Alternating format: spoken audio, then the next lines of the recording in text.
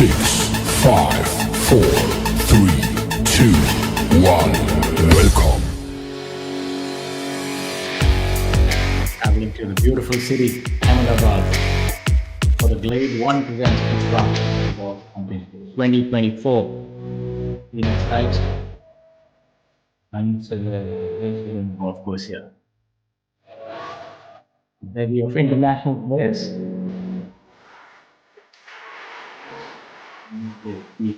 And we got today. We have been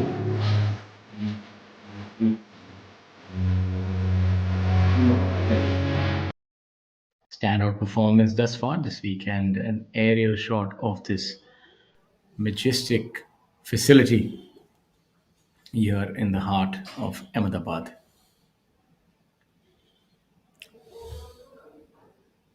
Lots of water to contend with, slick greens, and all in all, a very tranquil setting for what is poised to be a fantastic week. We are past the first and second rounds, which were 9 holes each at this lovely Glade 1 golf and resort club in Ahmedabad. The first 2 rounds were played over 9 holes each, and the third one will be played over 18, as will the fourth one also. So the tournament in totality will be 54 holes with a prize purse of rupees 1 crore and 15 lakhs going to the winner.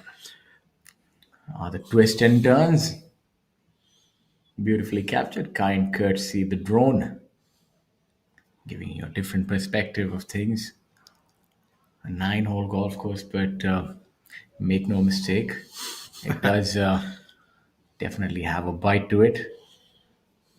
The green's playing to almost above 11 this week, 11.2 if I'm not too wrong. And But that's it's, become the norm now. I mean, most of the greens last week, we had greens at the last start, we had greens of going between 11.8 and 12, and they were pretty fast. And I think that's good that our golfers are getting adjusted to speedier greens, because that's what they are going to now, contend with. And here is Yuvraj Singh with his father on the back. Lots of groups already teed off. Now you'll have the group Black 1230 comprising of Manjot Singh, Anshul Patel, and Yuvraj Singh. And look at some of the scores thus far. It's been a keenly contested tournament with the cut going at 2 over par, showing you just how difficult this golf course can prove to be.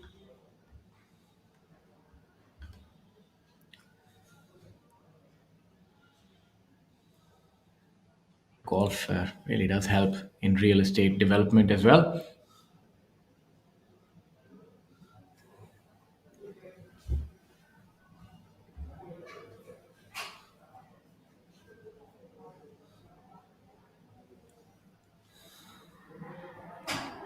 There you see the players exchanging pleasantries and also informing the co-player about their golf ball and which number they're going with.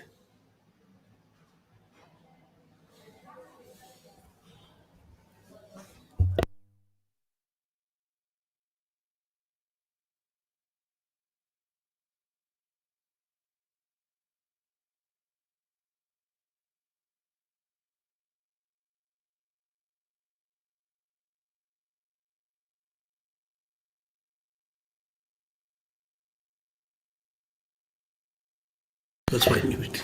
We have the group of Manjot, Anshul, and Yuvraj on the tee.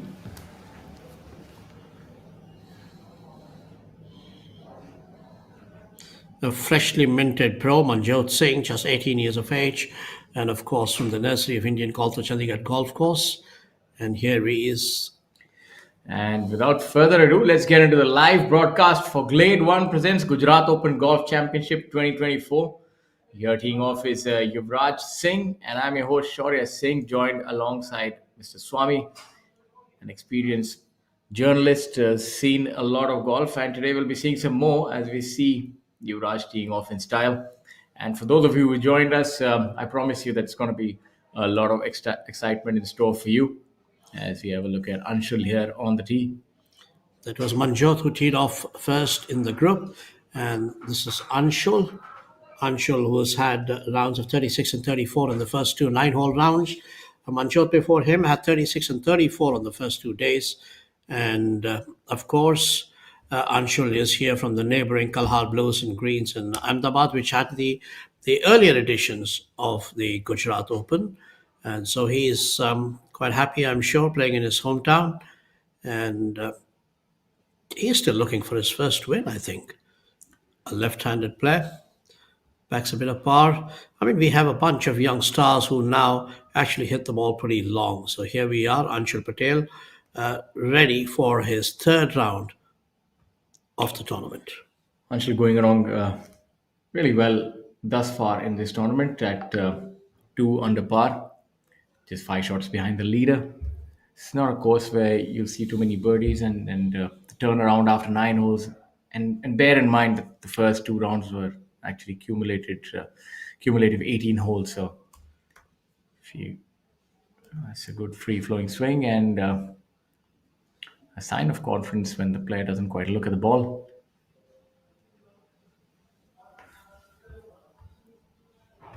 A little bit about the layout of this golf course. It's providing quite a challenge this week for the players.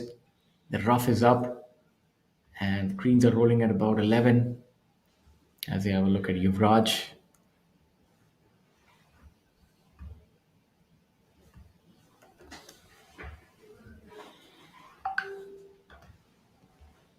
This course playing to 7,000 yards, so by professional standards that would be fairly benign, but it does bear its fangs on in and around the greens, and hitting the fairways is essential here in order to make par or birdie. This is young Yuvraj. I mean, he's hoping to turn pro very soon. He's still an amateur, and he's had a tremendous amount of international exposure. He's played for India twice in the Asia Pacific Amateurs, and he's really kind of, he's a big built boy who loves to hit it hard. And of course, what he has himself confessed many times is that he needs to get better on the greens. And I'm sure when he does, he'll be quite a force to reckon with. An interesting piece of information: cousins Manjot Singh and Jujar Singh. In fact, Jujar is caddying for Manjot this week, and Yuvraj is also from RCF Kapurthala, just like Gaganjeet Bhullar, I'm sure, who he will be idolizing.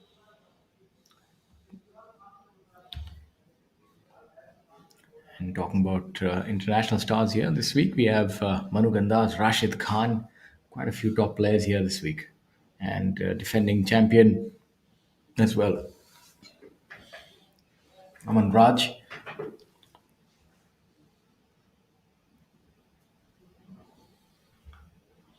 That's a bird's eye view of the golf course.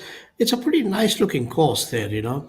A lot of nice golfing properties out there. People who bought them, I'm sure, must be enjoying, getting a few hits there on the golf course at the Glade One Golf Resort Club. Yeah, the catch 22 is about getting a few hits in and not being on the receiving end, which can often happen on a golfing property. So I'm pretty sure this week there's no such risk from our professionals. These guys do, shoot it like an arrow, but that can be a point. So you never get it all. You want to live on a golf course, then if you I'm sure they get used to it with balls flying left and right here. Of course, only when hacks like me are playing, not the professionals that we see this week. The Glade One presents Gujarat Open Golf Championship 2024 is the third event of the 2024 Tata Steel PGTI season. The tournament, Gujarat Open, is in its fourth edition, being staged at Glade One Golf Resort for the first time. The first three editions were held at Kalhar Blues, which is where Anshul Patel hails from, and the tournament carries, as I said earlier, a purse of 1 crore rupees. It's a 9-hole championship course with plans in place for the course to be expanded to 18 holes soon. The par for the course when played over 18 holes, will be 72. The design is Gary Blair, and it's one of the and of course Gary Blair is known for his versatility over design, and each of the 9 holes has been meticulously crafted, giving them a unique character, striking a balance between aesthetics, strategy, playability, and of course leisure for the common member. Thank you so much telling us about this golf course. Let's also have a look at some of the noteworthies who unfortunately fell on the other side of the cull. The cut being at 2 over par. We saw the likes of Arjun Bhati, Hemant Singh Rai, a seasoned campaigner, unfortunately missing the cut by a solitary shot.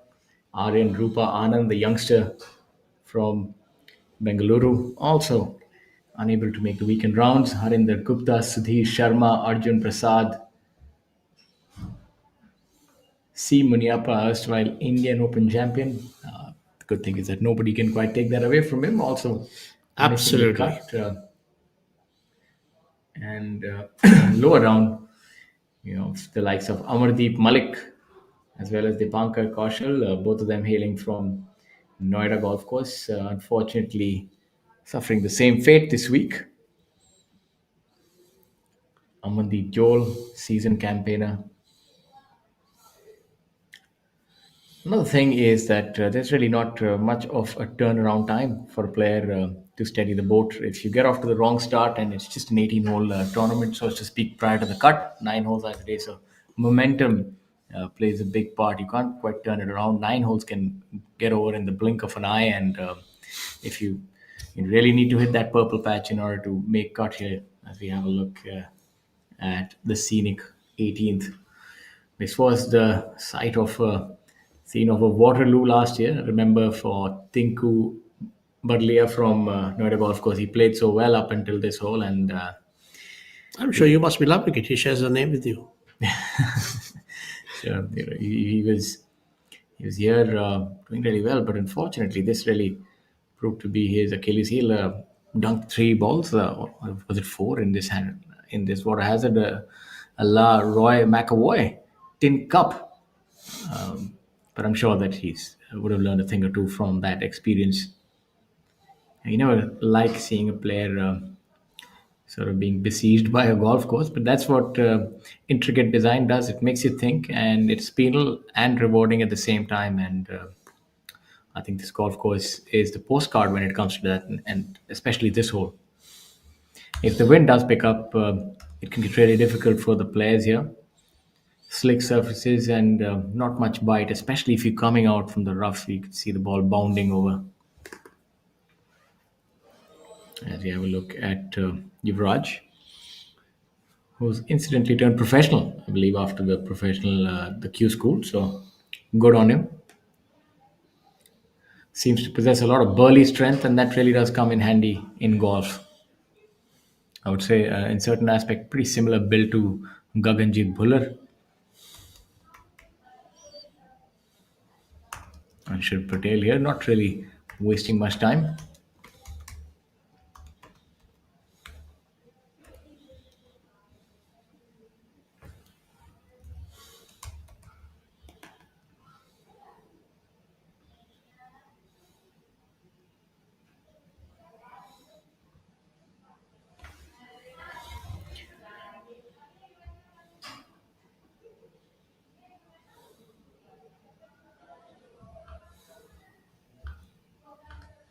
A look at the order of merit. We have Shaurya Binu at numero uno, and followed closely by Manu Gandas, Rahul Ganji, Karan Pratap Singh, and Saptak Talwar. Club seems to have gotten a little stuck there. Seems to have come in steep. Might have hit it left. Normally, that's what tends to happen if you get a little too steep on it. Steep and across, as his playing partner is in a little bit, in a little spot of bother. In the high grass there on the right side, I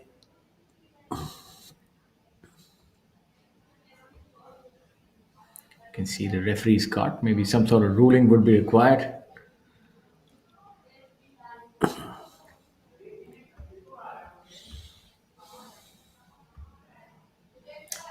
On the tee now, Kapil Kumar would be playing alongside Adil Bedi and Shoaib Bino. Good to see Adil Bedi his return to form. We know that he's a very capable player and currently sitting in at 3 under par, hailing from Chandigarh. Quite a few golfers heading out of that sporty city. As we have a look at Kapil Kumar, he's come close so many times. Unfortunately, the final day is a little bit of a bogeyman for him, it seems. Crossing that line over to the maiden victory is a major hurdle for every golfer, and I think that's what most of them do. Shaurya Binu did that pretty early in his career, at the previous start. So I think he's on a good wicket, so to say, and so he must be looking forward to another good finish. Somebody who's definitely on a slippery track here is Manjot, not on a good wicket in any sense. Seems to be drawing a penalty drop here. Not much opportunity from that thick fescue grass unless you have the luck of the Irish. But you know what? I mean, there's still a lot of golf to go. I mean, there's 36 holes. I mean, from here on, so I think he can take heart there. I always find it rather odd looking when you see a player dropping it from the knee. I thought that dropping it from the shoulder looked a lot more elegant. This is what it is. It saves time. It is what it is. Absolutely. And golf is a lot about saving time. Something that I'm not too acquainted with, as they say. Take your time until the referee lands up.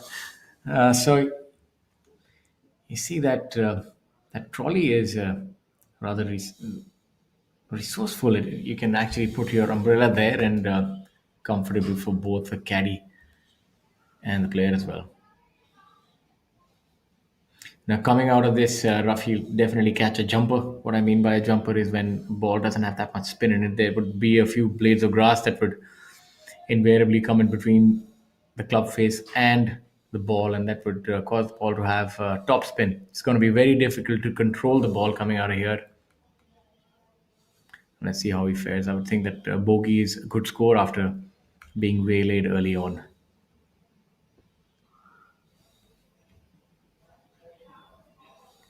Not the most conventional swing.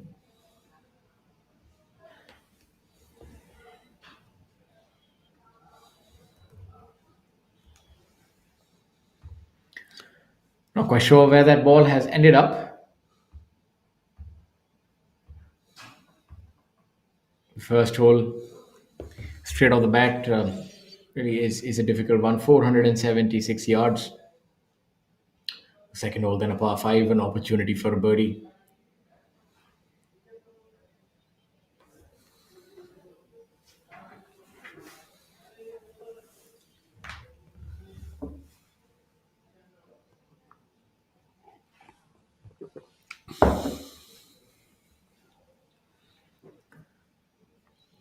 Teeing up on the right hand side, so you are safe to assume that he is setting up for a fade.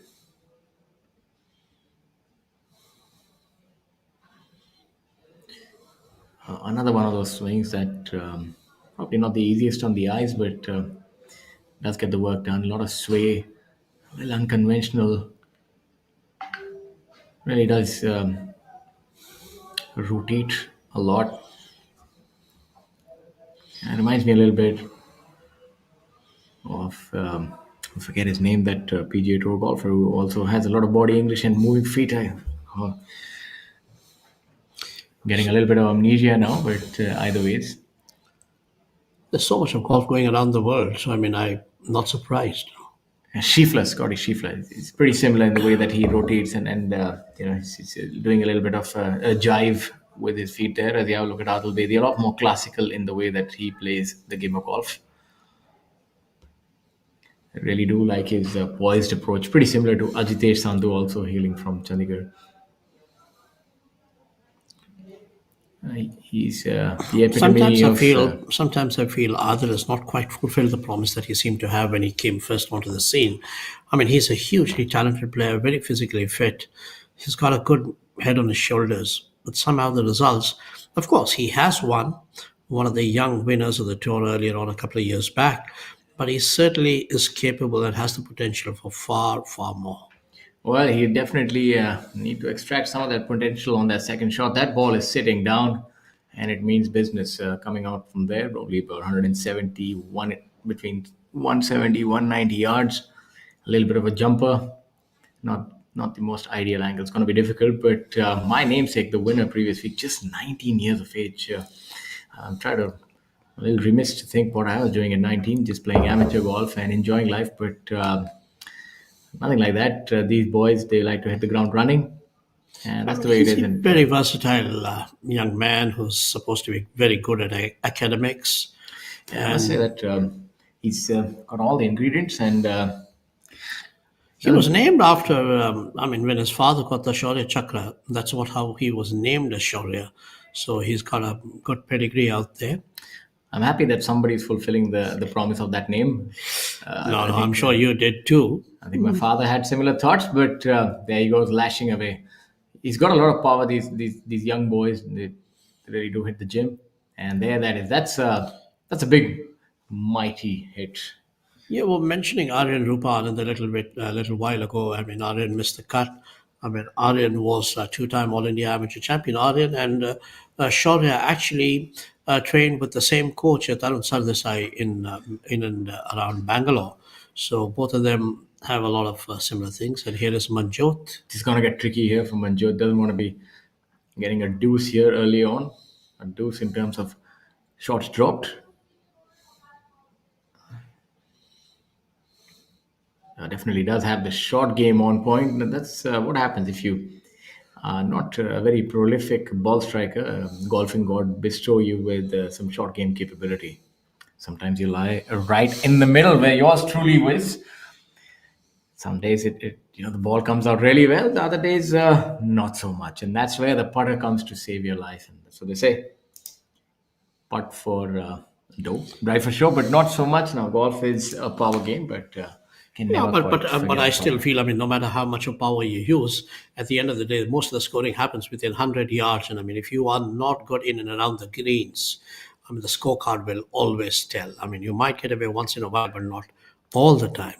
So, oh, that's dropped. I mean, we could see it. So that was beautiful. And I think that was Yuvraj who Yuvraj seems like he's made a birdie coming out of had a that lovely rough. putt. So really well done.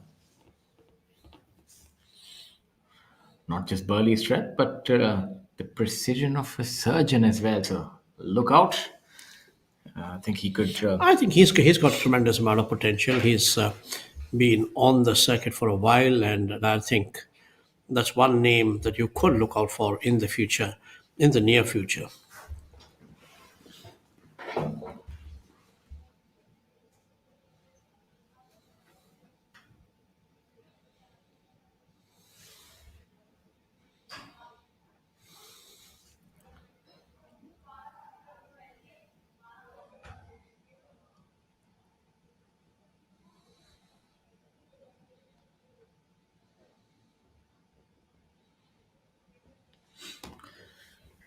The front left flag pin position looks fairly easy, but believe you me, on a longer hole, you actually need that elbow room on the green. The front pin positions are rather difficult to get to. Oh, yes. Unfortunately, Slides going to be past inside. a double bogey on the very first hole, so we need to shake that off sooner rather than later. So that's not a happy start for young Manjot in his rookie year now. All things considered, it's a pretty good start, rookie year, and you find yourself in the second leader group.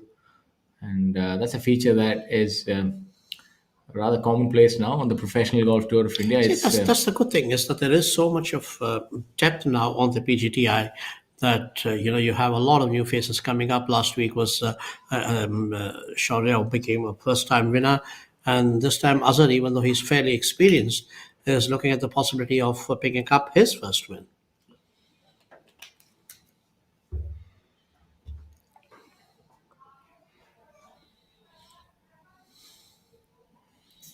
yeah, He seems to be saying something to that ball. Thank you very much for dropping in. probably pretty similar to what Adam Sandler used to say to his ball. Are you too good for your home? And just probably driving that message home that that's how you behave. This is a very interesting man, Kevin Steve Regal of Andorra. Andorra is not really a golfing powerhouse, but he came into golf in a very strange manner. He used to be an alpine skier. He actually represented his country at the Winter Olympics in, I think, 2010, and then broke his knee, injured his knee rather, and decided to turn to golf, and it's been pretty good for him. He's played all over the world, and here he is on the Tata Steel PGTI Tour. Good. No steep slopes here, so should be all right for Kevin. I think that knee can relax, rest assured, and obviously I say that in jest. He's a good player. Swing reminds me a little bit of Fred Couples. The no, the top of the swing, the way the wrists are set, a little bit like good old Freddie. Well, he's been around a while, 34 years of age, but he started playing golf around only 2014, 15. Before that, it was more for fun, while his main sport was actually, till 2010, 14, was alpine skiing. So alpine skiing's loss is actually golf's gain, at least for Andorra. And he's been there, as I said, played a lot of smaller tours, including the MENA Tour, and now has found his place here in the Tata Steel PGTI. And I'm sure he has higher hopes. 34 years of age. Might be a little older when you compare it with, say, somebody like Shaurya Binu, but nevertheless, still a lot of golf there in him. Absolutely, 34 is supposed to be the peak of your golfing power. So, I remember these days when you have, say, people like Tiger Woods and Phil Mickelson going into their late 40s and early 50s, I mean, still contending. We had Suar Singh doing so well on the PGA Tour, and there's lots of players. The man, of course, who set the bar for these things was Vijay Singh, who won more after turning 50 than anyone else before him. So there's lots of people to look up to, and fitness levels going up the way they are with equipment changing, and of course the mindset too. So there is golf is a game that you can play for a long time, and then of course comes the senior tour, like which is where G. Milkha Singh or Arjun Atwal and Jyoti are now. So there's a lot there. and he's lucky he's got good company today. Money Ram, they have a jovial Money Ram. It's fantastic to see him playing the leader group, as well as Mohammad Azhar, who's leading this tournament, only 24 years of age. So still a lot of golf that he can look forward to. Opting to go with a fairway metal is that, or no? My eyes are deceiving me. The side effects of aging.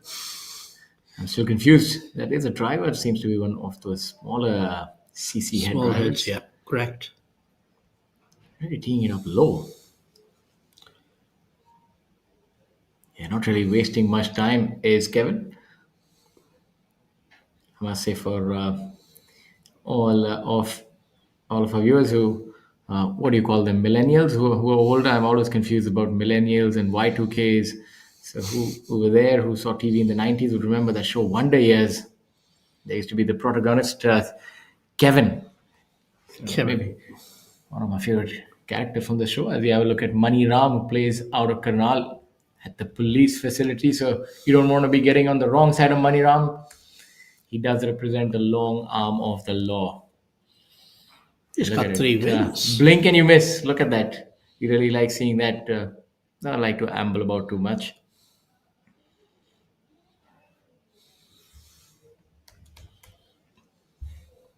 Not really a long hitter, but I feel he could actually hit the ball a little longer. He tends to launch it off vertically. He's got a rather peculiar ball flight.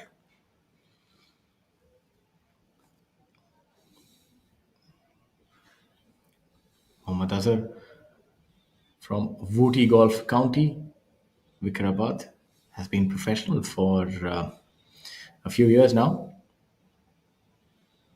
Finding his stride. This might be the week where he can break through. And by the week, it would be a 1 crore tournament, a lot of prize fund to play for. Definitely has the style part sorted with those shoes there. Another good drive. Right down the pipe.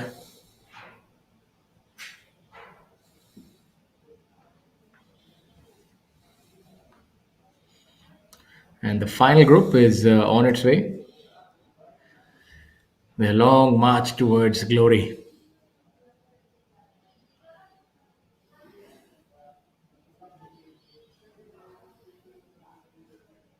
Good chip by Adil Bailey there. Should leave him about 2.5 feet, turning right to left. For all intents and purposes, that's almost a gimme. There's no such thing as a gimme in golf. People have missed 6-inch putts. So be careful. I mean, professional golf is nothing about giving anything away. Not an inch, not a foot.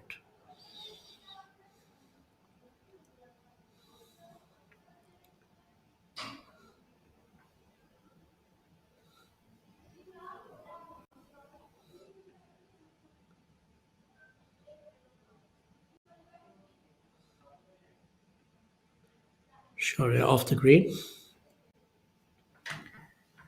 Opting to go with the putter should break a little from left to right. It seems like the prudent choice. The surface is cut really well, very well manicured. So, yeah, I think he's got it. Oh, just about. Pretty good judgment. I wonder why, how the chip would have turned out, but shows you that's not much space at all. And that comes back to what I was saying. This front lift pin position doesn't really give you much space to air on any side. Probably the good ideal miss would be a flare to the right, but then you have the hazard which is lurking there. So invariably, players' muscles do tense up, and you want to hit away from trouble. So I would say to the chief referee, a master stroke. This is a brilliant pin position just to get the players a little thinking about their round straight off the bat.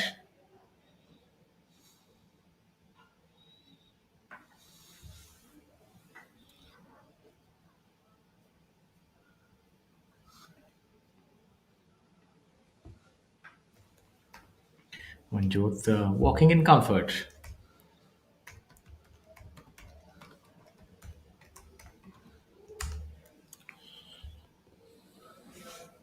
Look at some of the other scores.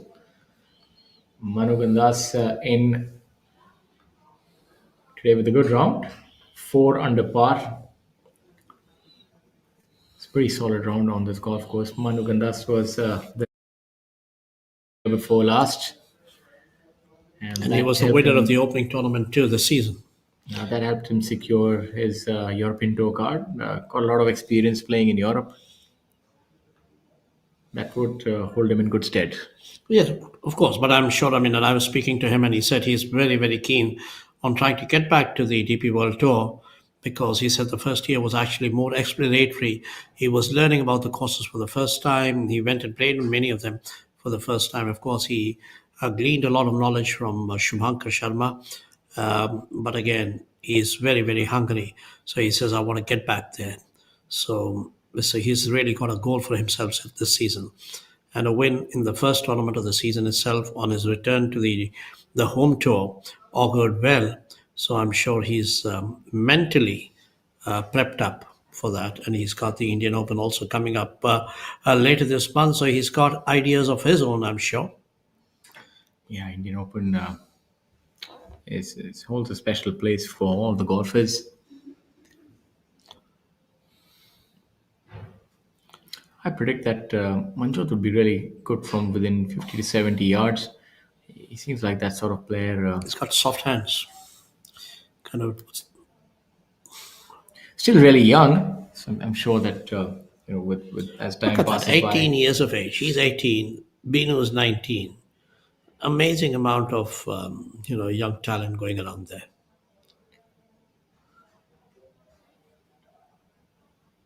So right now, the clubhouse leader is Manu Gandas. He's one of those who's actually finished his round already in the morning. He shot. He was 4 under for the day, and he is now. This is Steel, and this is an idea. What happens when we join them? Something fantastic. Like Pravesh doors that never age, that save our forests, or customizable artiphone wardrobes that match your personality and are redefining modern homes. tomorrow is shaped by imagination and steel. Tata Steel. We also make tomorrow. Would love to sit down next to, but not see their ball dip into it. Started with the birdie, Yuvraj.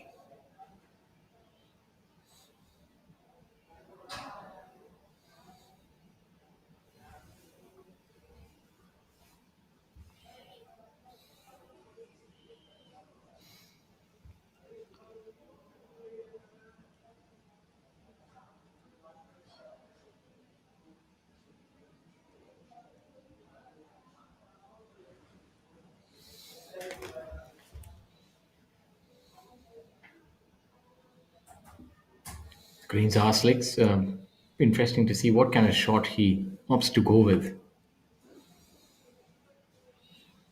as we shuttle back to hole number one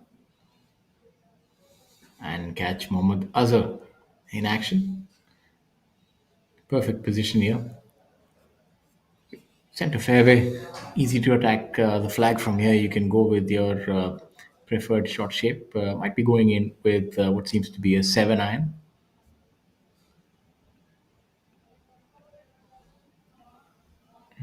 Looks like he's hit that a little left, asking for it to turn right. You can tell a lot about the shot by just looking at the player. Or also their visual eyes.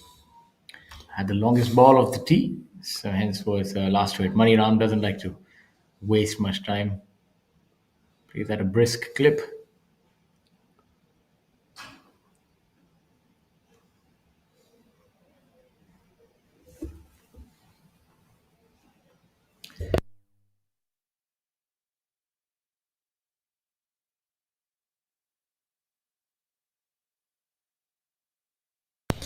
We have the players walking down on the penultimate day, colloquially called moving day. Now it just depends which way you end up moving.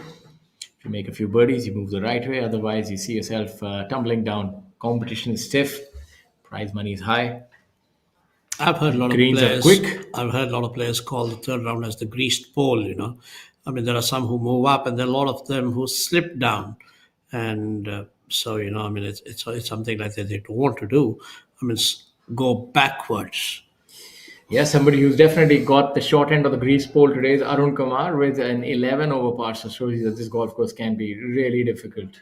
And we're seeing a lot of high numbers from the players who finished, even the likes of Mohammad Sanju, Shivinder Sisodia, solid player, 4 over par. Gaurav Pratap Singh in with a 4 over par. So Stephen Danek got his card on the PGTI this year. Very good ball striker, Stephen, with a 3 over par. Showing you that there's a for difficulty to this 9-hole golf course. Defending champion with a 1 over round. This golf course does put ball striking at a premium. No free lunches yes. here.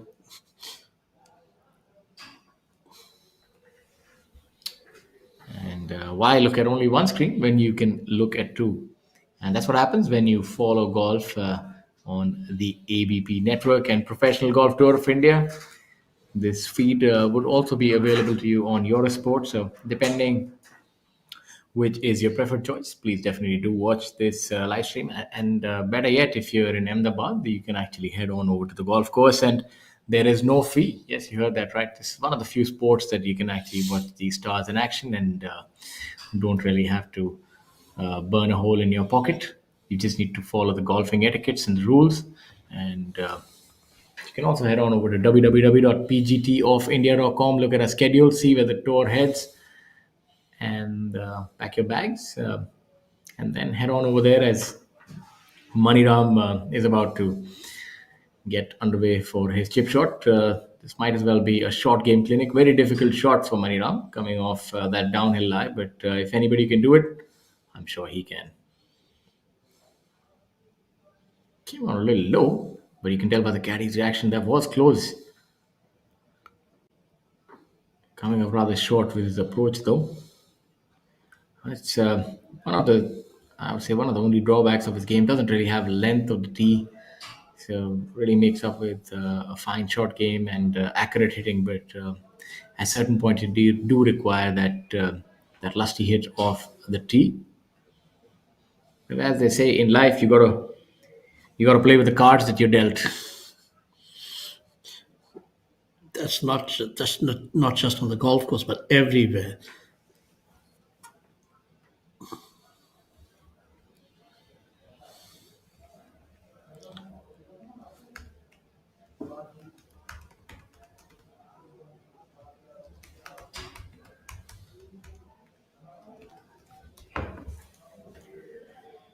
And for those of you who are wondering where does the tour head next, I'm there to be your trusty guide and take you through that journey.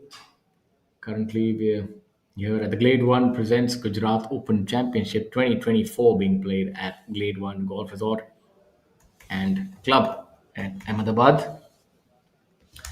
After this, the tour heads to Gurugram for the Delhi Challenge, which is a joint sanctioned event between the PGTI and Challenge Tour. And the week after that, you head on over to Kolkata for the Kolkata Challenge 2024. Again, a co-sanctioned event for $300,000. A lot of money to play for, as we see Anshul missing that putt on the lower side. Then the big one, the my apologies, Hero Indian Open 2024, a joint sanctioned event between the PGTI and the DP World Tour, with Marcel Ziem of Germany, the defending champion.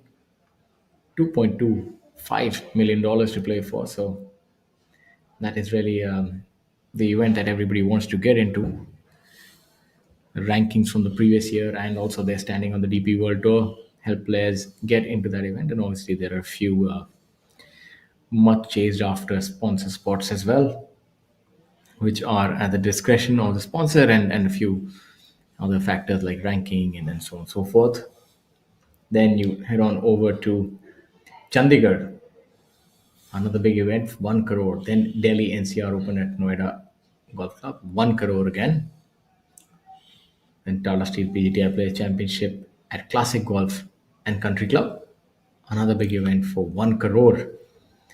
And right towards the end of April, we have another event. The location is yet to be announced, but it is going to be a big event for 1 crore. As we have a look at Mani Ram, trying to hold this right to left downhill putt.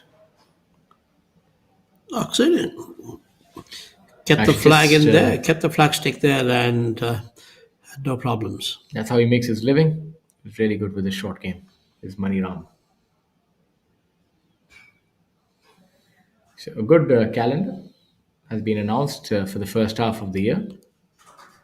A lot of good prize money tournaments, good locations, very nice golf courses. So for both viewer and player, there's really a lot to look forward to. There was a time when the prize money used to be a pittance in comparison. I still remember way back, almost 2 decades ago, actually maybe more than that, when Gaurav Ghai, one of the legends of Indian golf, actually touched his season's prize earnings and went above 10 lakhs. There was a lot of celebration. And now you have tournaments which have on offer like, 1 crore of rupees. And the first prize, the winner's check, is 15 lakhs. Imagine Gaurav for the entire season earned a little over 10 lakhs. And here is a tournament which offers the winner in a single week 15 lakhs. That's how far the Tata Steel PGTI Tour has brought Indian golf to. And most of the tournaments now, in fact, all the tournaments now on the tour are 1 crore and above. And some of them towards the end of the season, like the Tour Championship, actually carries a massive purse of 3 crores at the Tata Steel Tour Championships. So the G Milkha Singh Invitational also has 2 crores on offer. So it's a lot of prize money. It's a lot of incentive to play for. And of course, as Shaurya was earlier sharing with us, that the order of merit winner gets to go to the DP World Tour. So there's a lot happening out there now.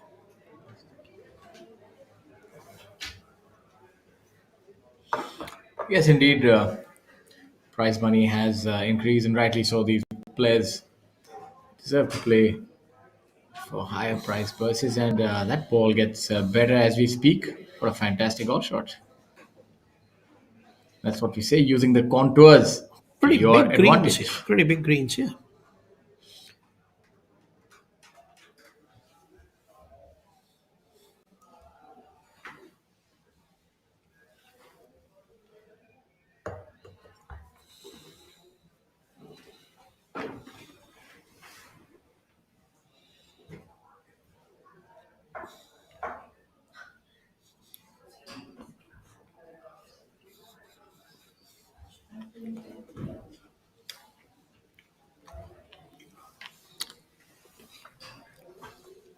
There, look at this hole. Definitely a birdie hole for most of the players.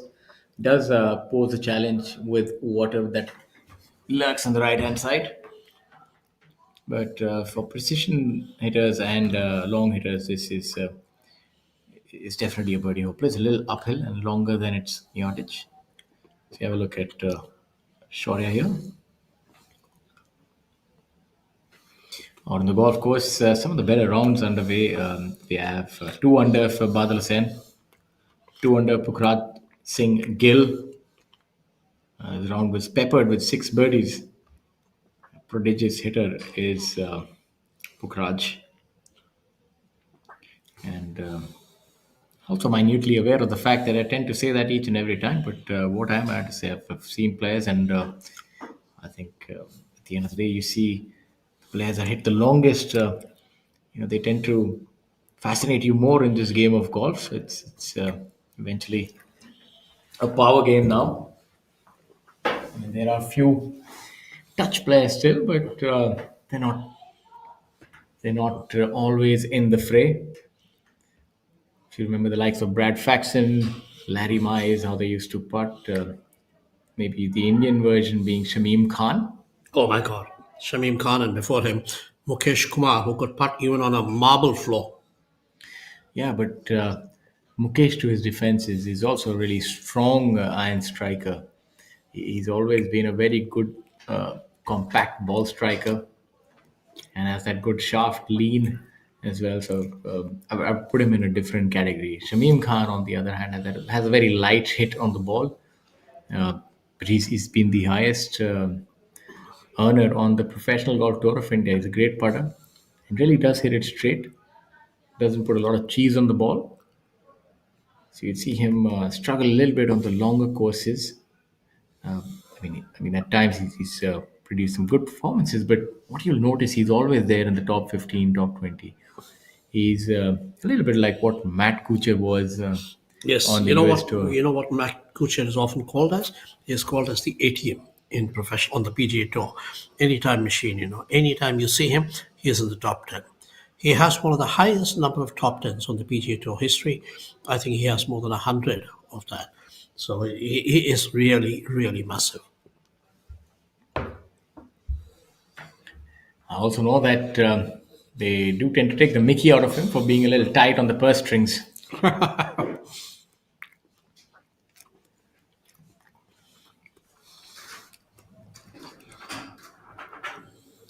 This putt should break a little bit to the players' right.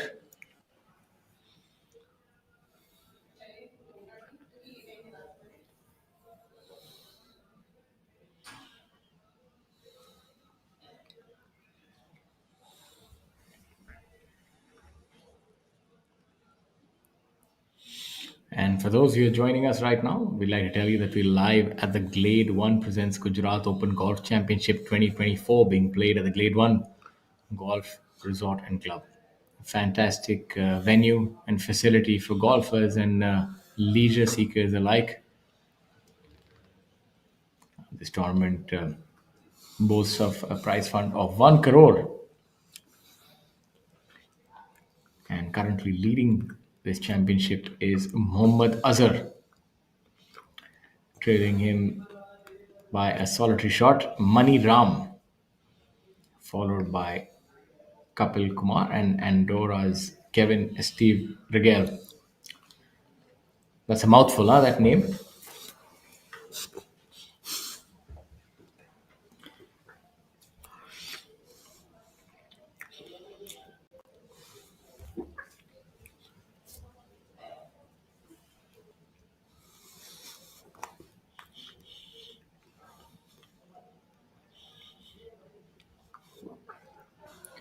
Should have been aided by that putt by Arthur, so I don't see that confusion would be a factor here, would have narrowed down the line as we also have a look at Anshul there.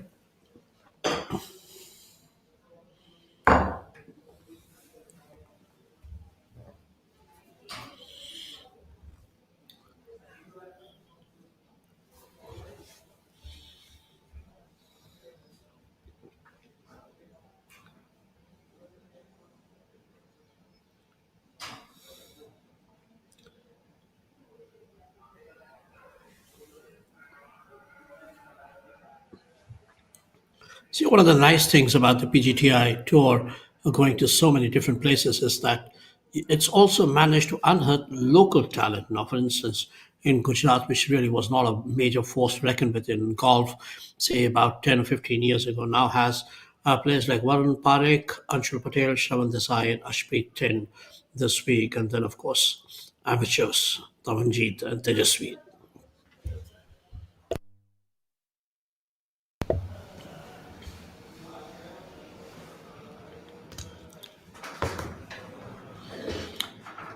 Tugged that a little bit.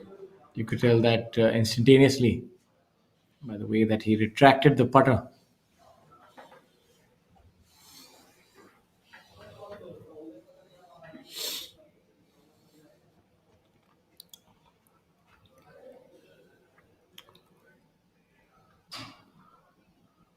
There's a lot of good things happening on the Indian tour now, with a couple of challenger tour events, and that has actually upped the incentive for the Indian players.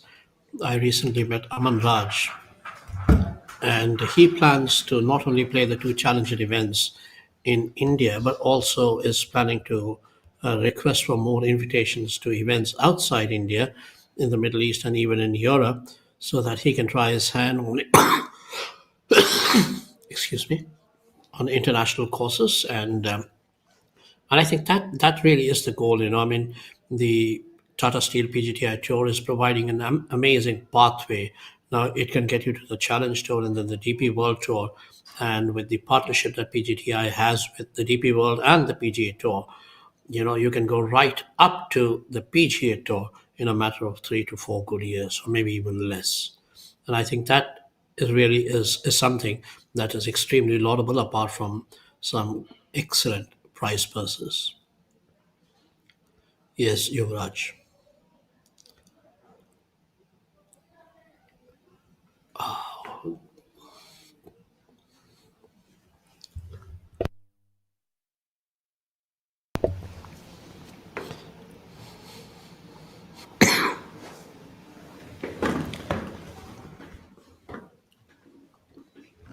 Yuvraj there with what appears to be a mere formality.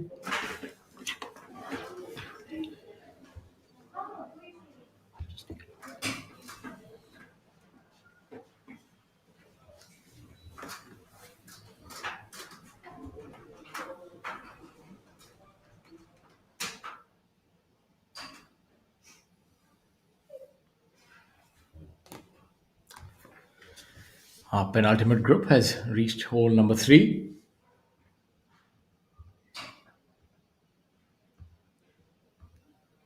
The third hole being a 360-yard par 4.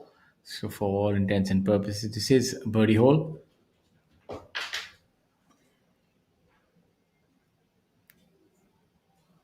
That's a swing of Kevin Steve Regel. I initially thought that it looked a little bit like Fred Couples, but now I retrench my statement. I think it looked a little bit like Jack Nicklaus in heyday. Not quite sure what it looks like, or maybe Sevi. And for all of our golf aficionados, if you have a better guess than mine, then please feel free to reach out to us on social media. Look for us on the ABP Live or PGT of India on Facebook, Instagram, and the bevy of other social networks. And do leave your thoughts. And we love both bouquets and brickbats. Obviously, the former more than the latter. And for all the non golfers who have joined us, we'll also try and ease you into this game of golf and tell you about the rules and regulations of this great game. As you have a look at Manjot here. Fantastic putt, right in the heart of the cup.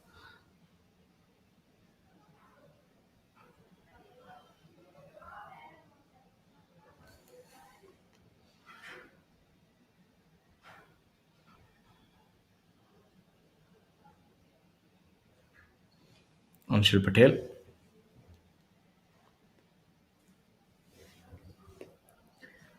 The next hole is a rather difficult one, a par 3 at 215 yards. So you'll see a lot of players going in with anything from a 5 to a 3 iron, depending on the wind conditions.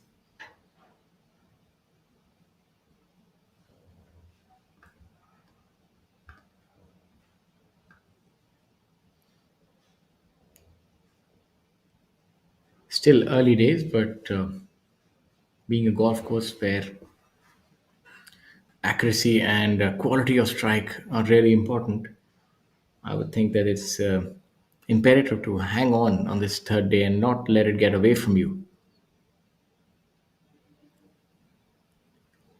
This might end up being a tournament that is lost by a player as opposed to being won, because in trying conditions, especially when we've seen that there are not many low numbers here in the offing.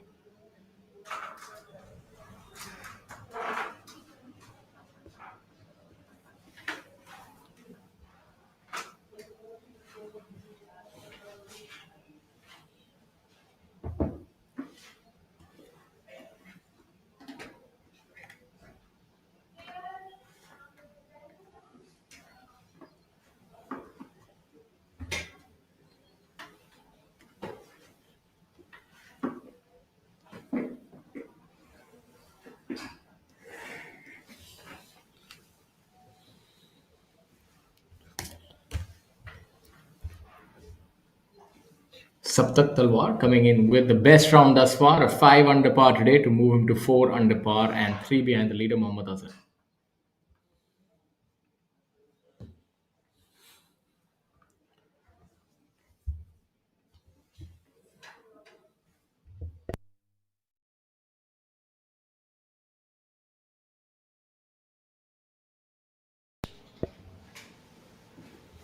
In view is the second hole, and you see a ball nestled rather close to the flag there as well.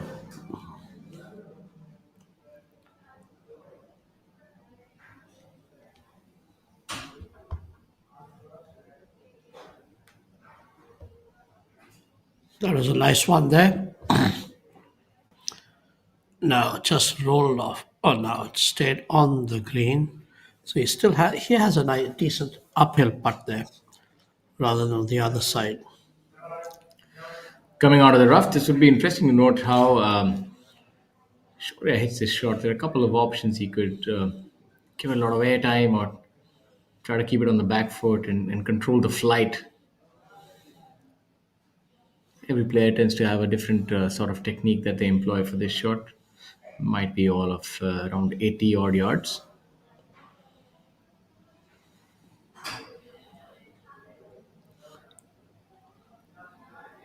Did have that abbreviated finish.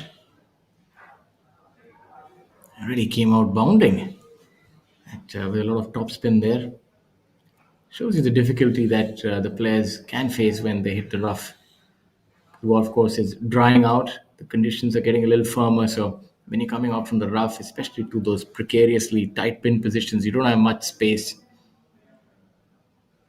Mohammad Azhar here on hole number 2, which what I assume to be would be a rather lengthy birdie putt.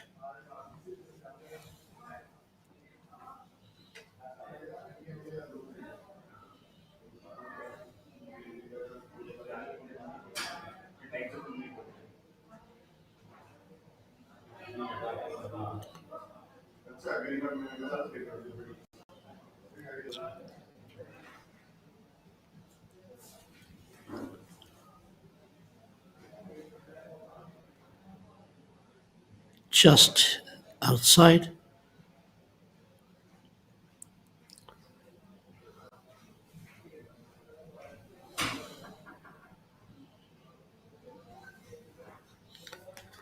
So Saptak Talwaz made the biggest move of the day, closed at 5 under. So he's made ample use of the moving day and has now taken over the club leadership. He's the clubhouse leader now at 4 under for the tournament now, 5 under today.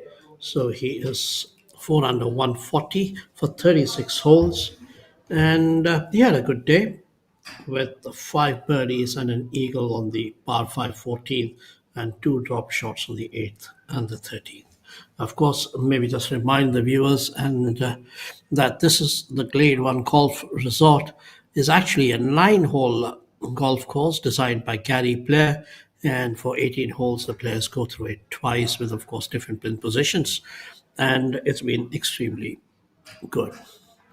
So far, the scores have not been easy coming, but also it's been pretty challenging, even though the course looks very pretty. And as Shaurya was saying, there's those lovely water bodies, something that the players want to stay clear of. Yes, probably a dip after the round. That's right. Might be par for the day, but not during it. As you have a look at Yuvraj there. It's a fairly well executed bunker shot, and I must say that's one that is rather intimidating for a player when you see water behind you. The first thought that you have is don't scull it into the hazard. At least I have the same. So, I might have a penchant of playing golf that way, but I'm sure that these players don't think that. But when, on all seriousness, when you do have a water body behind, you tend to take the safer route here. So you saw Yuvraj there also. If you saw it, employing a different technique, sort of deaden the impact, softer hand, so as to get a little more roll. And so the last thing you want to do is hit it into the hazard. So the golfers will try and roll it a lot more when there's a water body behind the flag. And inversely, if you don't have that, you tend to hit higher shots so that you get a little bit more spin from the bunkers. The professional modern player, they do not find the bunker shot that difficult, especially if you have a fair lie. It's almost as They easy practice as quite a lot. I mean, many of the players actually prefer to go into the bunker than onto the wrong side, and which is what they, kind of try and avoid. And I think that's what, it becomes crucial for them. yes, I remember that shot on the DP World Tour, was it, where that player spun the ball back good 10, 15 feet to Yes, hold it. yes. I mean, that was a rare exception. I'm sure he wasn't trying to spin that, but it can happen depending on the kind of lie and what you have. But incidentally, we remember there was water behind that green, so I'm pretty certain he said that he wasn't intending to spin that ball like that. So got it a little thin. So if you have great technique, you can actually get a lot done as well.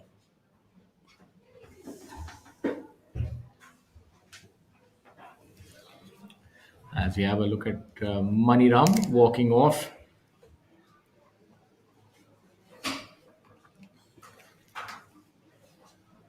Not happy.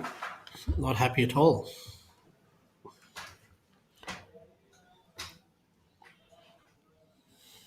There's Varun Chopra.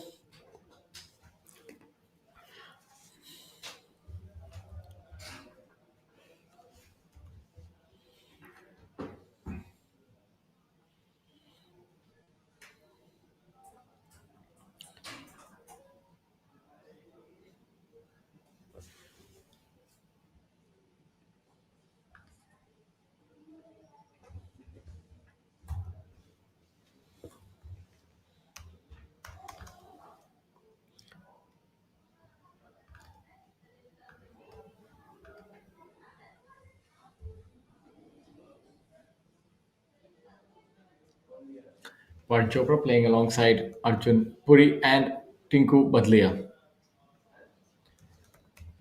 Arjun, the year before last, had made the most brilliant cut at DLF Golf and Country Club. I remember that the first round, if I'm not wrong, he had something of an 84, I think 83 or 84, and then had a 64 the next day. So definitely does have a lot of golf game, does Arjun. If you can shoot an 8 under par on that golf course, you can definitely roll your rock and then some.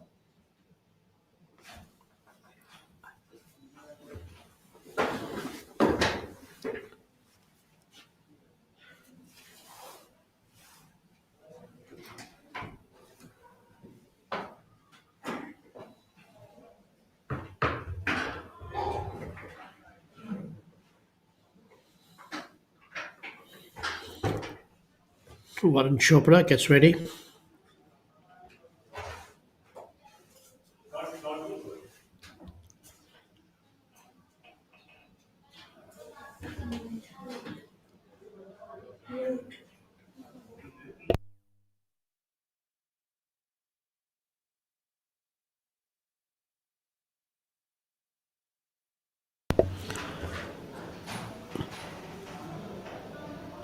That's nicely done. So Varun Chopra picks up that. Happy with that, buddy. Often the body language, the communication, I mean, sometimes the silent communication with their caddies shows the score that they probably picked up at the hole. So that fist bump, indicative of it.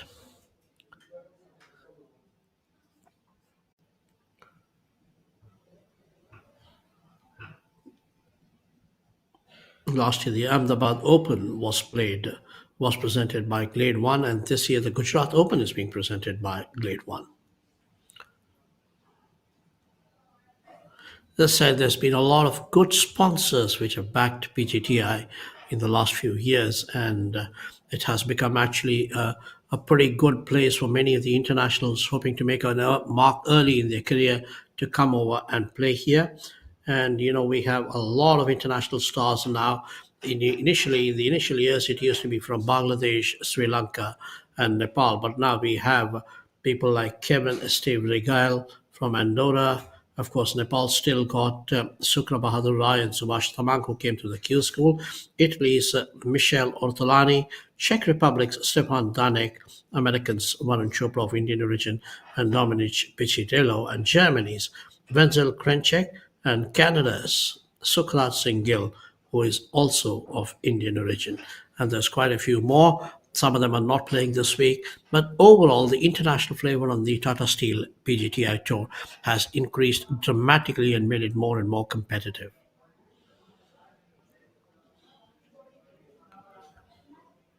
Back with the lead group there. Mohammad Azhar in sky blue t-shirt, getting ready.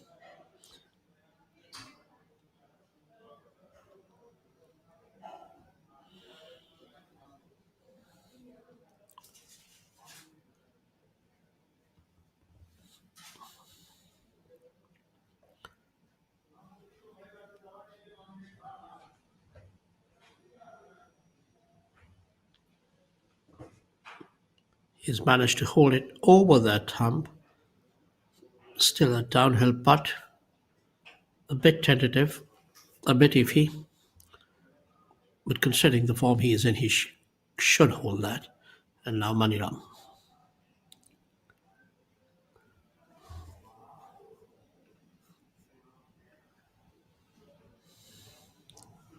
Goes off the green.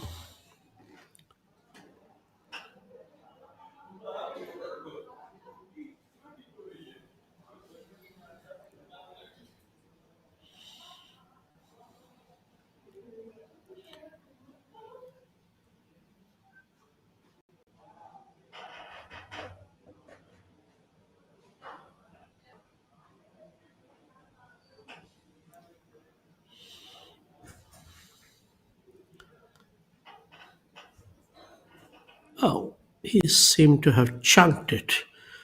Didn't even get onto the green. There was something wrong. Obviously, he was not happy with that. He's missed the green. He's fell well short. A bit uncharacteristic.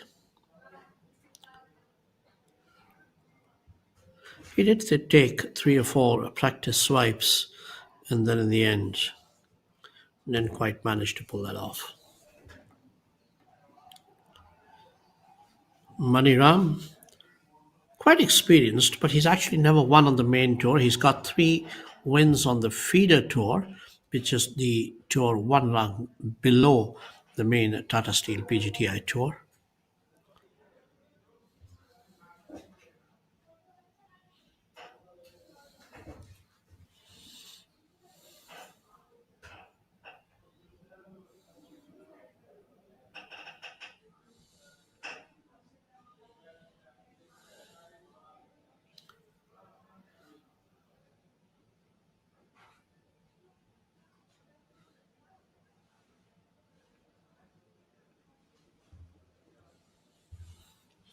Adil Bedi now on the 4th hole.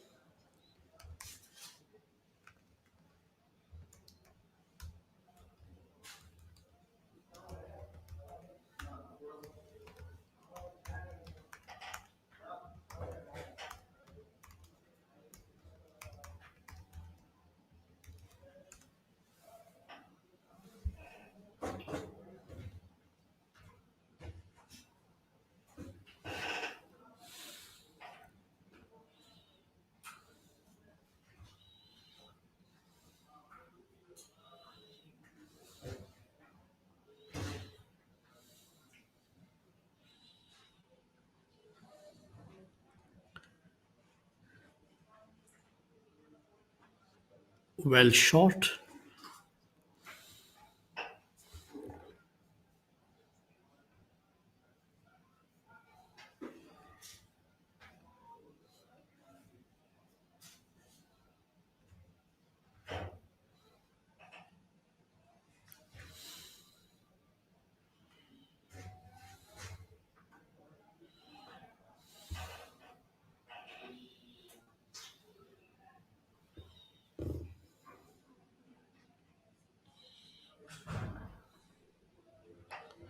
The par 3 here, not really terribly easy, 215 yards. That's what the distance is for today.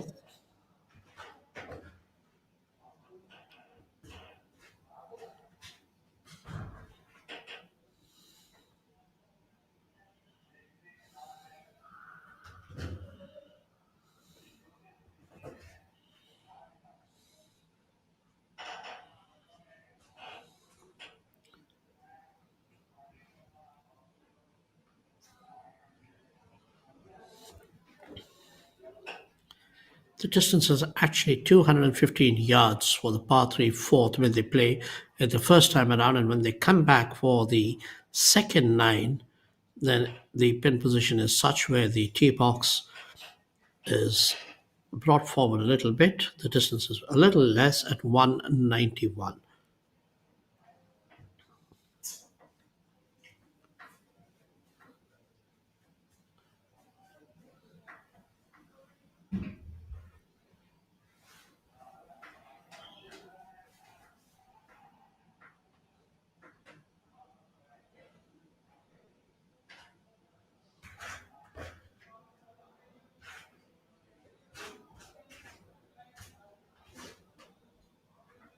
Just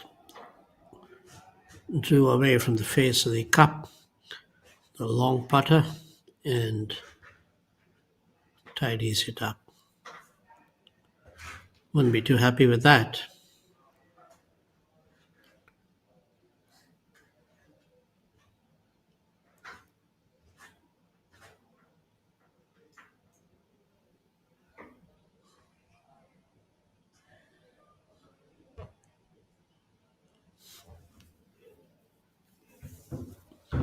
This par 3, this par 4 third, measuring 360 yards.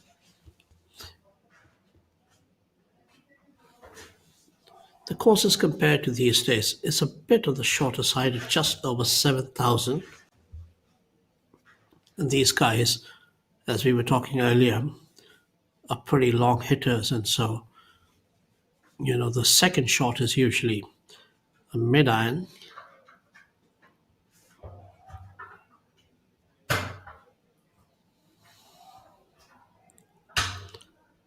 So we got Azhar at 7 under, Kevin Regal and Maniram at 5 under each. It's a 2-shot lead right now for our leader so far.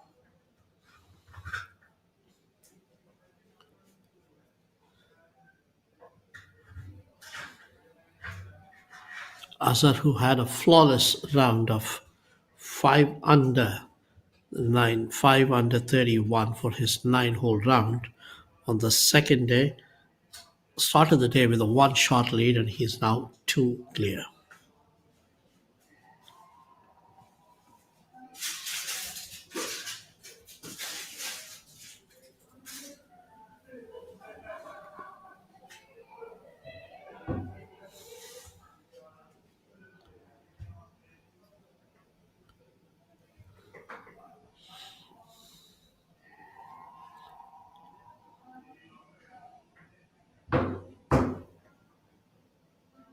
That's another drop shot for Maniram. He dropped a shot on the par 5 second, and you can see that bad taste in his mouth.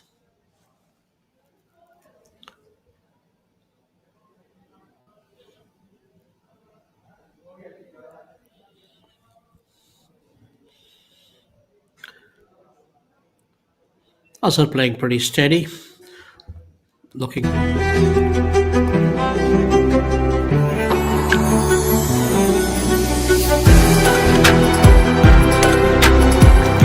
Life with Vedika, always full of altitude.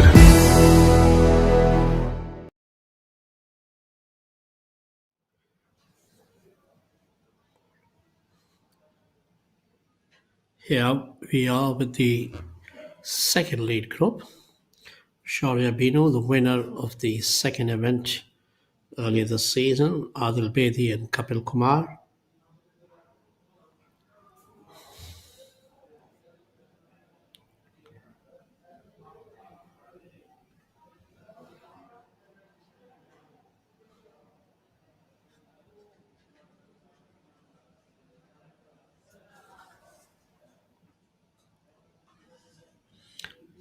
Aim point, Shaurya's now trademark.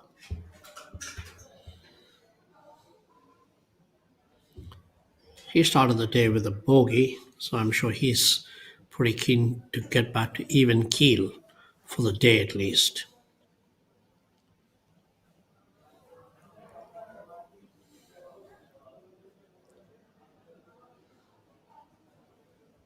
It's a makeable one for him.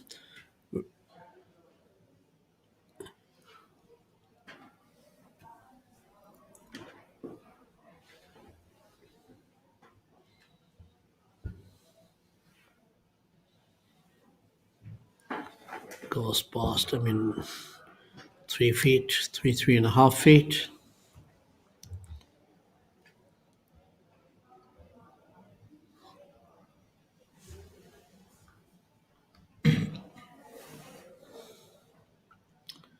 So pretty much more of the same here from Mohammad Azhar, staying ahead, building up on that lead. As you have a look at Adil, you have to navigate this slippery putt left to right, maybe all of 15 feet.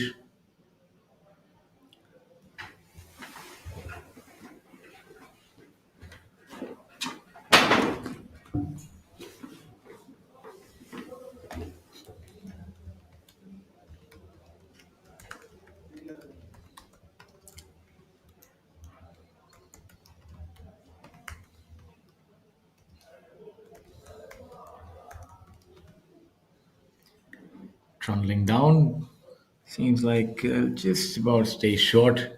Giving that a little bit too much respect there was Adil. Really did burst upon the scene, did Adil, in a grand way, and sort of signaled his entry onto the pro ranks with that victory at Kolkata, Tollygunge with that chip in. And a stellar career even prior to that, and was interrupted by that wrist injury that he suffered. He had and, a pretty solid amateur career too. Yes, and after that injury, it's been an uphill battle for him, but finally seeing glimpses of his old self here today.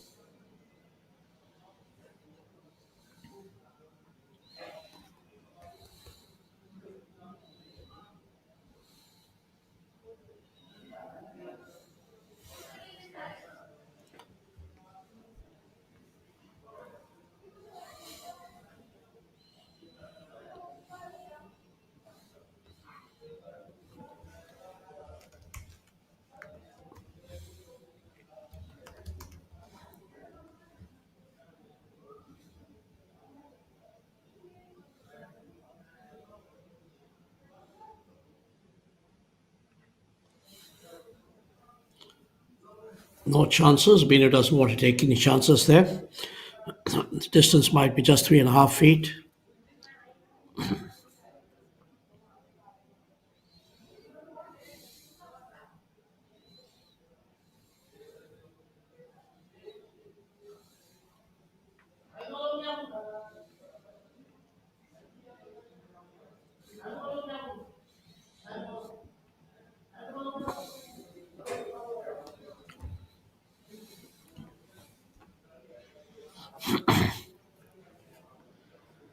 We have another update here. Mohammad Azhar opening a little bit of a chasm between himself and the chasing pack. 3-shot lead now over Saptak Talwar as well as Kapil Kumar. And Rigel. And Money. The man from Andorra and Mani Ram from Karnal, who needs to steady the ship somewhat. It's made a couple of bogeys and fallen back to 4 under. Look at the par 3, hole number 4.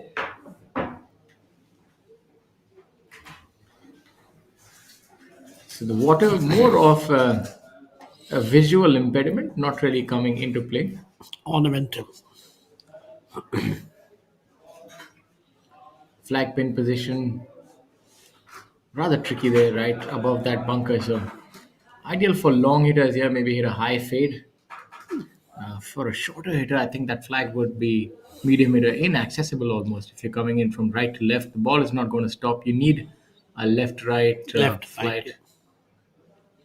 and probably then have to be hitting something in the vicinity of a 4 or 5 iron. A very difficult pin position indeed. Seems to have double crossed it there.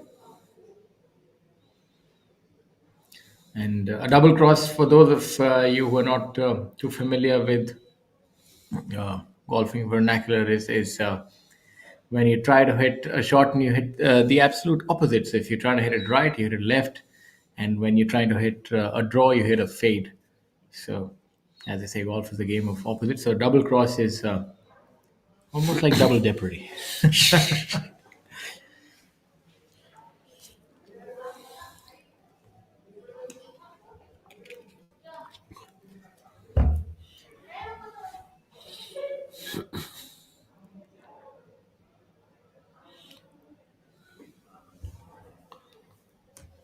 All right. Oh, that's a fantastic shot. I think I spoke of double jeopardy, and the man with the instincts of law thought we talk about him and stuffed it close there. Fantastic shot. He does have a really high ball flight, does Maniram. In fact, it's a very peculiar looking flight. It takes off like one of those stationary helicopters. Actually, it takes off straight perpendicular and then goes straight. And I believe he loses a lot of distance because of that, but does have a very soft landing. Maybe we can have a look. No, we're having a look at Muhammad Azhar.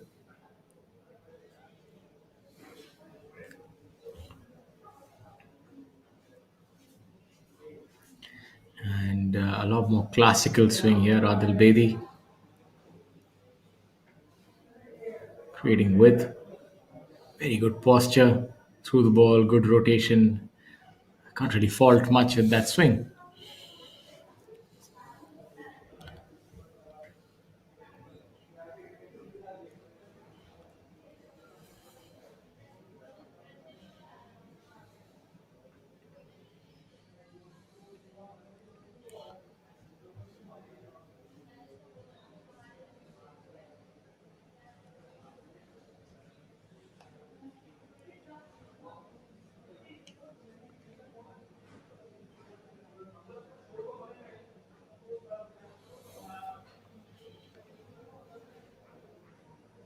Anshul on the 5th.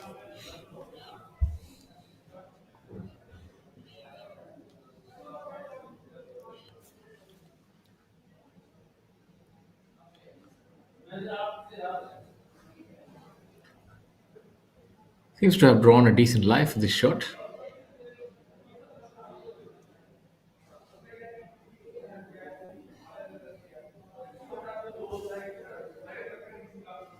Hole number 5, the par 5, playing in at 572 yards. So difficult, long par 5 indeed.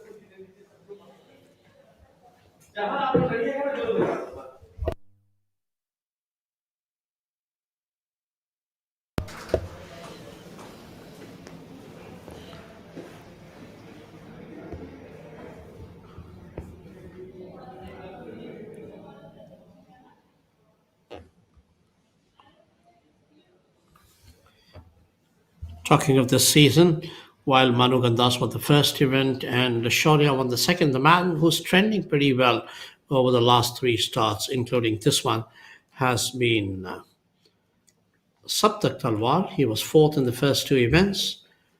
and now he seems to be, he's right now lying second. So I think he's winning. He was fourth at the Tata Steel Players Championship in Tollygunge, and then again fourth at the Dream Valley Group presents Booty Masters, and currently he's lying second in a tie with two others, Kevin Regal and Maniram, but they are three shots behind Azhar, who just seems to be playing ever so steady. Saptak used to play on the Mackenzie Tour in Canada before he decided that he had better incentives and better opportunities to come to India. He came over last year, picked up a lot of top tens, including a runner up finish, but couldn't quite manage to close it to pick up his first win in India. So Saptak would be also fancying his chances on Saturday in the final round of 18 holes at the Glade 1. Yes, absolutely.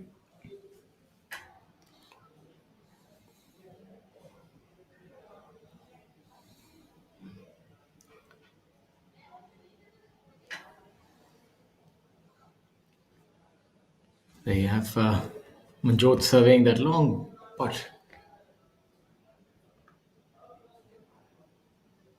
Manjot not having the best of days at 3 over par at that triple bogey on the first hole. Oh, so that was nice. Ball disappearing from view for Muhammad Azhar. That would be a birdie. That was a massive birdie. I mean, one that would be very, very satisfying and ominous for his rivals. Yes, helps him increase that gap with the chasing pack. He's really helping his cause here. And let's have a look at Maniram after that fantastic shot. Another birdie. Maniram not wanting to have too much daylight between himself and Muhammad Azhar.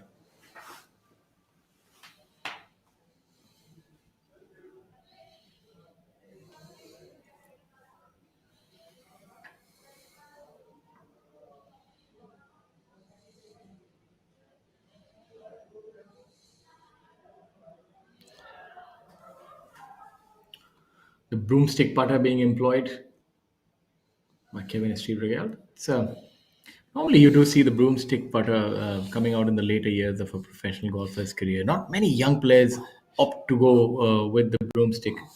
It I'm pretty wrong. I might be wrong about the connotation, but it seems like more of an old man's putter. You see, or when the putter is not quite Well, I working. think it's all in the mind. It's not the old or the young. It's just a question of when you're not getting those, when you're not getting the stuff right on the greens, and you decide to go to a long putter, a broomstick putter, because probably helps you closer to anchoring. I mean, not exactly. I mean, there are so many the controversies about it, but many of the senior players, of course, as you rightly said, do opt for or rely on a broomstick putter to try and get them. Adam Scott was one of them. I think it also helps you because it's easier on the back. Maybe, And yes. when Yes. it's like when all else fails, it's where the broomstick putter would probably try and save you. I guess you never. It's never really the first choice for a putter. I've never quite seen that somebody starts the game of golf with a broomstick putter. No, certainly not. Certainly not. It's one of those things that is is not like a band-aid, but it definitely is there to sort of salvage a situation.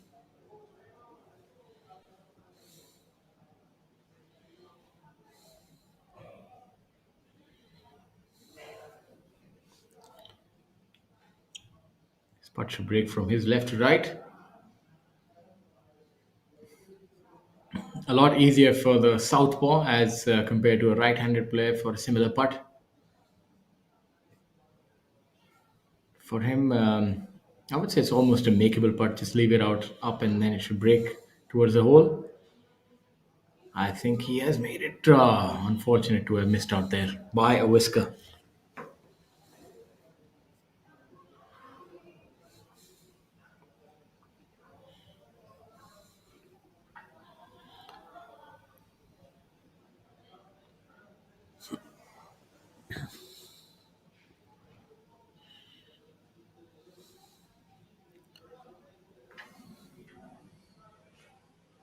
So there's the lead group. Azhar at 7 under.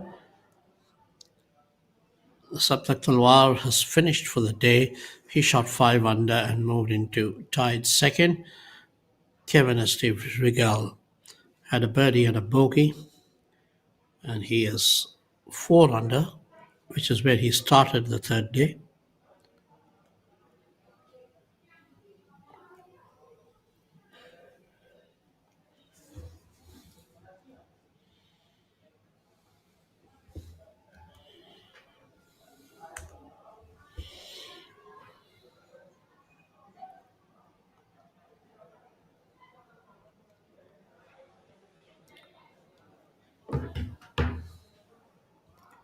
Mohammed has a 1 under for his round today. That's good enough for a 3-shot lead currently.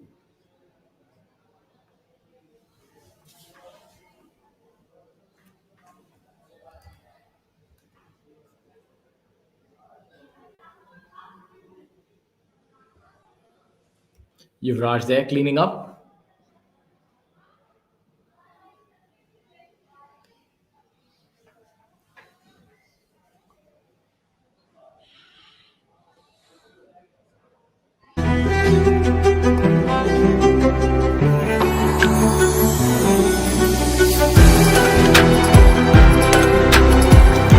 Life with Vedika, always full of altitude.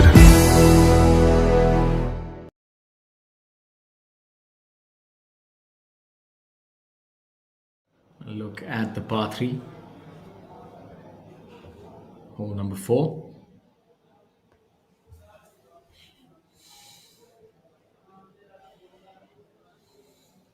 As a swing of Maniram. You can see there's not much width there. Rather unique upright sort of swing. Normally what you see if a player is a little shorter in stature, the swing is a lot more rotatory. And vice versa for taller players. But Maniram is the exception. But he has great control nevertheless on his ball. Look at the par 5, hole number 5.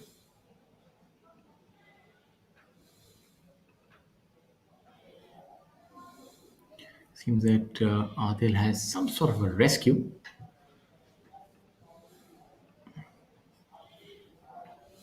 Should be going for the green then. He definitely does have the length.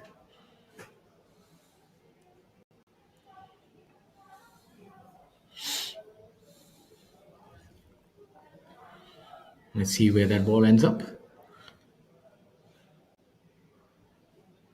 Oh, it's on the green. What a brilliant shot there by Adil. Fantastic execution. Getting there home in 2 on this hole, which is 572 yards. So it's a long hole. That's the kind of a hole that you need, to pick up and have an eagle chance and then try and close in the gap on the leaders. And I'm sure Sure, going in with an iron, maybe a little longer off the tee than Adil. Definitely does have the build to send that ball a mile. Coming in with an iron, you can be a little more aggressive.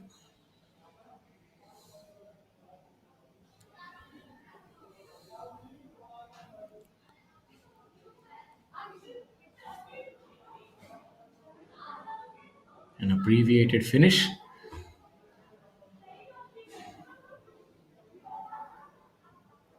Coming up a little short and in the rough, so no harm done. Should be able to get it up and down from there.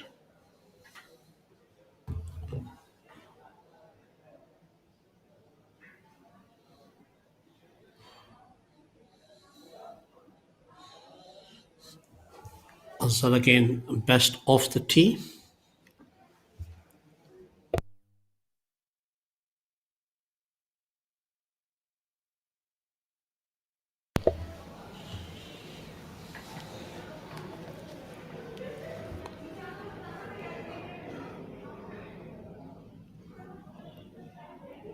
Couple here would have laid up, and now with his third, let's see where that ends up.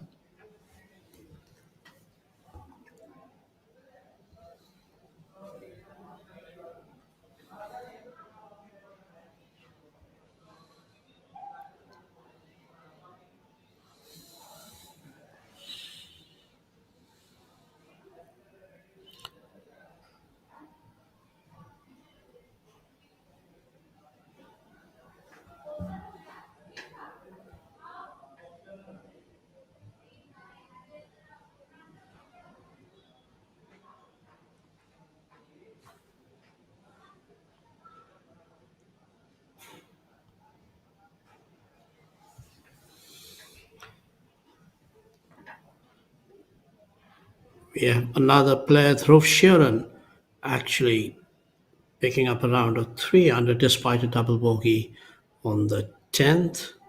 So he is now 3 under after even par 36 and 36 in the first two 9-hole rounds, and he's also moved into the top 10. So the clubhouse leader is Saptak Talwar at 4 under 140, and Dhruv is one shot behind him. 4 under and 3 under, but the man in the saddle right now, Mohammad Azhar, at 8 under, he's 1 under for the day through the first 4 holes.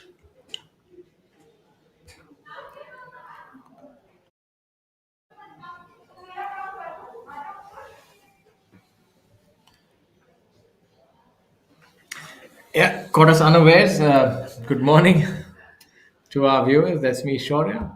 That's Mr. Swami on my right hand side, and It's we've always a been following some fantastic golf thus far. And we would invite you to also reach out to us on social media www.pgt.india. Let us know your thoughts, your favorite players, and what are your predictions. I think that is something that really gets us excited to know if your thoughts align with ours. We are now into the third event of the PGTI, Tata Steel PGTI Tour 2024. The two previous winners still very much in the frame. Manu Gandas in the first event and Shaurya Binu in the second. And Azhar is leading by 3 shots. Azhar is looking for his maiden win on the tour. And he's being chased by Saptak Talwar, who is also chasing his maiden win on the. And now we have Shaurya Binu, the latest winner on the Indian scene. Yeah, another one of those good ball strikers on tour. There's just so many now. It's in fact rare to find somebody who's just a medium hitter or a short hitter. It's probably the last of a dying breed, maybe a few here and there. That's a decent shot, leaving Still, himself about 12 feet for birdie. still a lot of work to do.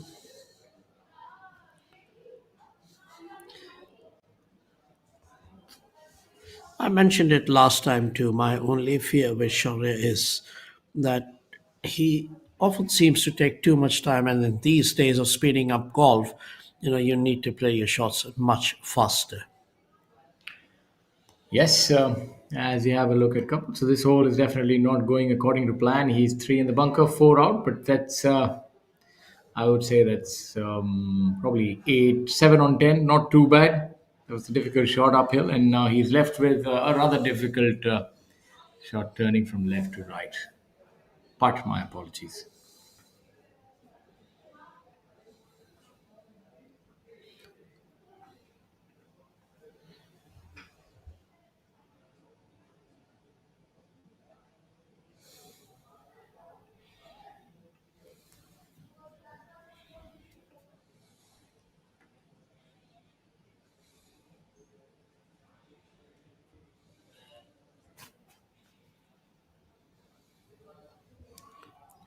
I see what Adil can do here. Hopefully, should be able to make his birdie, but does have his work cut out.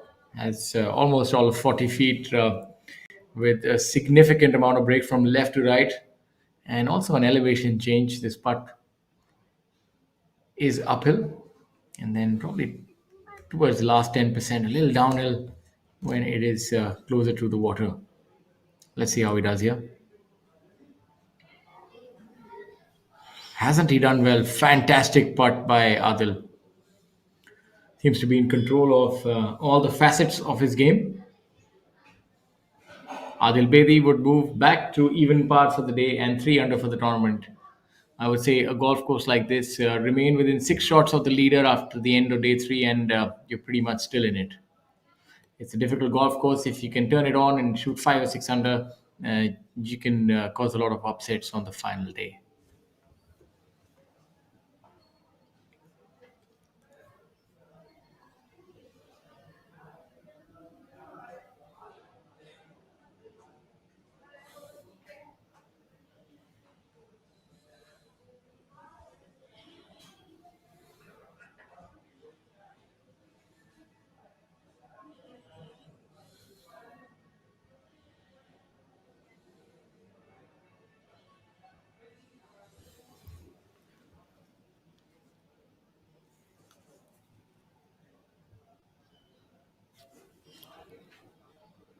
Sure, Bino.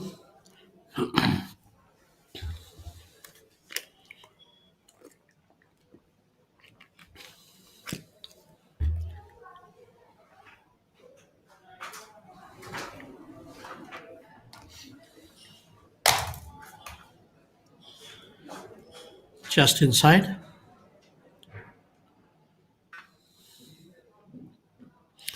That's a bit of a disappointed walk away from the green for young Shaurya. Yes, he would have been hoping to make that one. I think it's a very good pin position here at hole number five. Long hole. You see majority of the medium hitters maybe get there with a three wood, roll the ball up, and only the brave few long hitters might think of taking this flag on. That'd be pretty tough here, I think, with that water guarding it. This would really test couples metal. This putt, not easy by any stretch of imagination. Would break from left to right, downhill, slick. It's got all the makings of a rather difficult putt.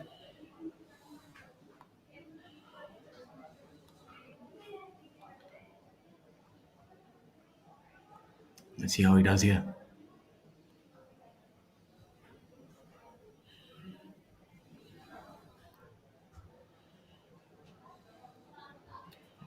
Inside, broke a bit early. Yeah, it's a difficult one to hold, but especially when you're coming up from above the hole. It has to be perfect in terms of its line and speed. Unfortunately for him, that is going to be a drop shot.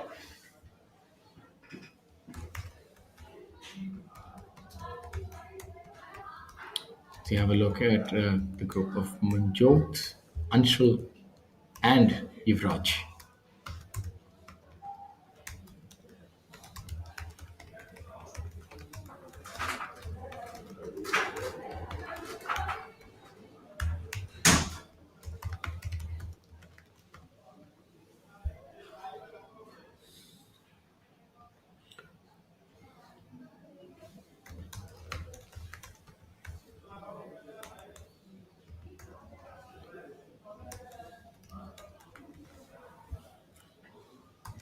Seems to be a lot of green reading going on between the three of them. Not quite sure whose honor it is.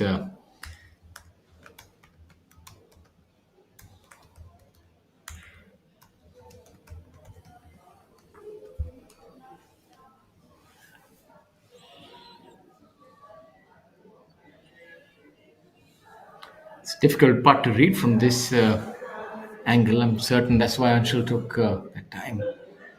Seems that maybe right towards the end it would break to our right. So to the players left. Seems like it's a right to left putt, so a difficult one for the left hander. Let's see if my prediction is right. Indeed, broke the other way.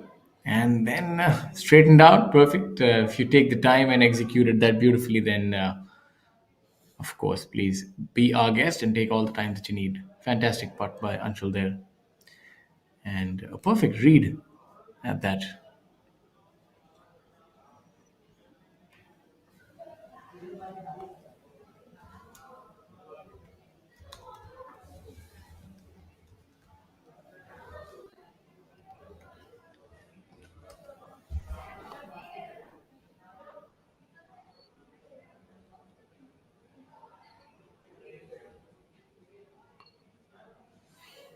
Manjot here.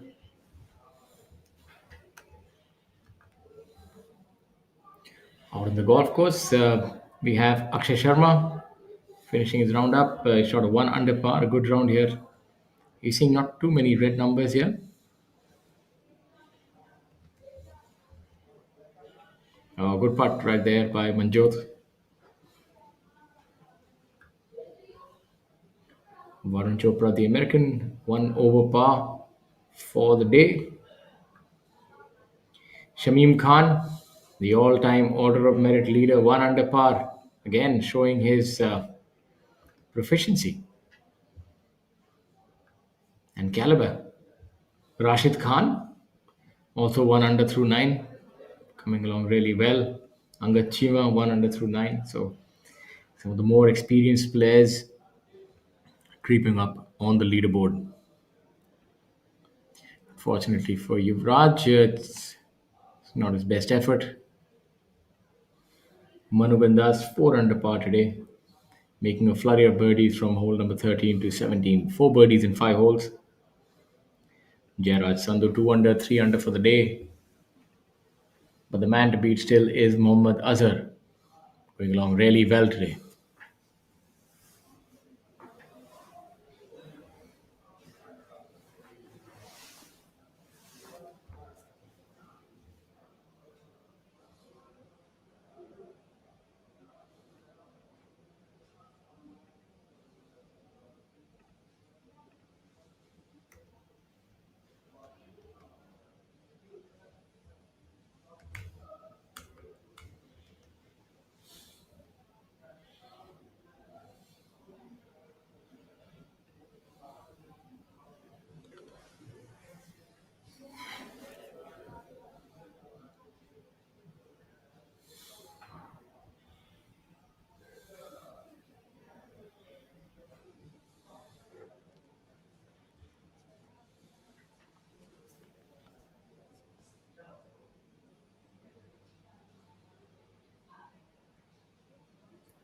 Mani Ram now on the par 5.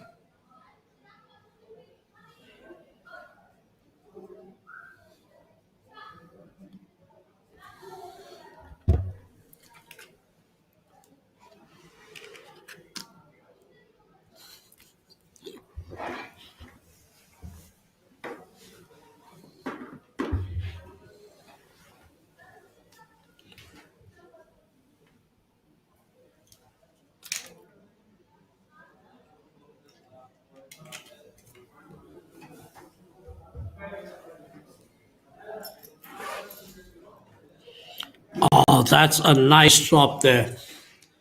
I mean, he's putted it beautifully.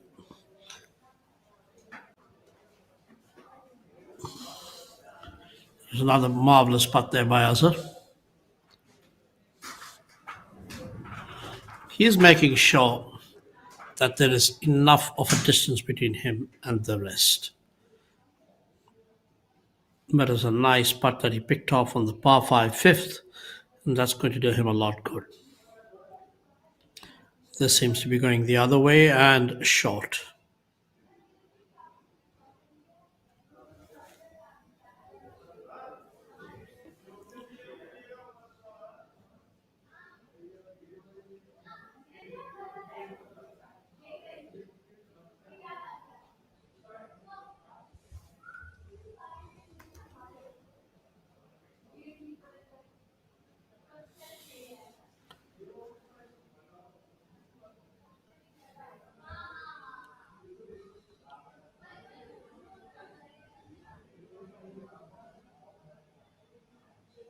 That had far too much speed there, grazed past the inside of the cup, and then kept going.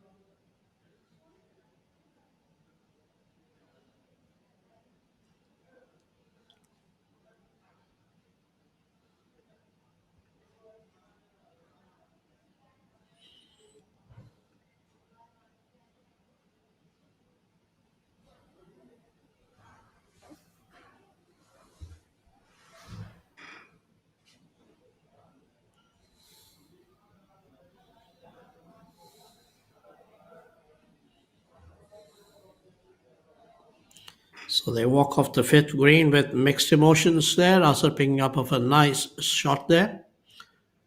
Another aerial view. Can't blame the camera persons there for such beautiful shots.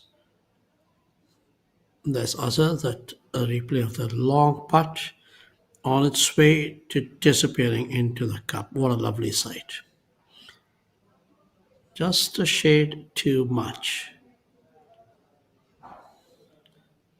Regal, who came to the Indian Tour last year, had a second place at the Kapil Dev GT Thornton Invitation at the TLF. Had a couple of other top tens, or rather one more top ten in the Golconda Masters, and this season is making his first start.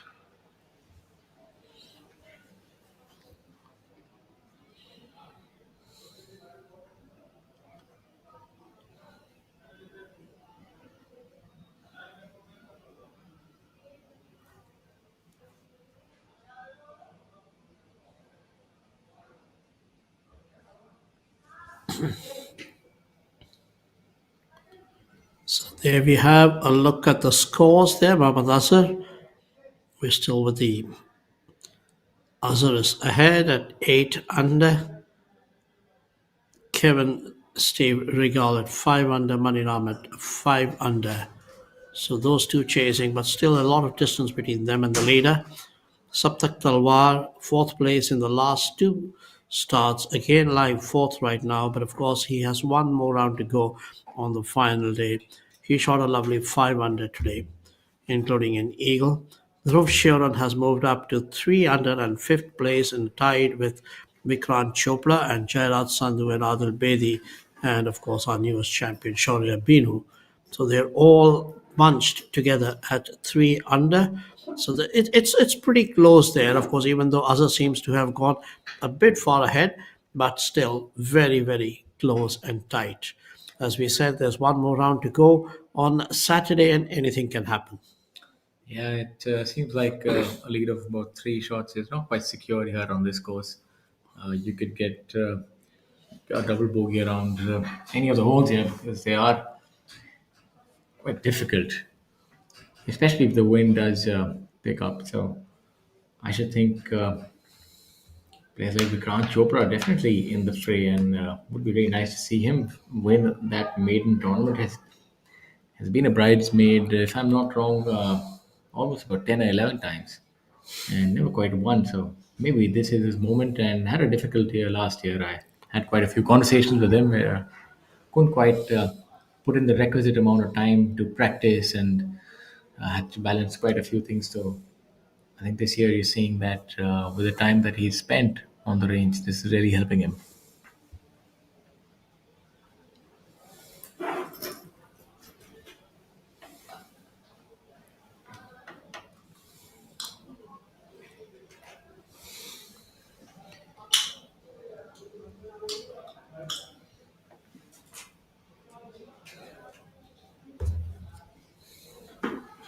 A flagstick has been peppered by this group.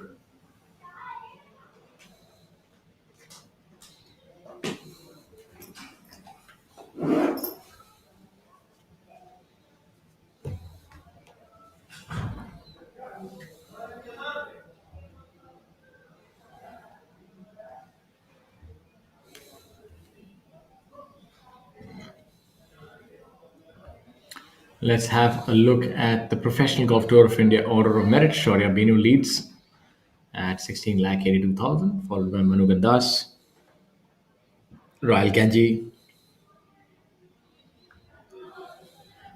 Karan Pratap Singh, Saptak Talwar, Akshay Sharma, Matthias Dominguez, Arjun Prasad, Aman Raj, Stephen Danik.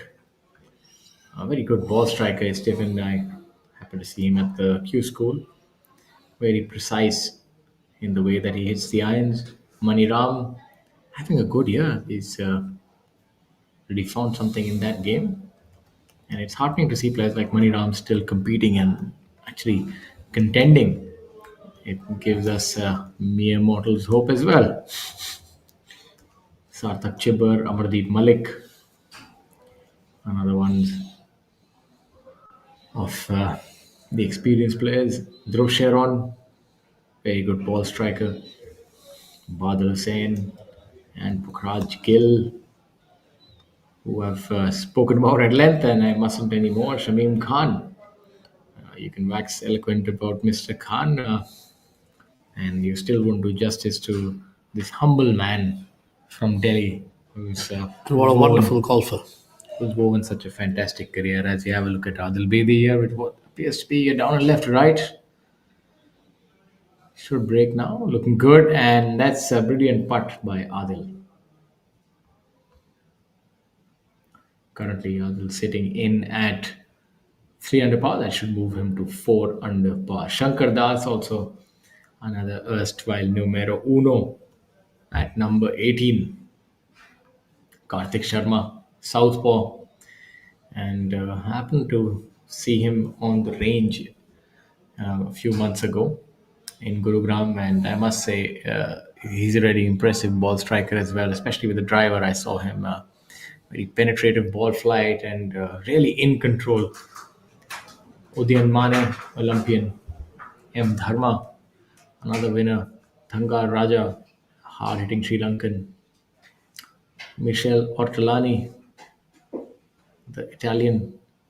So having quite a few internationals on tour, and that's going to add to the depth of this already very competitive professional golf tour of India.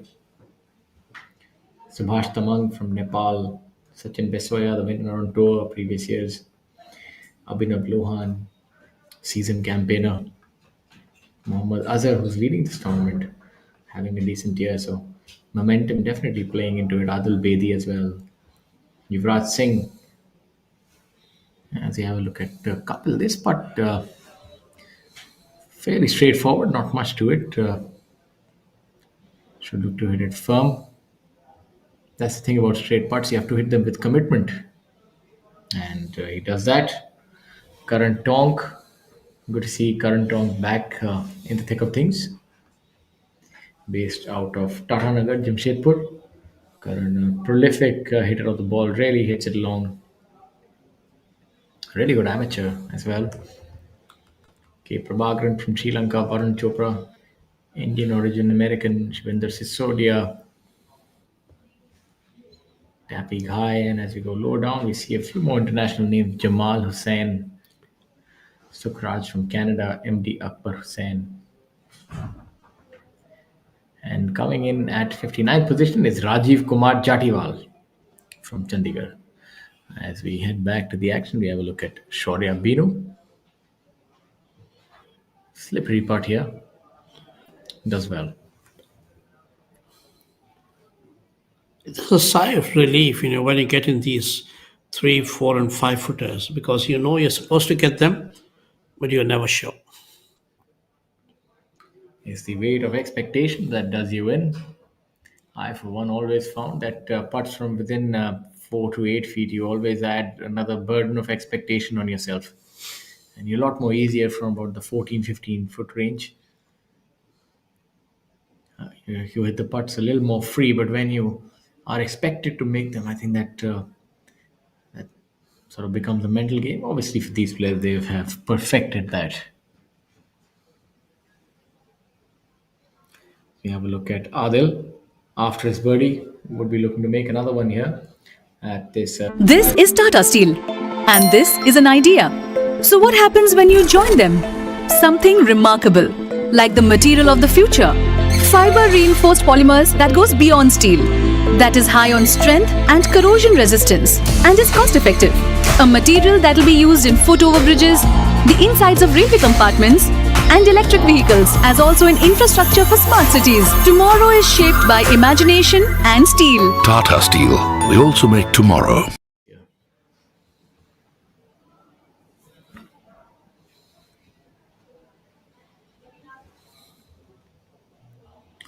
Pretty much in control. It's a great line there for Adil, just about maybe half a club short. Brilliant shot though, 20 feet uphill. Just a little bit more.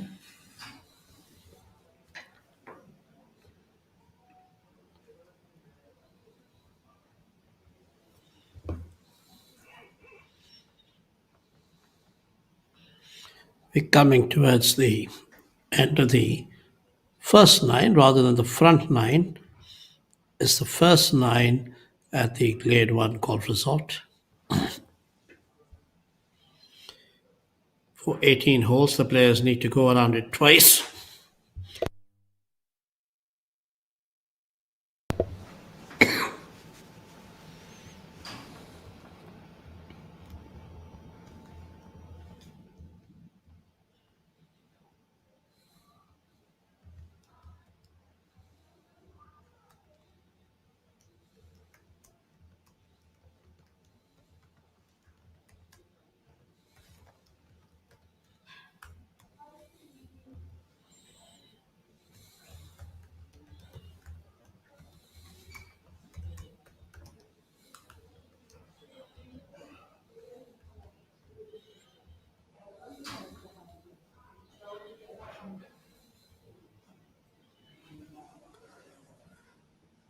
Yes, Kapil.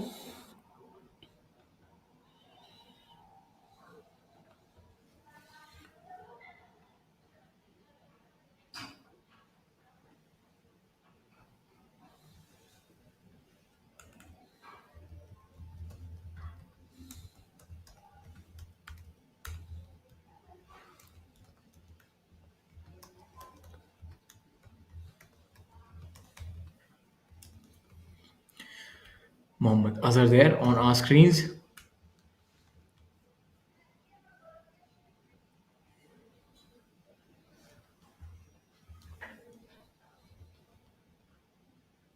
Playing the par for sixth hole.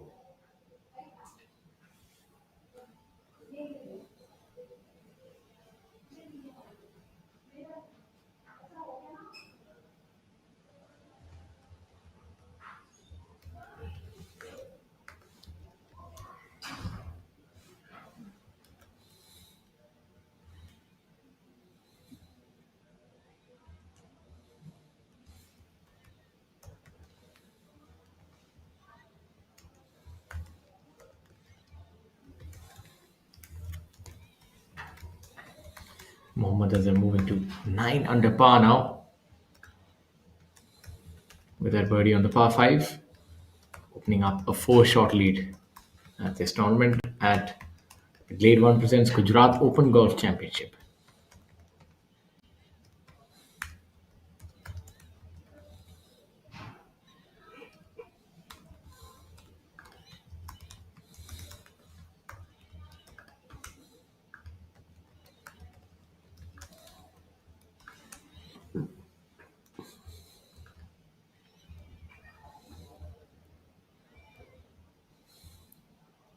Opting to go with that putter now.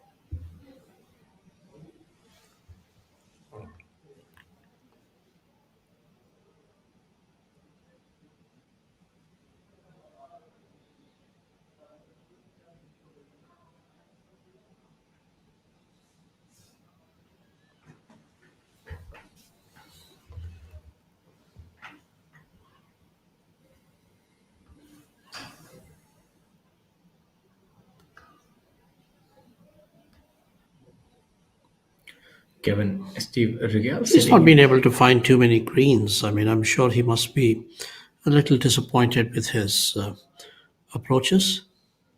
Looks like a very difficult putt. I thought that It just raced away. might have opted with a lob wedge there to try and get some purchase on it. In his defense, actually, that's not too bad a shot. It's flag high, just that the pin positions are in almost the narrow neck of the green. So he is flag high, so that's the positive that he can draw from. I see that wind picking up a little bit now, making things a little more tricky for the players. I would think a golf course like this would lend itself really well to Maniram's intentions. It's not outside the realm of possibilities that he can actually win this week. It's a medium length golf course, uh, very slick, and the conditions are dry.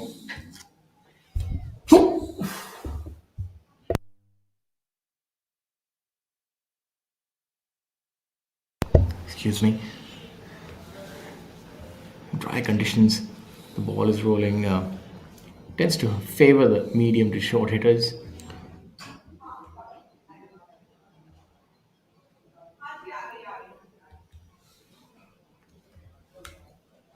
I wouldn't be surprised if this ends up in the bottom of the cup as well. Almost there.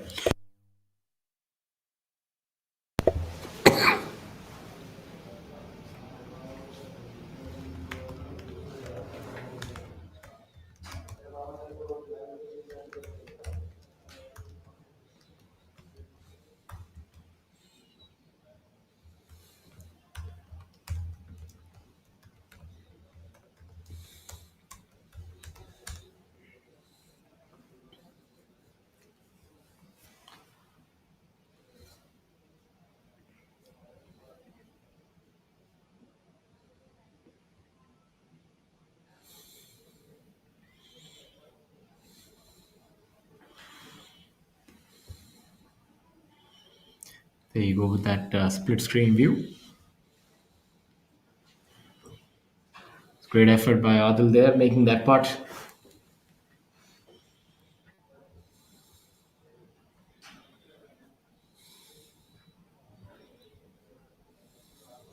Have a look at Mohammad Azhar, our leader.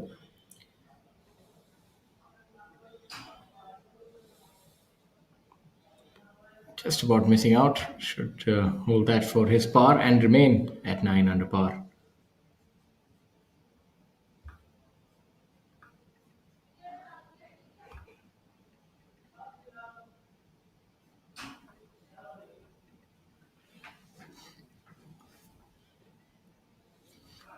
Very strong international contingent this week. We have Bangladesh's Jamal Hussain, Badal Hussain, Andorra's Kevin Steve Rigel on your screen. Nepal, Sukra Bahadur Rai, Subhash Tamang, Italy's Michel Ottolani, Czech Republic, Stefan Danek, Americans Varun Chopra, and Dominic Perijo. I think that's how it's pronounced. I'm not too sure, but I would get a little. We'll have to check how that is pronounced. So either ways, Germany's Wenzel Kresnek and Canada's Sukraj Singh Gill.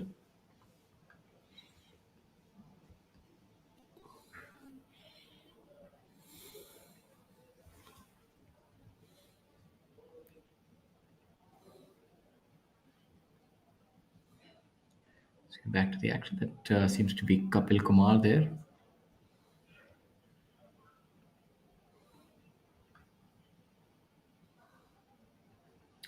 Also, a word from Mr. Ashpreet Thind, General Manager, Glade 1 Golf Resort. We at Glade 1 are thrilled to announce the return of the Gujarat Open for its fourth consecutive year. Professionals from around the world will gather once again to vie for the prestigious title that Glade 1 presents. Gujarat Open Golf Championship. Incidentally, this golf course is ranked as a world's best 9-hole golf course 2 times in a row, so no mean feat. And the team at Glade 1 has spared no effort in ensuring another unforgettable experience for the players and spectators alike. And from all of us here on tour and even the players, I'm sure they're appreciative of what Glade 1 means for professional golf and their effort and outreach to get this tournament here, to get this stellar field together and immaculate conditions. I think a word of appreciation is due for the greenskeepers and everybody else who's involved in making this possible. The 9-hole golf course seeing so much traffic and allowing these players to compete and showcase their skills. It's really something else. And you see the different shades of grass there, and that's a testament to how well and how systematically this golf course is maintained. And right behind you, you can see the clubhouse. Beautiful view indeed. And there are plans afoot to make this into a full-fledged 18-hole course. And I dare say that it will really be one of the best courses, or really one of the really good and popular courses. And as we were mentioning earlier and discussing, Gujarat and Ahmedabad in particular has come up very, very well in terms of golf, with a lot of new young faces and, of course, a lot of facilities too. So, which would really mean good for the game. And as the prize purses go and as incentives grow, there'll be a lot of youngsters wanting to emulate the likes of Varun Parekh, who's already tasted success on the PGTI Tour.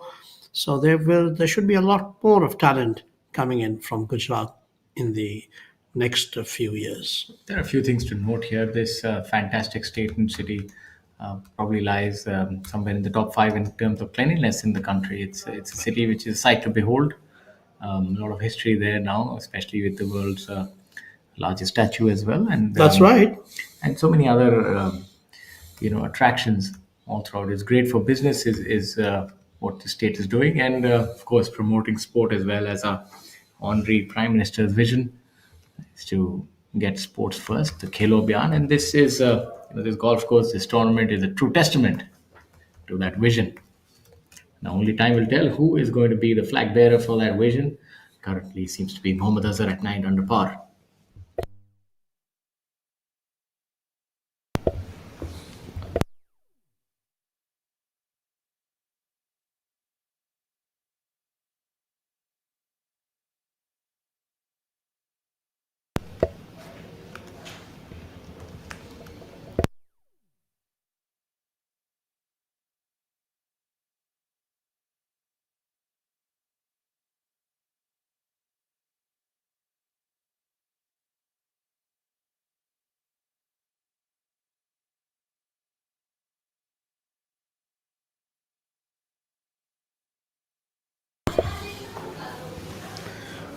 We're back to Manjot, young Manjot.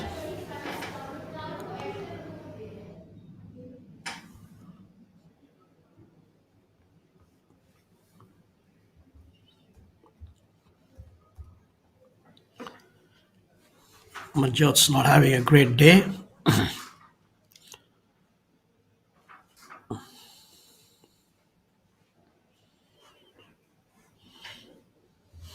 And he seems to be sliding further down.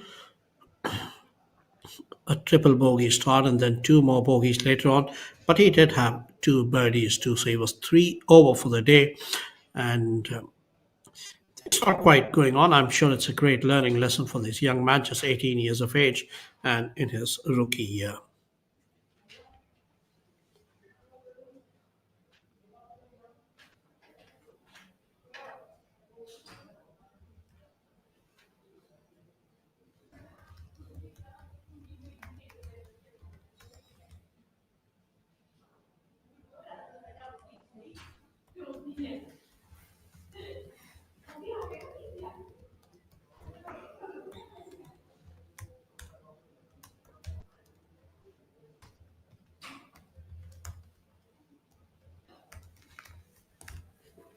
Anshul Patel here. Probably a little bit of break from his left to right.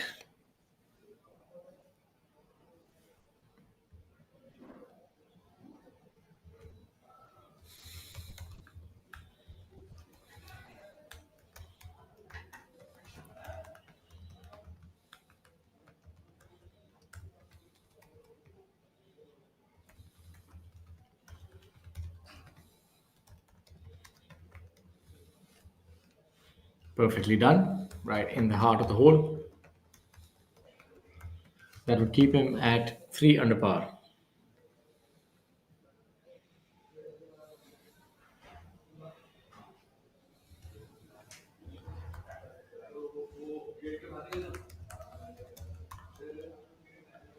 Manjot.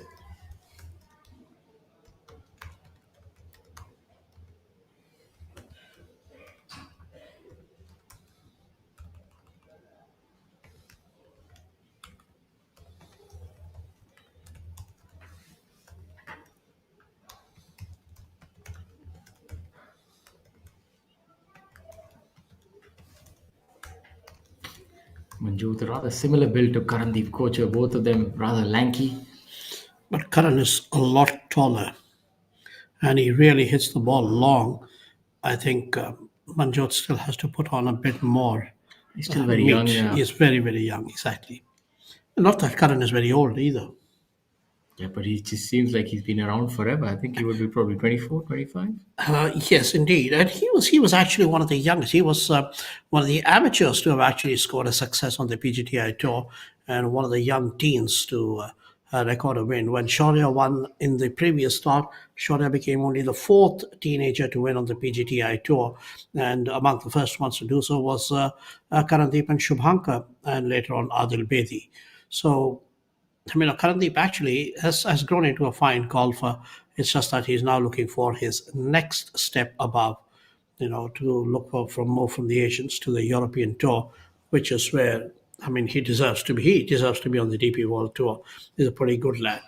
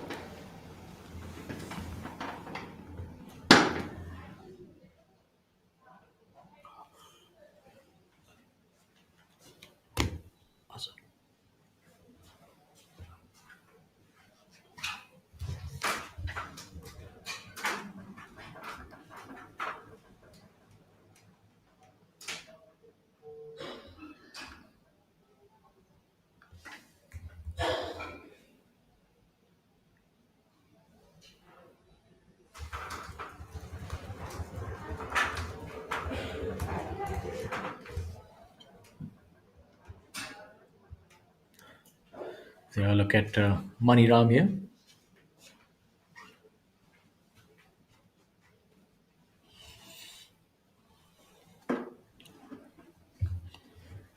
Money Ram with a bogey now drops to 4 under par, and good putt there by Money Ram.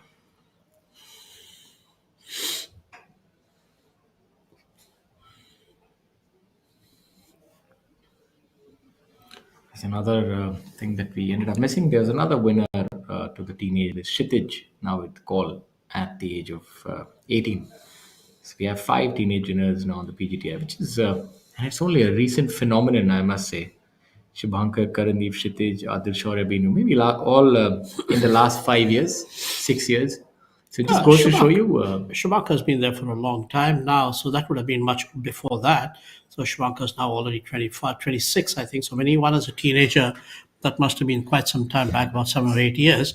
But nevertheless, I mean, this entire bunch, starting from Shubhankar, Karandeep, and then going on to Kshitij, Adil, and Shaurya, it actually shows how deep the talent goes now on the Tata Steel PGTI Tour. So I think it's something to be rejoiced about. And of course, apologies to Kshitij for having left out his name, because I quite like the young man, because I've seen him since the time he actually reached the finals of the All India Amateurs when he was barely 14. And then he kept going on and on. And now, of course, he's a professional. He also has a win to his name on the PGTI Tour. It's just that he's been a little off form off late, but nevertheless, a very, very talented young man. This just goes to show you the seismic shift that's happening in professional golf. Better players are getting younger, and the older players are really having to stave off this onslaught of the youth. You're seeing teenage winners of professional tournaments. This was unfathomable maybe about 20 years ago, when I was going to say when I turned professional, and it's it seems like almost 20 years ago, 17 years ago. Things sure have changed. Experience was one of the things that you used to rely on, but not anymore. It seems like players have learned the game straight from the womb. Players at the age of 18 turning professional. Manjot, you look at him.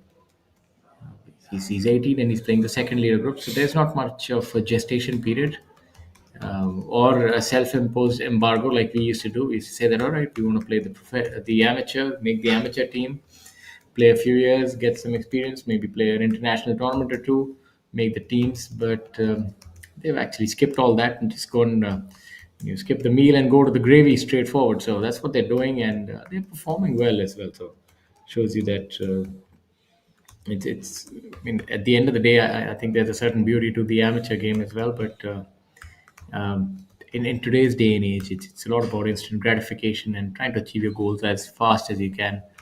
And I mean, the flip side of it also gives players a much longer career. So if you're good enough at the age of 18 to turn professional, I see no reason why you should not. You can have a longer professional career, earn a lot more prize money during that duration, and also get to play on different tours. And as players are peaking early, they have they have a longer plateau where they can perform on the highest level. So make hay while the sun shines. Good one. Make hay and make money while the sun shines, because with the such massive and lucrative prize purses too.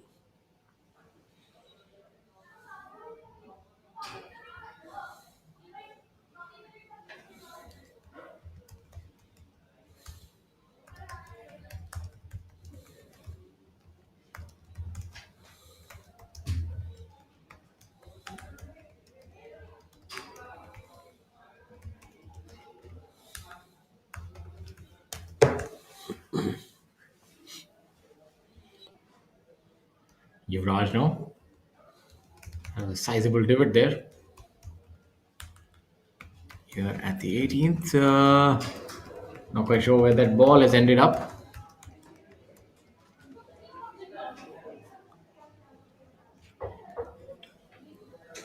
I would think if there's one spot on this golf course which is ideal for viewers, I would think this one, just on the 18th hole.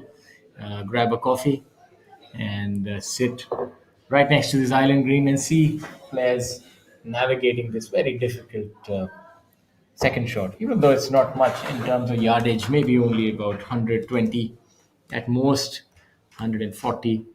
A lot of these players coming in from maybe even less than 190 yards, what it seems like Anshul might have. So let's see how he navigates this hole. That was like that 17th at TPC. Lucky there, just staying on because of that additional spin. But if Ashpreet Thin would want, maybe they can shave this off tomorrow and make it a little more uh, treacherous, if that's a word. Now, this shot from Manjot is going to be very difficult. Coming out from there, depending on the kind of lie that he'll draw, it's indeed this could get ugly. Takes a drop now. If that nestles in, it'll have virtually no spin, and this green's depth, should not be more than 20. Mr. Swami can get that out for me, and we can see the depth of this hole number 18, maybe about 24, 25 yards at most, at its broadest. But you're looking at narrow parts of this green, so very difficult for him to stop this on the green. And not an easy decision to not go for it either. I mean, it's very rare that from 60 yards you'll have a player laying it up.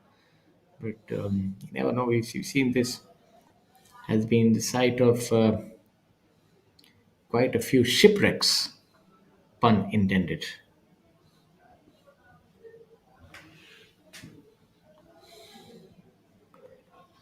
Couple there holding out. I think a lot more golf courses could learn a thing or two from a hole like this. This is what you need. It's a lot of drama, reward, excitement, nervous energy. You can just feel it from here. So he's hiked it a little bit to the right. Let's see, it pitches on. Now it is rolling. Now let's see if it stops. It doesn't intend to, but the rough might just about save it. So that's what I was talking about. This is called fantastic design. This is a thinking man's golf course. You can't quite just bludgeon it to death. You'll have to be Caddy player has this habit of making really interesting golf courses. The DLF golf course is also one such place where you can't actually take your mind off. Many years ago, I had the opportunity to visit another caddy player course in Bulgaria, of all the places, the Thrasian Cliff.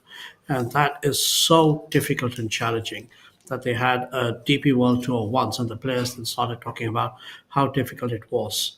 They've shortened the holes somewhat there, brought the tee up, but it's still an absolutely magnificent golf course in terms of the views that it offers of the Black Sea, but very challenging if you're going to play for a lot of money.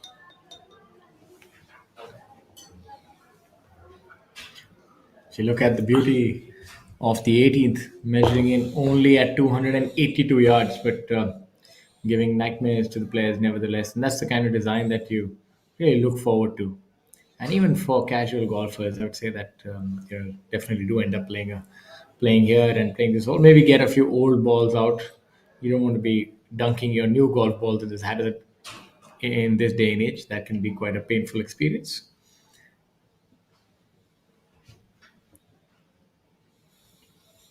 Adil Bedi reeling off 3 straight birdies, now at 5 under par.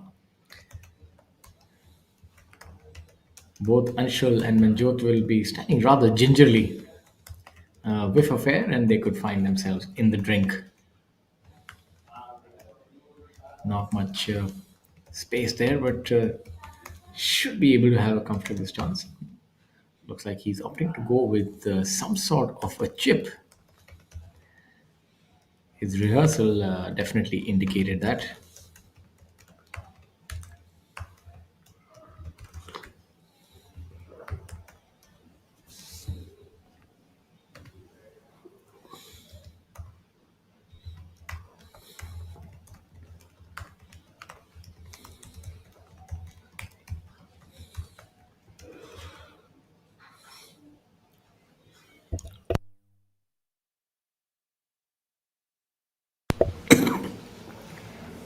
It's came out pretty well, to be honest. Unfortunate for it not to move ahead as intended.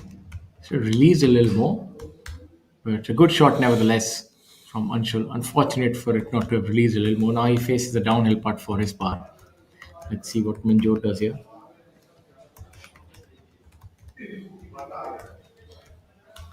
Manjot at 1 over for the tournament. And up and down to make bogey, otherwise he'd be staring at another double bogey.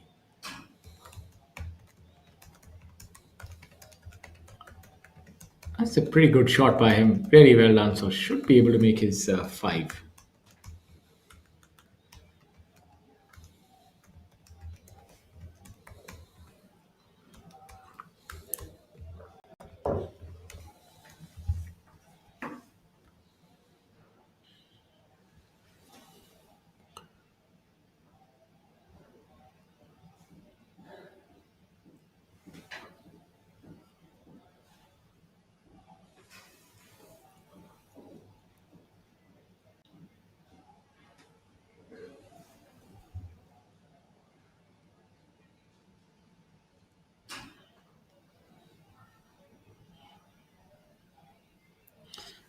He seems to be hitting it a bit too hard and then found it inside, kept jumped a bit too. It was almost like a jab.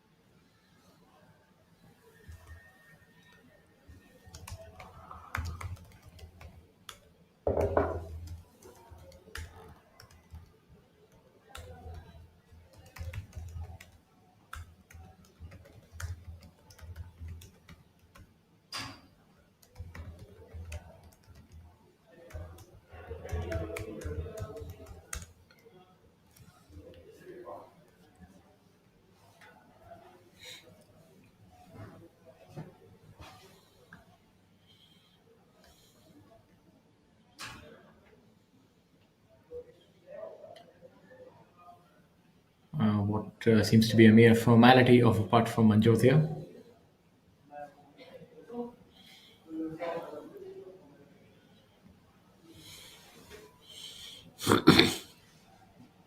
Well done. That's a good five from there. Rather odd to say that making up and just getting making finishing a hole in 3 from 60 yards is good, but indeed, if you miss this fairway, it's a very difficult task to ensure that your ball stays up on the putting surface, as you just witnessed.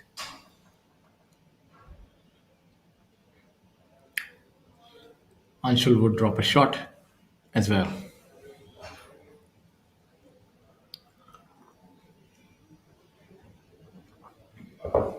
The only drawback in terms of design that I could think for this hole is maybe give another additional 10 or 12 yards of a landing strip so the players can actually try and go for the green as well. So you'd maybe see a few more eagles and double bogeys and so on and so forth. So the option of the driver or the three wood has totally been eradicated straight off the tee by the virtue of this island green. No, but an island green does make for some excellent viewing and for some interesting, kind of results. Island greens have actually become a bit of a, what would you say, a fashion, and it also brings in a lot of excitement, to see how many of them actually land on the dancing floor.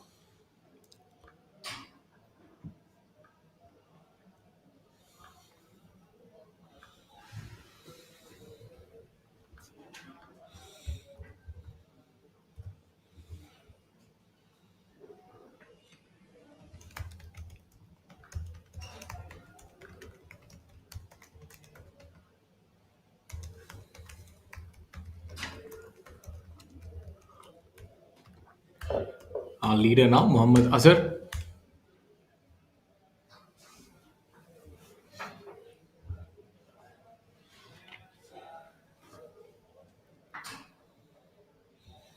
A valiant effort indeed. Mohammad Azhar taking this tournament by the scruff of its neck, establishing a commanding lead. Now would have a 5 shot lead. Young man, but playing like a veteran, and that's a common theme.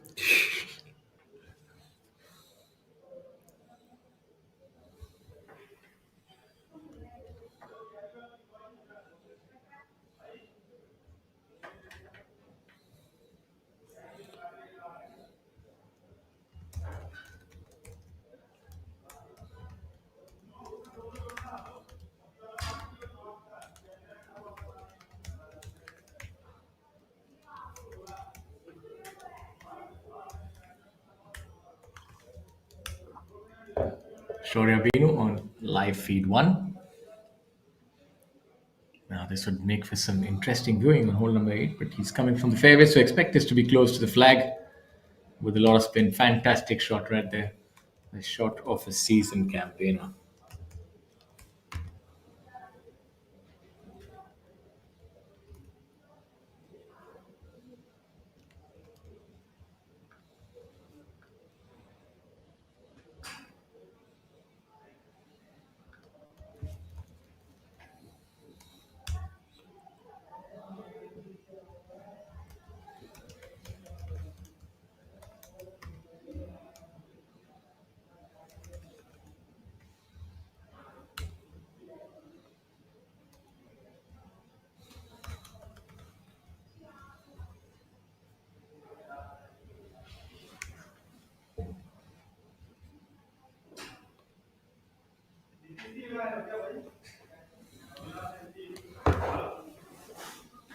A good shot. Anything on the putting surface here is much appreciated by the players.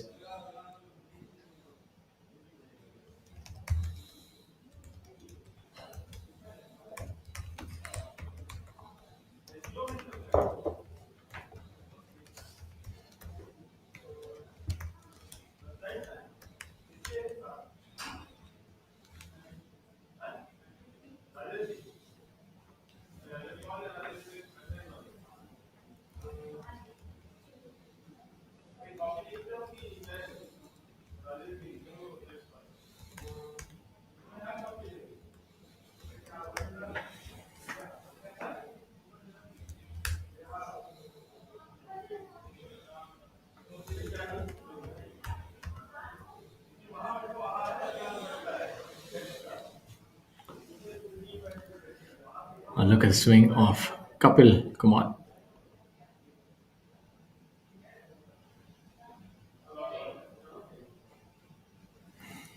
Rather unique swing, but does the work.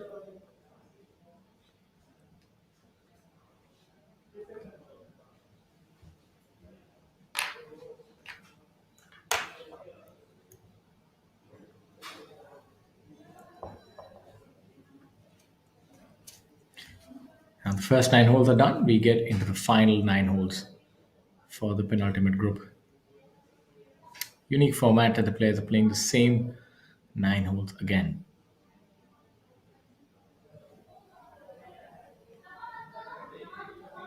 Fairly wide fairway for these players on hole number 1.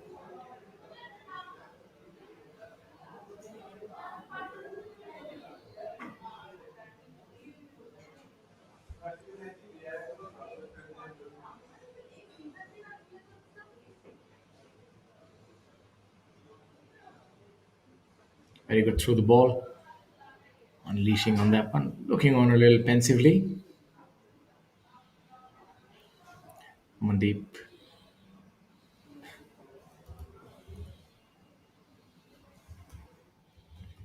My apologies, Manjot there.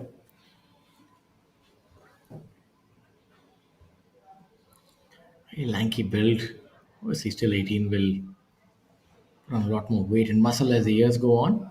Definitely has the game, so just needs to work on that part. And very flexible, has a long swing. It'll be interesting to note how far he hits the ball. Or flexibility. That'll do him a world of good as he gets older and plays a lot more professional golf. Speaking from experience, that's one of the things that really does come in handy as you have a look at hole number 18.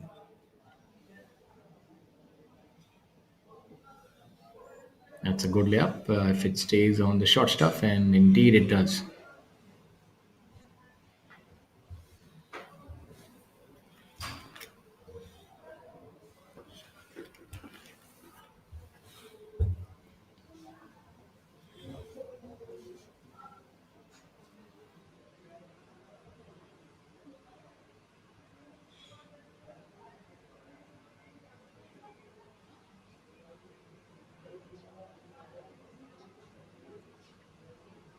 See, the players are waiting for the third player to come up. Not sure where Maniram is. Don't be looking for his ball. I mean, often when you don't see the third player in a group walking towards the green, it means not good tidings. My apologies that the third player in the group is Kapil, not Maniram. We tend to err more often than not here in our live stream. And speaking of airing, we would definitely like to hear from you. It always does lighten up our day to hear from all the people who do follow this great game. And for those of you who are joining us, I'd like to tell you that we live at the Glade 1 presents Gujarat Open Golf Championship 2024. I'm your host, Shoy Singh, joined alongside Mr. Swami. And the tournament this week is being played at Glade 1 Golf Resort and Club at Ahmedabad. The prize fund is 1 crore rupees with 15 lakh and then some going to the winner. So a lot of money to play for. And the players are really buoyed by that. Adil Bedi trying to focus using some sort of visualization technique, it seems.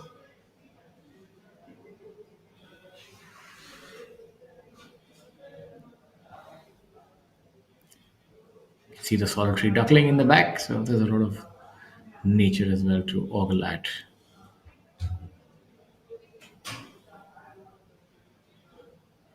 Just about missing it on the higher side is Adil.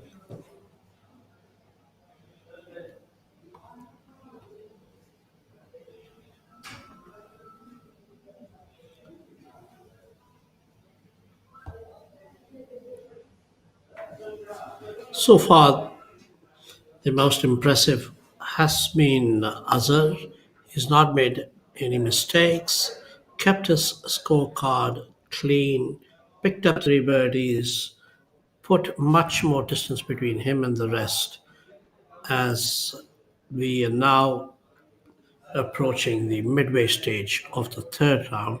This, as we've said a few times before, is a 4 round tournament, but the first 2 rounds are being played over 9 holes each, and the third and fourth rounds will be played over 18 at the 9 hole Glade 1 Golf Resort, a Gary Player design which has been acclaimed and rewarded and awarded. Mohammad Azhar has already reached double digits at 10 under, while Mani Ram, who had a bogey start, has managed to recover some ground. He is now even par for the day.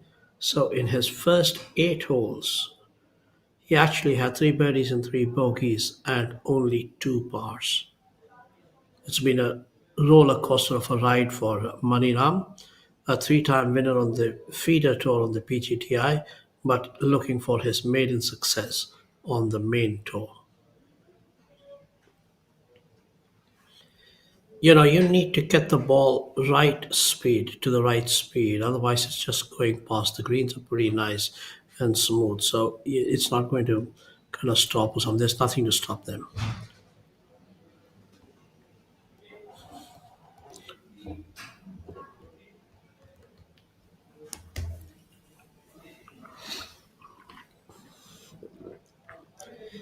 It might look like a smaller course. It might look like a 9 hole course. I mean, mentally, 9 hole courses do give you a sense of, kind of ease, greater ease. But this one is quite challenging. you can see that not too many players are running away.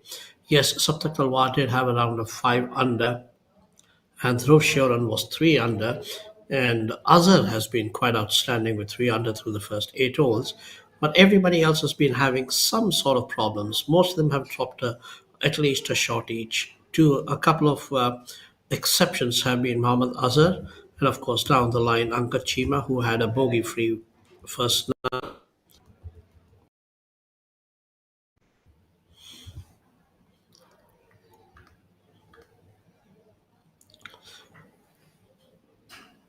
The contours here are also quite challenging, with the putting surface having a lot of slopes.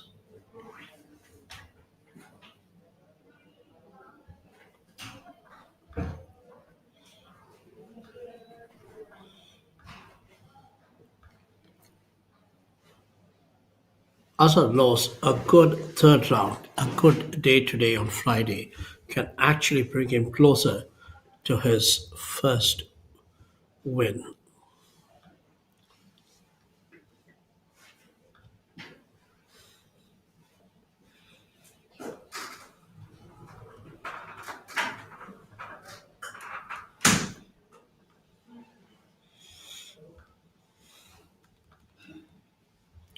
Yes, he's doing all the right things in order to win his maiden tournament.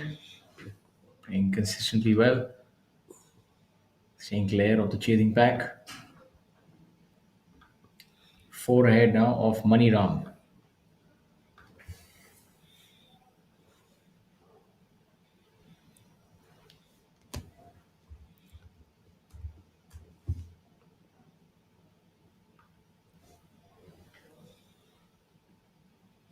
As we have a look at Kevin Steve Regel on hole number 18. Perfect position here, perfect angle to a back left flag pin position. Can just flight it a little lower, two bounces and then stop it. Let's see how he does.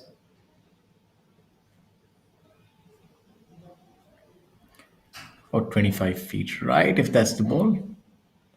It's not the best of efforts from there. Would have expected that to be a little closer.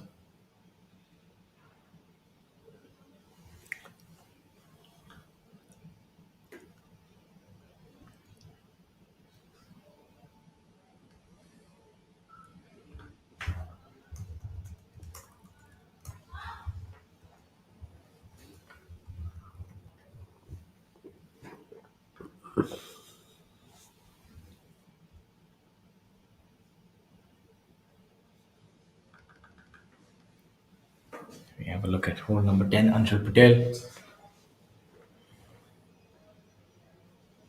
You'll see the pin positions have been changed for this 9.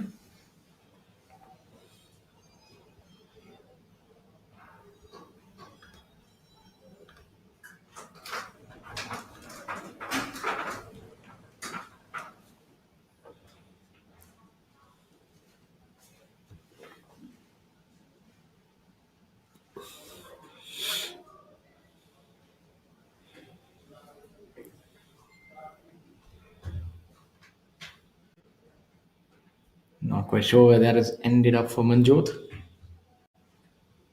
I must say that's a good drive by him off the tee. Yeah, I'm quite impressed by the clubhouse. Is that the clubhouse in the back? Yeah, that's the clubhouse at the back. I think at the extreme left is the clubhouse behind the first tee. And those are the properties on the right. Yeah. Quite impressive, though. Yes, that would be the perfect place to stay. And you know what? Ideal It's idea. not too far from the city, I believe. So it's quite good. It seems to have started off a little to the right.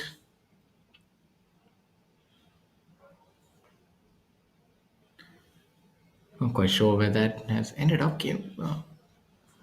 Looked like a miscue.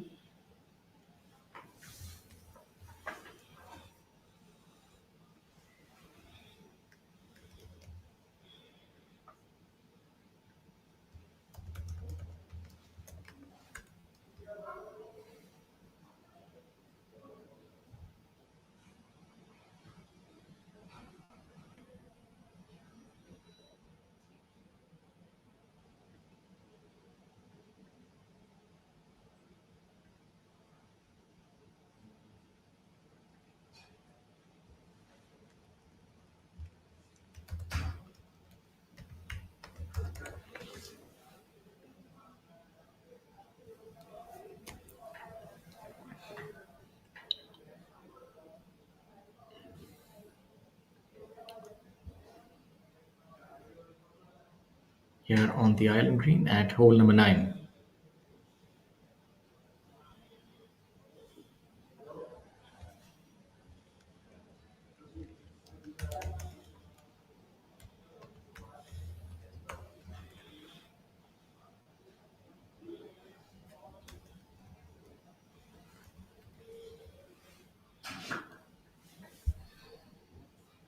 This players walk down towards this. Let's just go through some of the scores. Mohammad Azhar still leading the tournament at 10 under par, followed by Mani Ram at 6 under par, Adil Bedi at 5 under par, Saptak Talwar tied alongside Kevin S. Steve Rigel at 4 under par. Out of the golf course, some of the good scores: Manu Gandas 4 under par, Pranav Madrikar 2 under par, Pukhraj 2 under par, and then a host of over par scores here.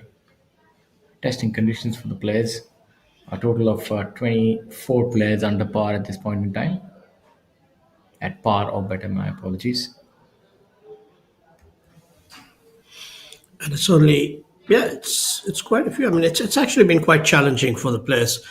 So, I mean, the total, I mean, of 100 and better, there is just 21 players as of now. We still have a lot of golf even in the third round to go. So I wonder how many of them will be left, in red numbers.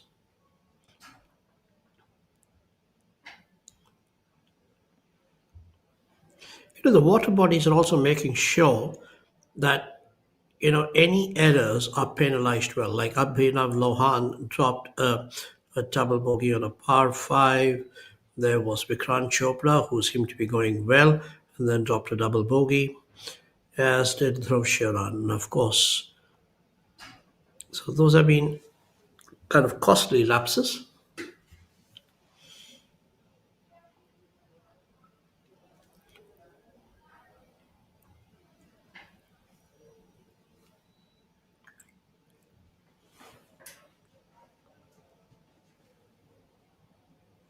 Maniram cleans it up.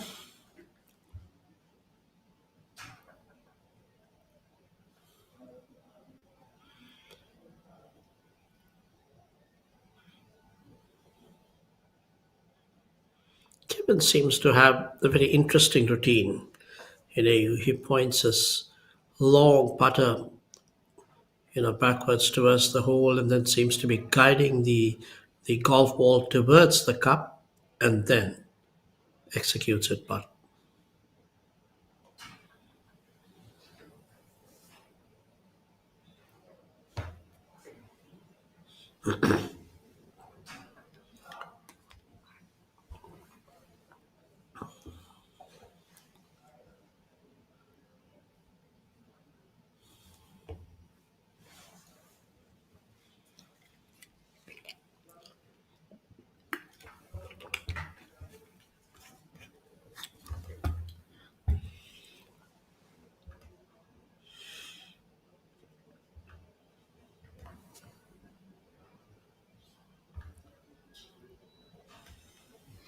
Some of our tour partners: Vedika Himalayan Spring Water, Fruitnik Electro, Rolex Golf Design India, Athletic Drive, Golf Plus, and Tata Steel.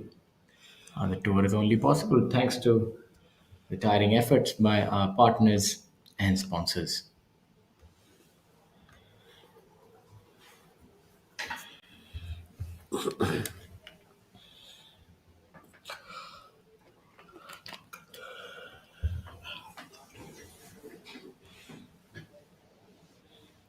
On our screens is Anshul Patel.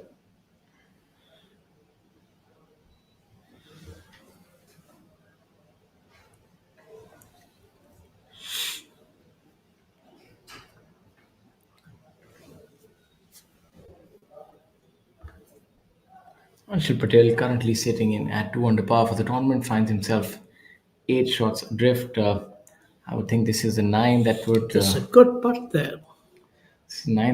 determine if he will be able to mount a challenge to Azhar's supremacy. He needs to be within 5 of the leader at most on the final day if he is to seriously contend for this championship. Will need to have a few putts go his way. Very interesting flag pin position.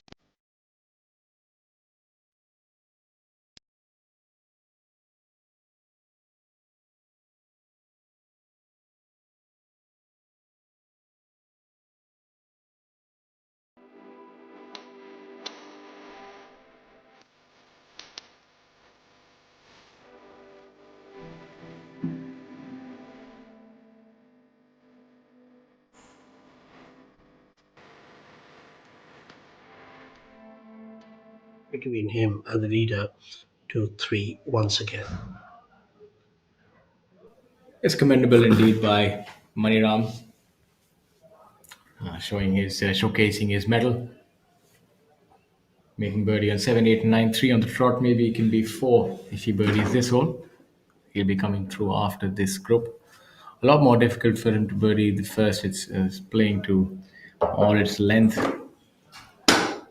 especially given where the flag pin position is today. He might be going in with a rescue for his second shot. So difficult for Maniram indeed.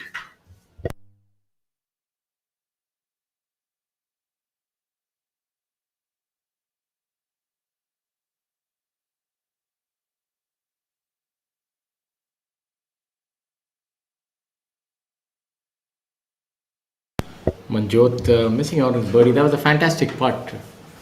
A little bit of a horseshoe there.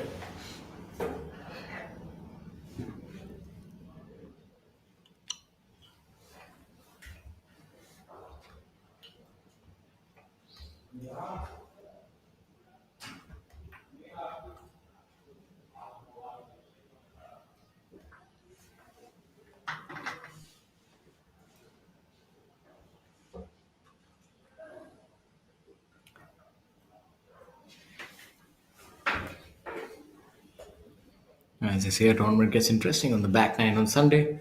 We're not too far off either. We're on the third day, the penultimate day, here at Glade 1 presents Gujarat Open Golf Championship, the third tournament of the calendar year. It's been a fantastic year thus far. Has seen a victory by a southpaw and a youngster, both pretty fresh, especially if you consider the Shaurya Benu, all of 19 years, precocious youngster, proving his mettle. Played on tour the previous year as well and had some good finishes, but nothing comparable to the victory that he had this year. And then you have Manu Gandas, who's the erstwhile number one on tour, replies trade on the DP World Tour all across Europe, is richer for that experience and immediately hit the ground running with that victory at Kolkata. One of the beauties of the Professional Golf Tour of India is that it visits a lot of states within our great nation and a few tournaments even abroad. We've had co-sanctioned tournaments with in Bangladesh, Sri Lanka, Nepal. So many opportunities for the players of the subcontinent, and that's why you're seeing a very strong contingent from these countries taking part regularly in tournaments on the Professional Golf Tour of India.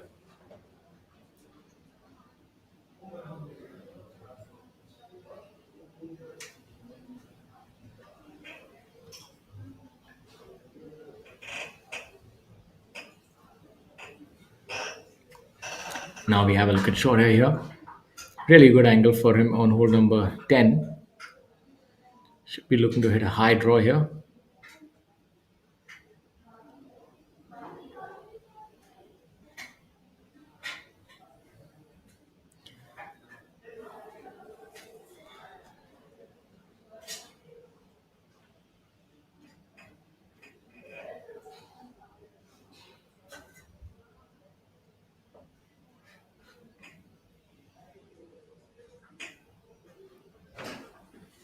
It's a solitary ball on the front left. It's a pretty similar position to where Maniram was the first time around.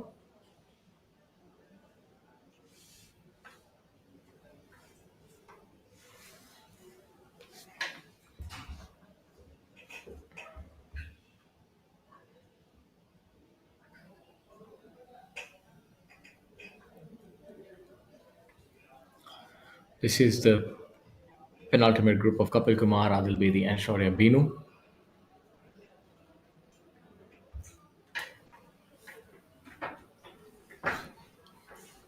A lot of the players are being left in the wake of Mohammad Azhar. It's strung together a fantastic front nine. Let's see if he can repeat that performance on the back nine. It's going to be quite challenging on the back nine as the day wears on. Wind does tend to pick up. Greens dry out. Playing a little firmer, harder to keep the ball in the fairways as well. Narrow fairways, and the pin positions have changed as well.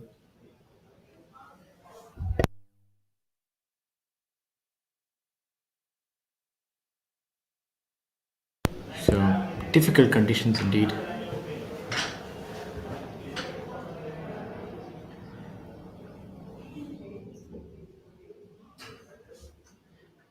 Scoring on the Professional Golf Tour of India on the whole has been really competitive. A lot of under par rounds. It's rare to see golf courses where you have a cut at over par.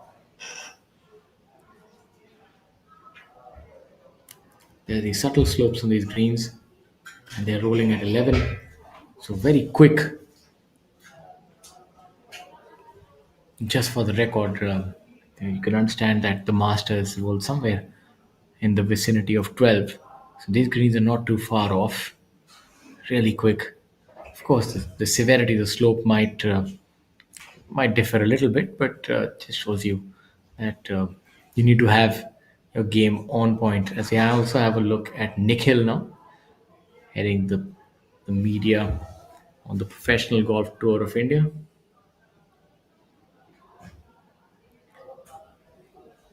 Couple executing his chip shot a little to the right. Not quite sure if he had an angle to that flag. Would have had to go over the fringe, if not the rough. So, and now this is a very difficult shot for Adil as well.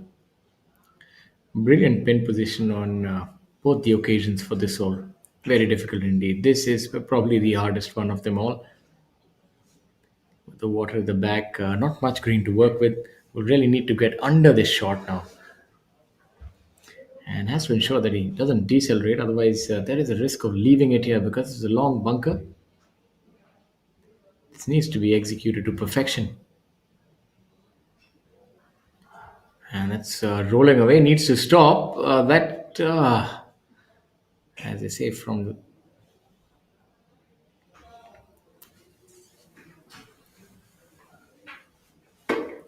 one trench to another, it seems. We'll soon find out if that is in a spot of bother. But you saw that he did try to get that club under the ball and try to spin it, but the green was really going away from him. Not much of an opportunity there for Adil. Would have had to cut across that one. Fairly good effort, but it's just one of those places where you have to swallow a bit of medicine and move on. He didn't have much of an option. He had to go for it because, as you rightly said, he didn't have much of the green to play with. There he is. You can see barely his head above that slope. And I Once think, more, I wonder how the lie is. I think in Adil's case, it would be correct to say that that was a case of from the frying pan to the fire.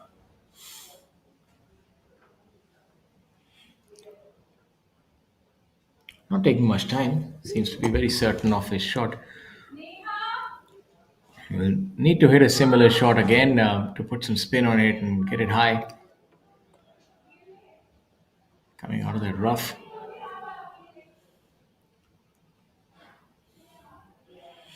Now that's a bit more trouble now. He's Yeah, so this is one of those again into things. the rough. One of those things that can happen.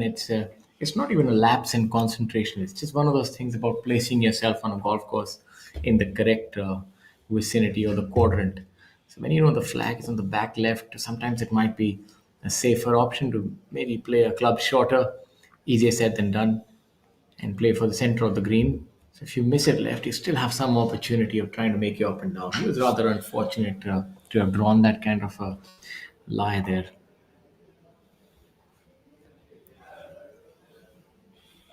See, he would do well to get away with the bogey now, but even that looks pretty difficult.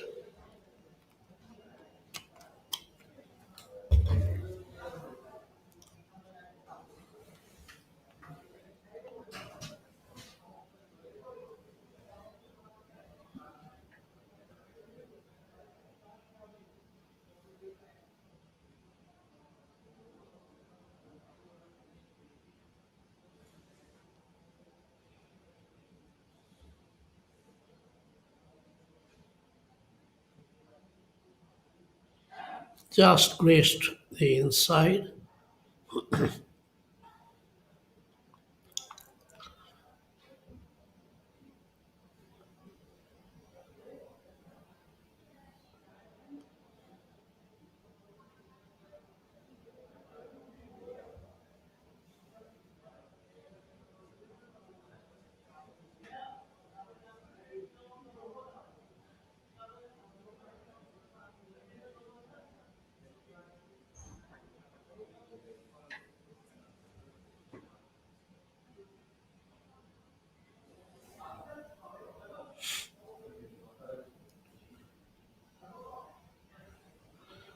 Back to Adil.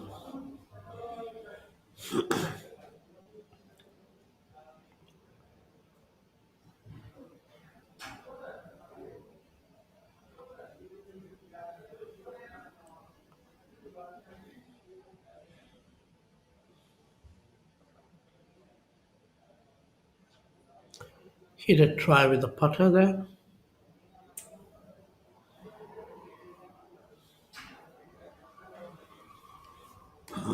Bit disappointing for the young man. He seemed to be trending well with a bunch of birdies in the middle of the first nine. Mohammad Azhar won't have any complaint regarding that.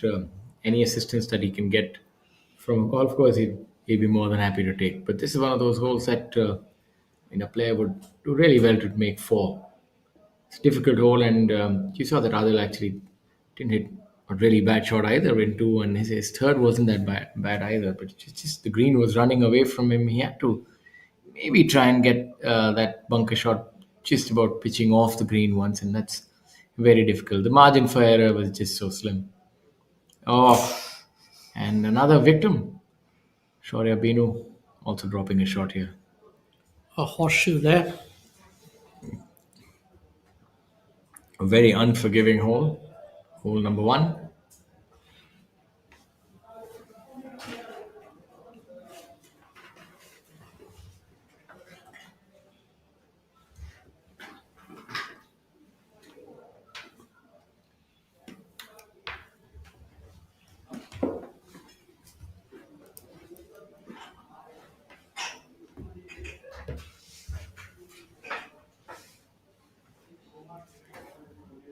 Difficult shot coming up for the youngster now.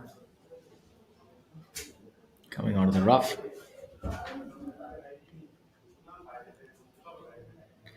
Really giving it a lot of airtime. Would have thought that would have been better to go with a lower approach and control the flight a little more, but maybe that's the exuberance of youth.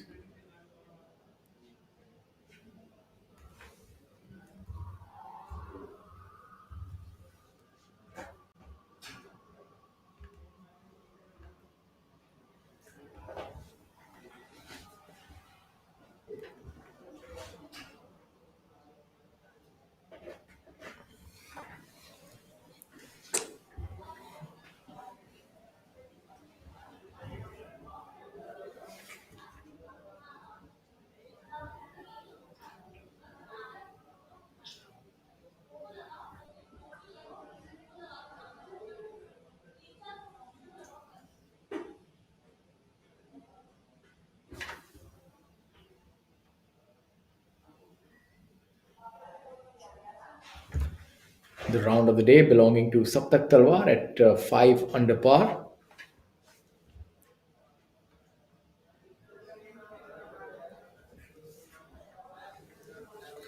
And the next best being Manu Gandas at 4 under par. This golf course really not yielding too many under par rounds, but players who have managed to solve this Rubik's Cube have been rewarded with handsome rounds indeed. It's pure golfers, ball strikers. Golf course, this one. Can't really go around with smoke and mirrors here. Any weakness will be showcased here.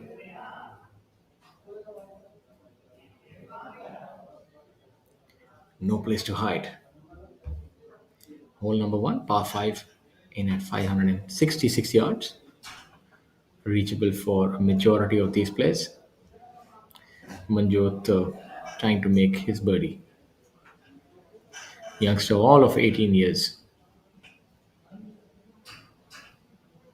Should break a little from his right to left.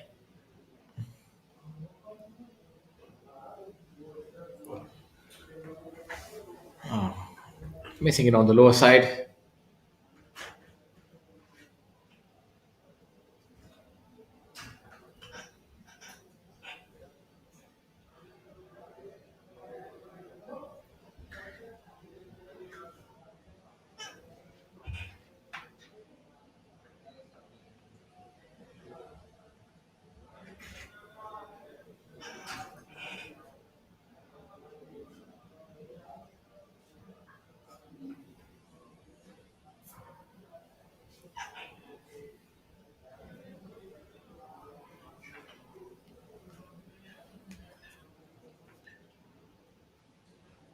That's a good putt right there by Yuvraj.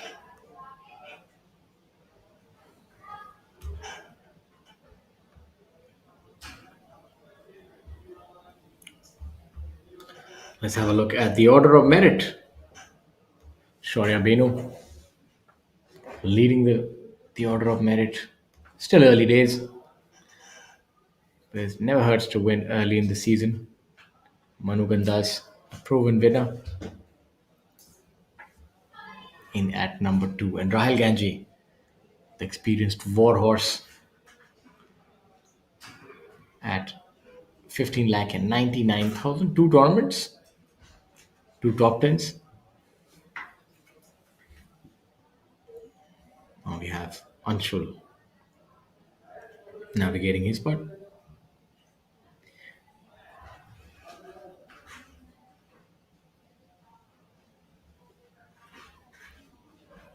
Is left to right breaking putt.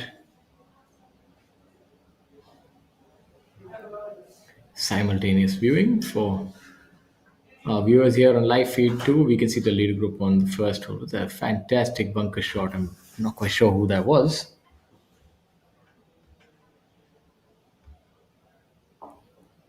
What's that? Mohammad Azhar or Maniram? Either ways. And we see Kevin and Steve Regal in a little bit of a spot of bother, but if he's there in two, it's not the worst place to be.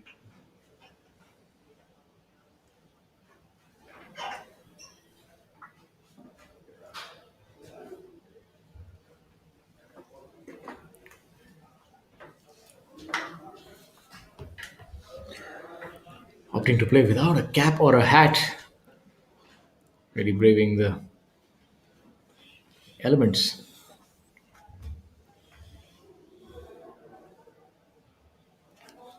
We saw him rehearse, my apologies, that out to in sort of swing. So we'll be looking to get some sort of spin on this shot.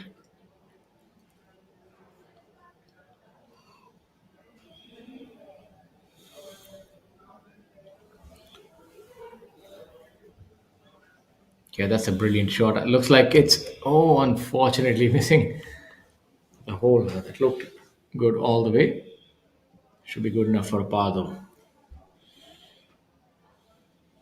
The hat is back, so maybe it is.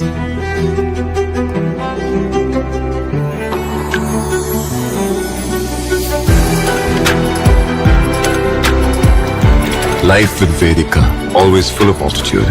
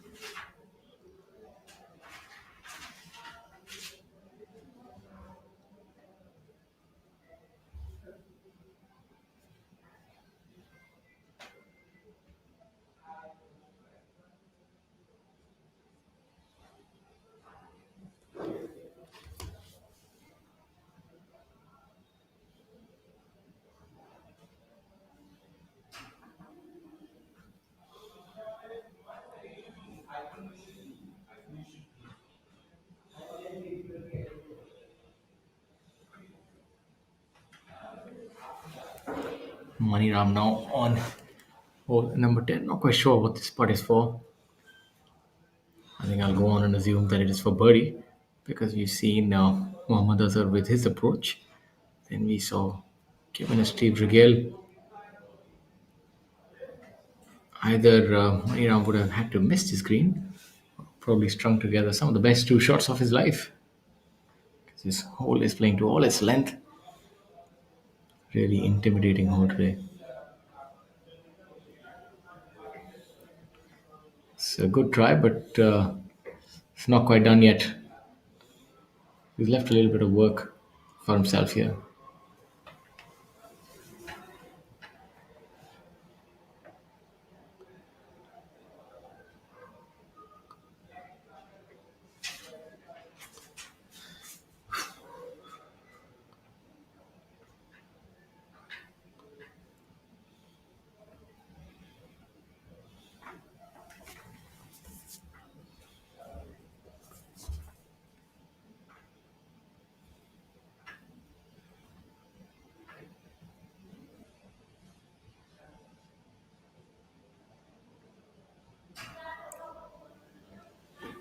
Quaint setting here in Ahmedabad. Mohammad Azhar after that spectacular bunker shot. Let's see if he can salvage this par. He Very well does. done. He's playing pretty steady.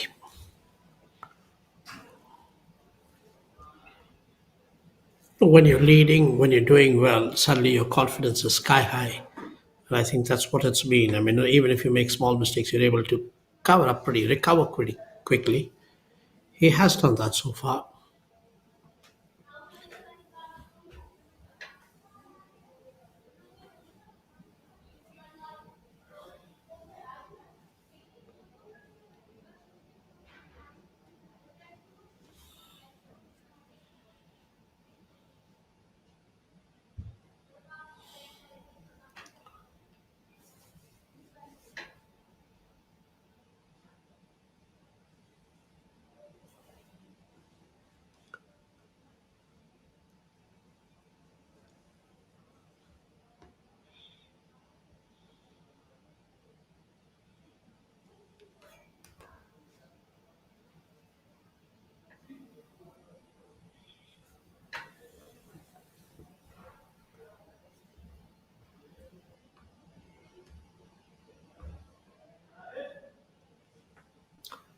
Good save by Kevin there.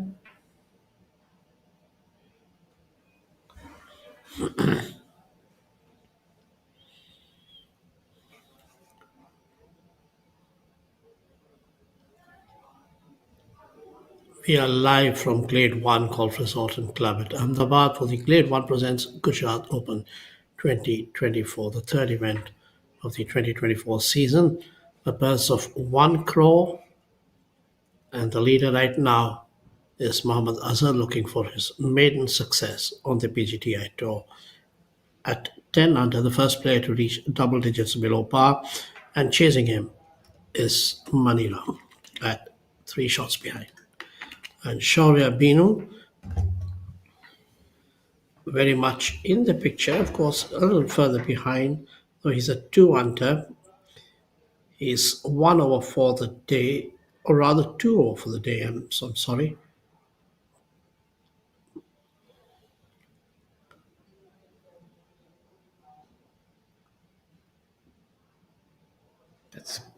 I came out really well, but this shows you He's been the missing thin margins the here. greens a lot today. It's actually a par 5. He's here and two. It's a good second shot for him to get up till there. And there was a good shot there as well. Unfortunately, not much room there.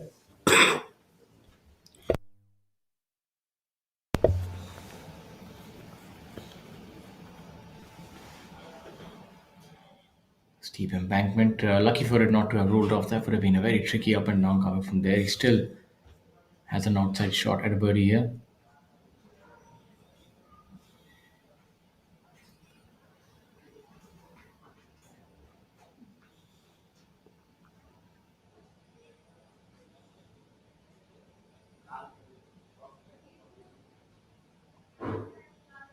Seems like Kapil is here in two as well, right at the green.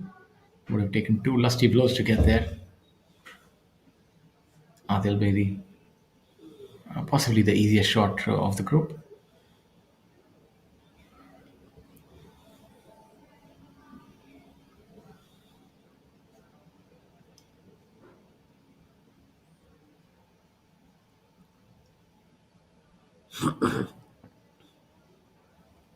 That should work out really well for him. Not too bad. All of 6.5 feet for his birdie for Adil.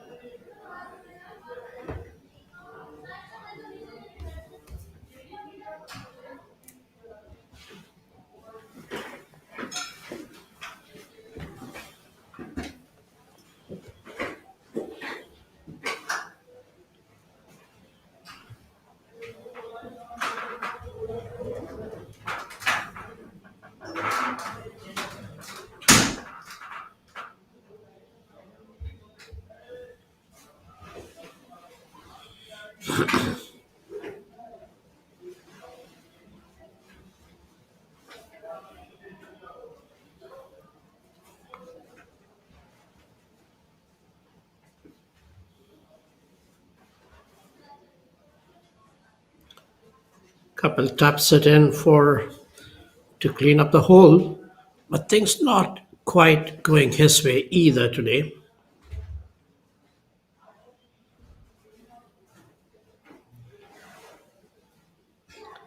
He had a double bogey on the ninth and a bogey on the 10th. So he's actually fallen back a lot. It's 2 over for the day.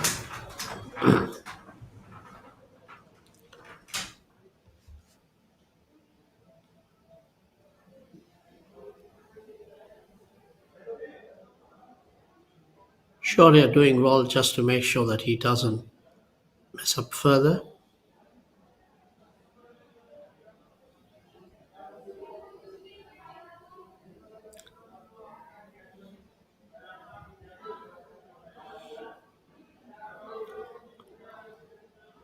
Adil Bedi, who had a double bogey on the previous hole on the 10th, is now down to par for the day. He had those three lovely birdies on the trot from the 5th to the 7th, but they've all been frittered away now. They've all disappeared suddenly.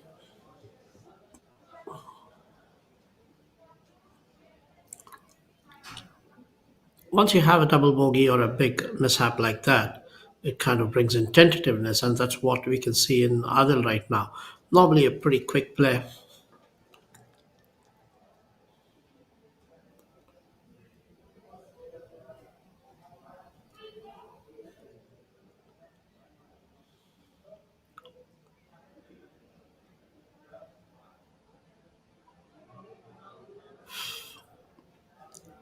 On the upper side, and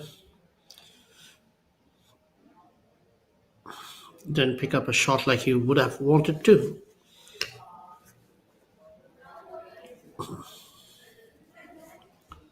Manjot now.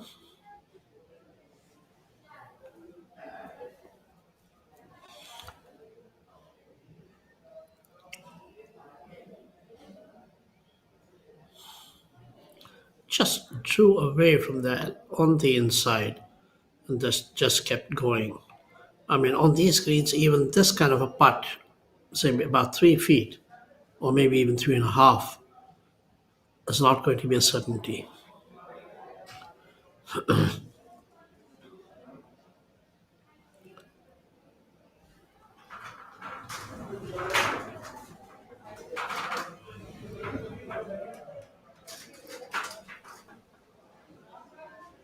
The going's not been so easy. The going's not been easy. It's been pretty challenging for all these players.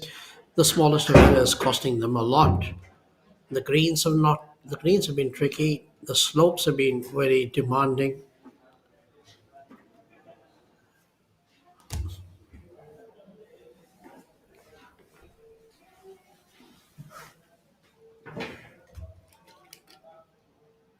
Unless you get the speed right,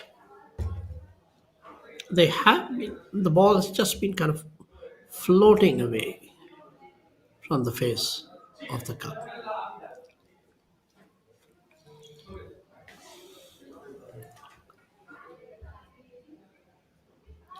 It's all happening here at the Glade 1 Resort and Club. At the Glade 1 presents Gujarat Open Golf Championship 2024. Your leader is Mohammad Azhar at 10 under par, followed by the grizzled veteran Mani Ram from Karnal.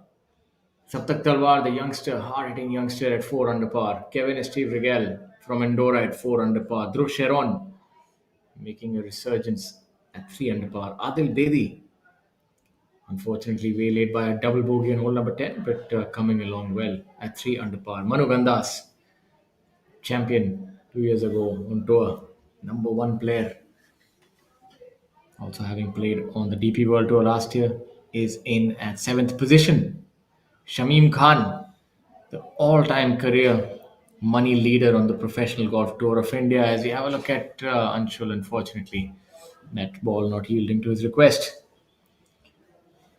Pranav Madekar at 2 under par, and the Italian Michel Ortolani at 2 under par. Vikrant Chopra, a very good ball striker, veteran tour based out of Noida, a very good amateur as well. Still hanging around at 8 shots behind the leader. Needs to get a move on in the last 2-3 holes. Maybe make a few birdies and then mount his challenge tomorrow. Tied alongside him, Rashid Khan, the man who really needs no introduction. Winner of so many tournaments on the Asian Tour, more than 10 tournaments on the PGTI, a medalist at the Asian Games. Really, the consummate champion is Rashid Khan. Adil Bedi, 2 under par. 2 under par seems to be the number with a lot of traffic. We have a total of 10 players tied at that score, including Shaurya Binu.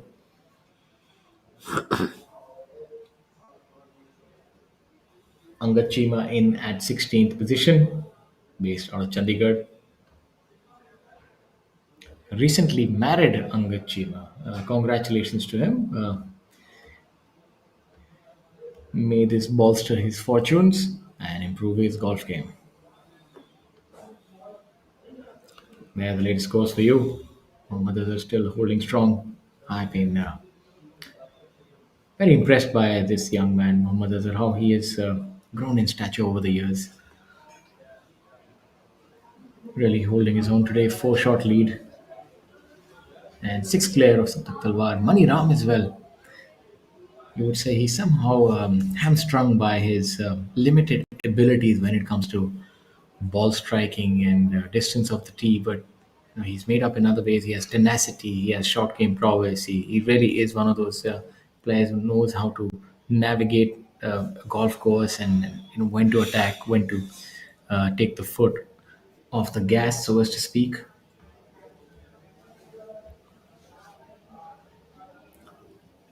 But the only thing that would give these players a little bit of concern would be the name Rashid Khan on that leader group. They know that he definitely goes hell for leather. He's not going to hold back. He's going to try and win this tournament. He never plays for second. He's one of those players who exemplifies that saying that second is only first loser. And that's the sort of attitude you need to have if you have to win tournaments. My Yeah, God, Shaurya, I would say 8 shots behind.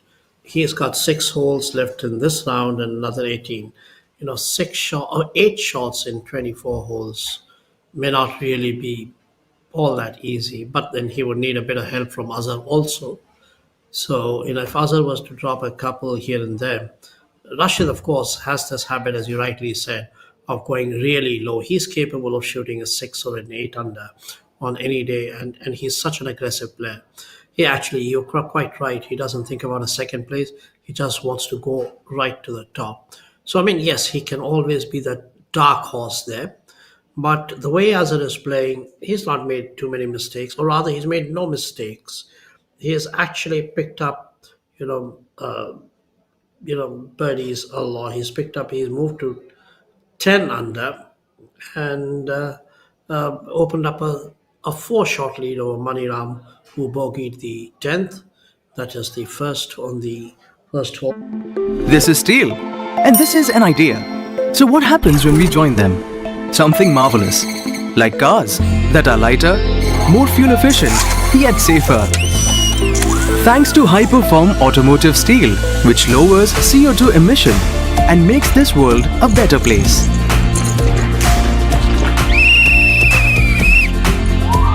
Tomorrow is shaped by imagination and steel. Tata Steel. We also make tomorrow.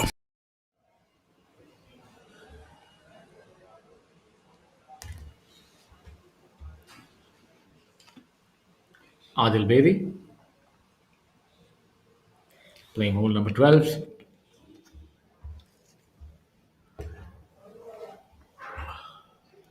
Hole number 12, short par 4, birdie hole for a lot of these players.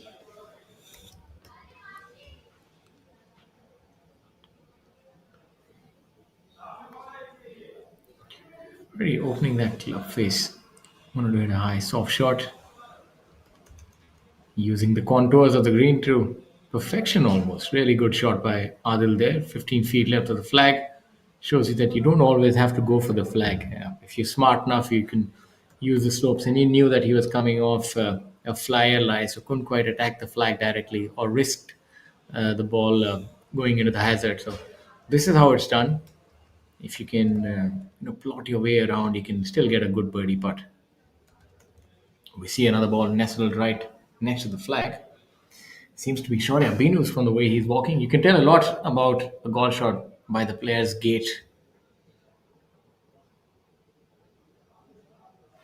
I hope I'm not proved wrong.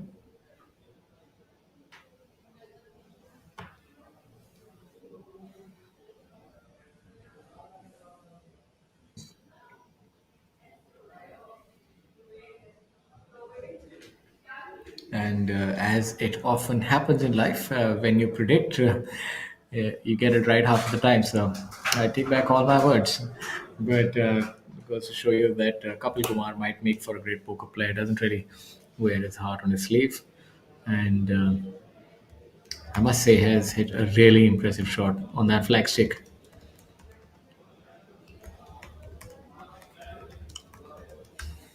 Perched on a small place, a thimble, maybe about 3 or 4 yards, 5 yards at most on the right of that flagstick, and then you find yourself in the drink. So to go for that, you really need to be confident. So kudos to him. We've seen that the final day is often his Waterloo for Kapil. Currently, he's at 2 over, 1 under for the tournament. So if he can get to about that number of 3 or 4 under, and then reverse that trend and actually have a good day tomorrow, this could make for an exciting week for this player from Delhi.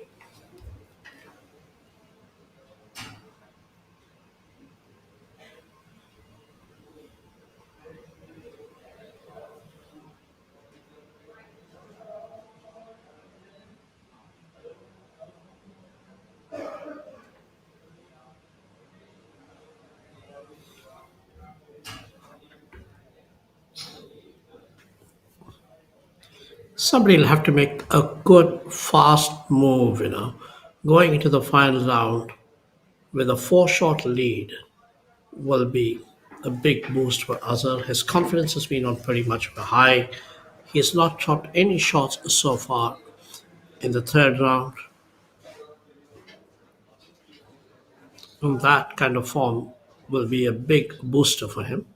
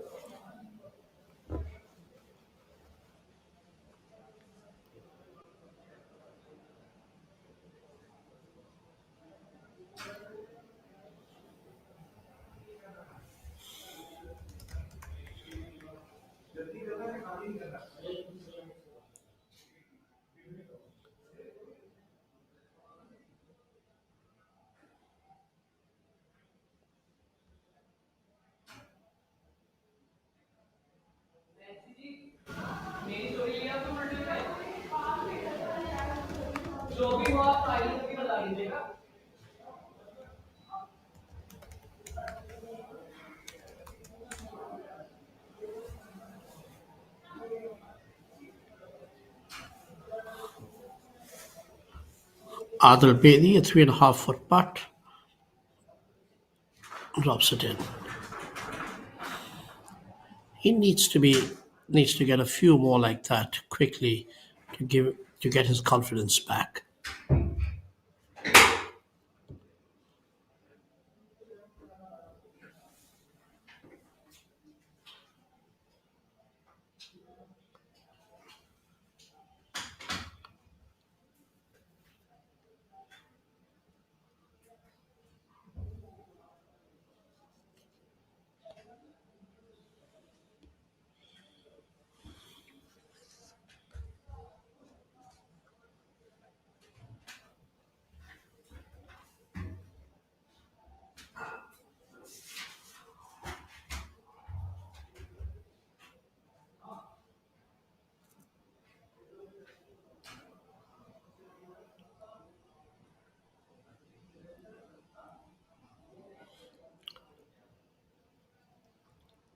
Asar, now on the 12th.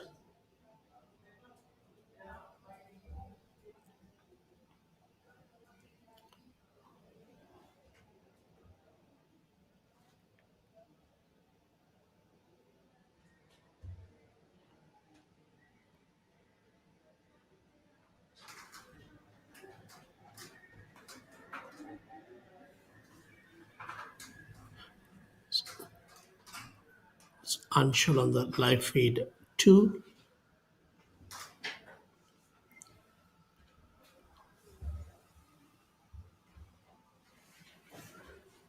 He gets a spot.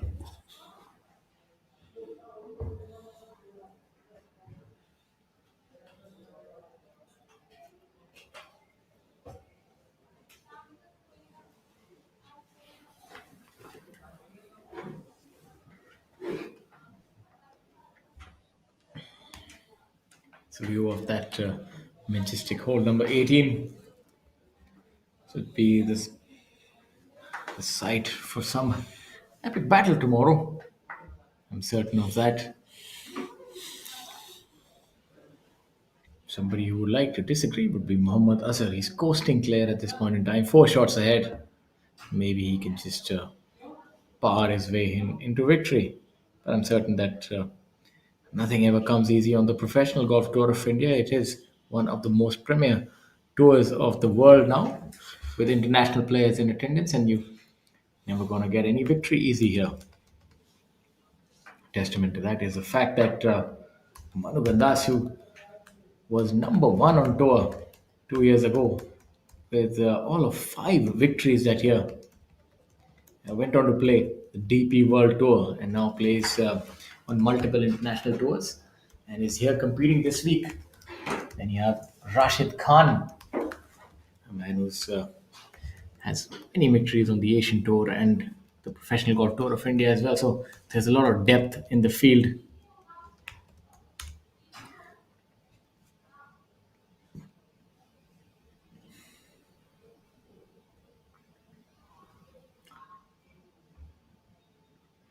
Yeah, you have the final group striding down on hole number 12. All of them well placed in the fairway.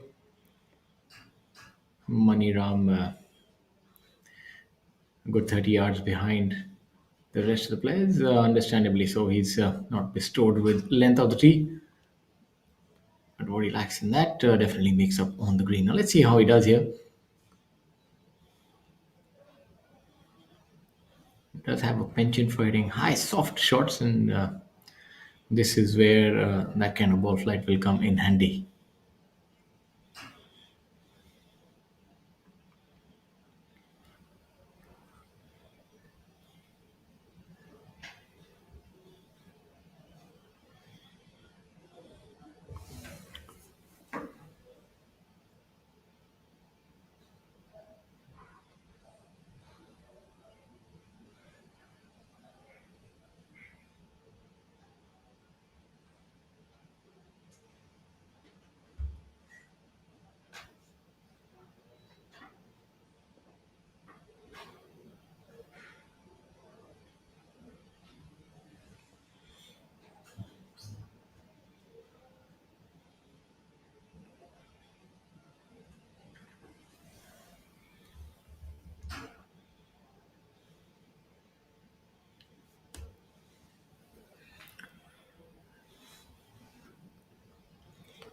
going with the safety first approach, and that would leave him with about 30 odd feet for his birdie. Also, very visually intimidating from the right hand side of the fairway. In order to hit this flagstick, you would have to almost align at the water if you're hitting a draw, the flight that is preferred by Maniram.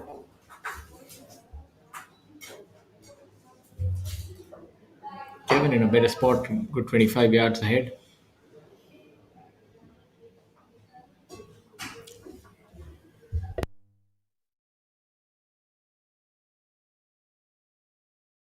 Let's see how this turns out. A sizable divot by him. All over the flagstick, but unfortunately, really not getting any spin on that. That bounded forward. I was expecting that to have a better grip on the green, but maybe caught one of the subtle downhill slopes there. Azhar was very aggressive off the tee, left with maybe all of 70 yards. Prime position to hit it close.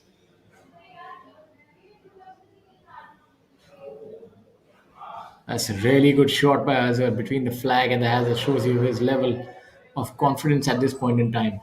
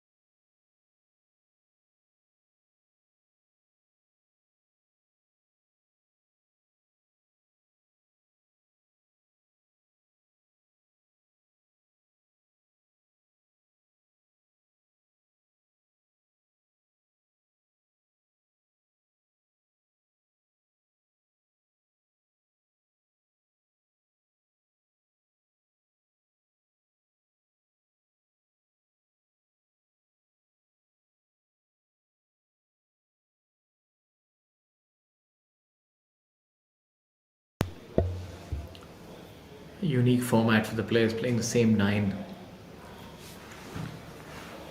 twice in a day.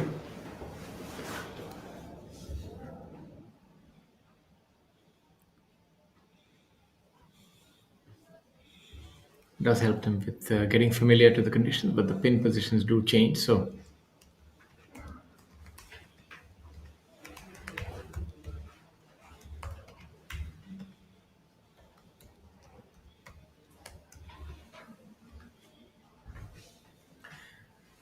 also the unique format has a lot of players playing over staggered times during the day. So you'll see that not many players are out on the golf course at this point in time.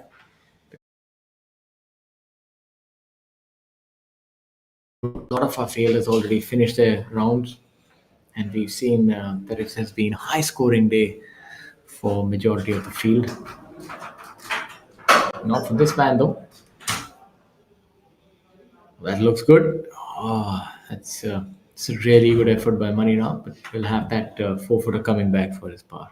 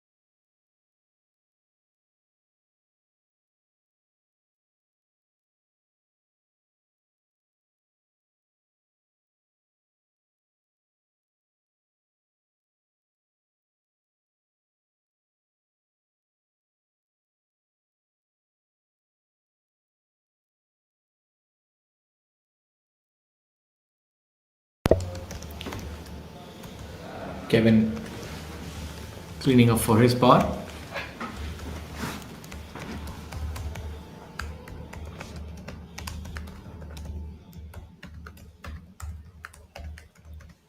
On the right hand side, we can also see the par 3.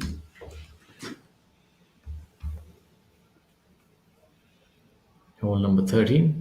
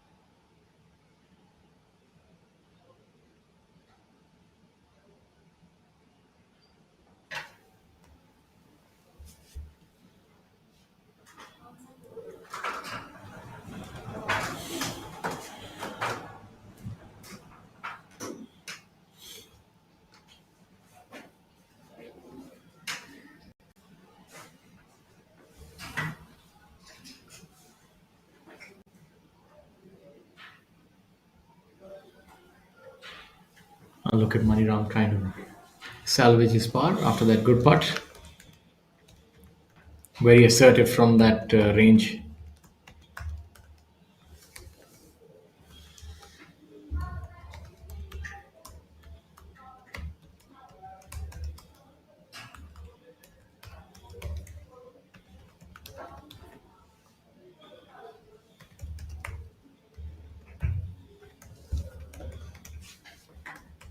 And for those of you joining us, I'd like to tell you that we're live from the Glade 1 Presents Gujarat Open Golf Championship. I'm Shaurya Singh, your host.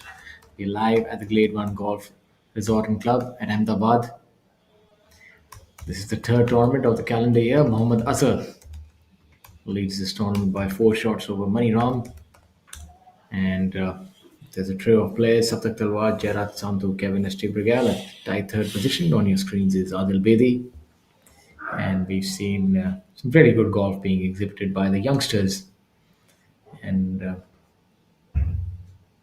the experienced players are being led by Money Ram, who's holding that flag up high. At the young age of 41, Money Ram is exhibiting some stellar golf. Being a journeyman for most of his career, Money Ram has not really been one of those players who contends for tournaments, but he does make a lot of cuts, and over the last 4 or 5 years has really improved his game. Does make almost more than 50% of the cuts, and has the tendency of shooting really low numbers as well. There was Adil Bedi again in trouble there, not quite getting the putt that he should have. We're on hole number 13. And Adil has actually been dropping down a lot. He is 1 over for the day and dropped down to tied 7th place. It doesn't seem too much, but he is a lot behind. At 2 under, he's 8 shots behind the leader.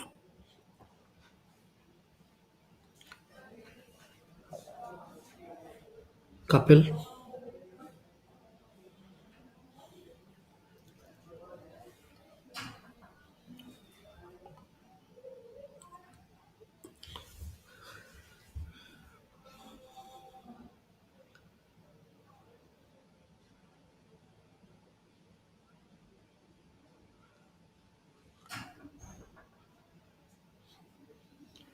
On such a crowded leaderboard, Sharia, even a couple of birdies will suddenly see you shoot up the leaderboard.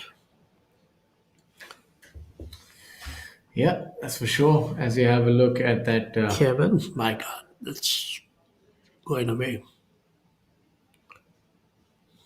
it's really nice left to right flight being employed by him. Looks like a giant sole, a foot sole, a footmark. A giant one there, that bunker.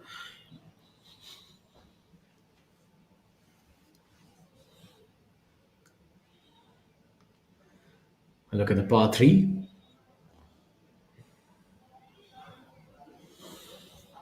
Fairly accessible flag given where the Tee is really lends itself nicely to a right to left draw, and with the majority of the field being right-handed, this does make for a fairly straightforward hole.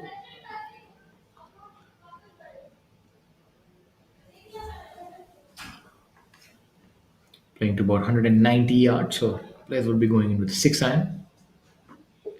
Can roll it up to the flag pin position, maybe play towards the center and try and draw it back.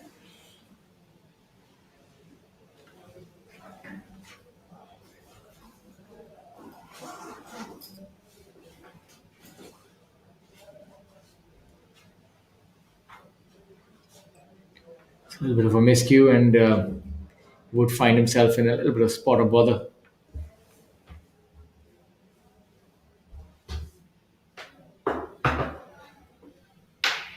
This harkens back to my point that I made that the greens get firm and you not get much purchase as the day wears on.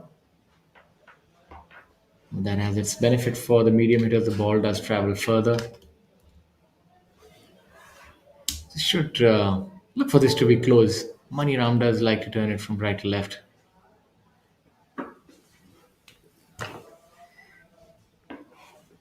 Not quite sure where that has ended up.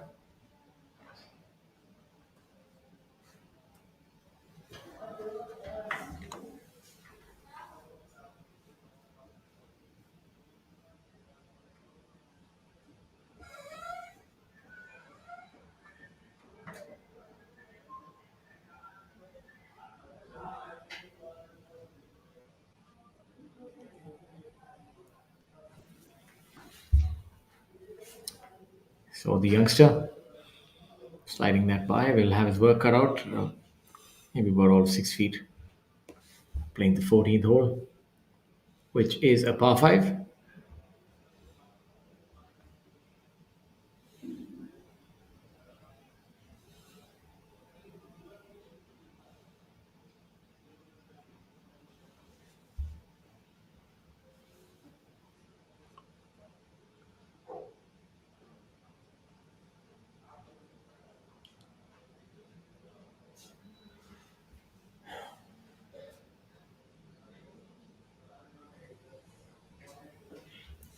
Mohammad Azhar at 11 under par with that birdie on hole number 12. Now opening a 5-shot lead over Money Ram.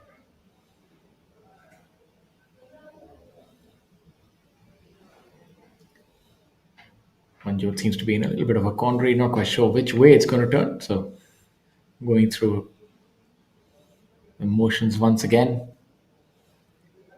As I said, it's always better to be certain when you're pulling the trigger in the game of golf.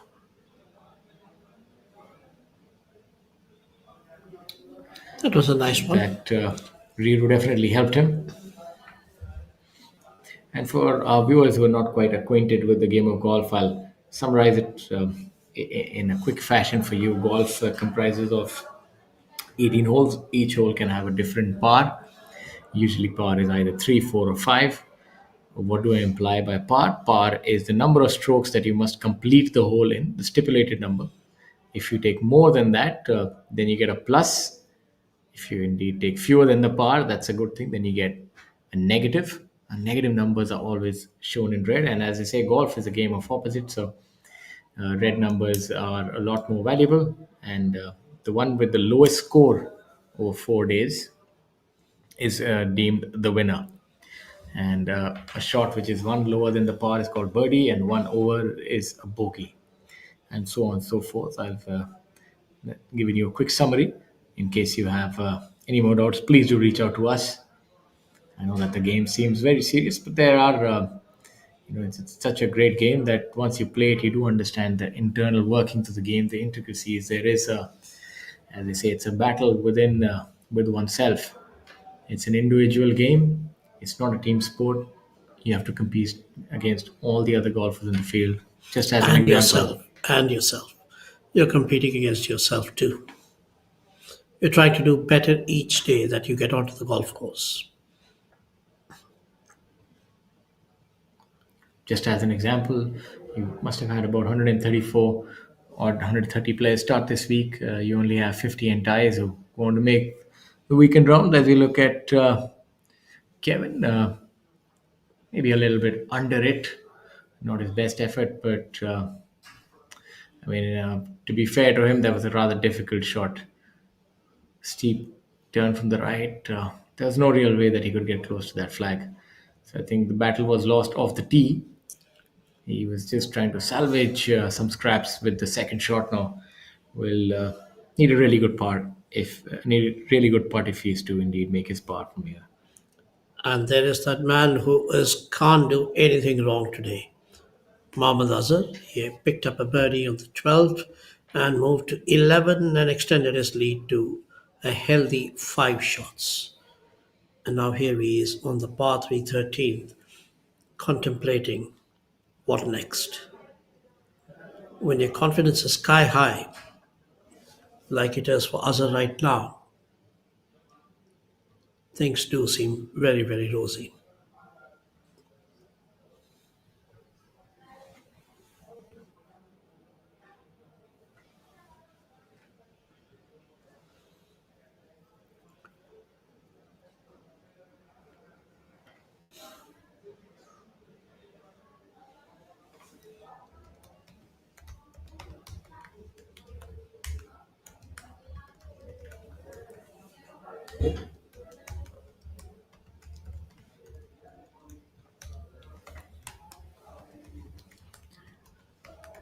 Now, Kevin Steve Rigel for his bogey, leaving that par putt rather short, would make his four.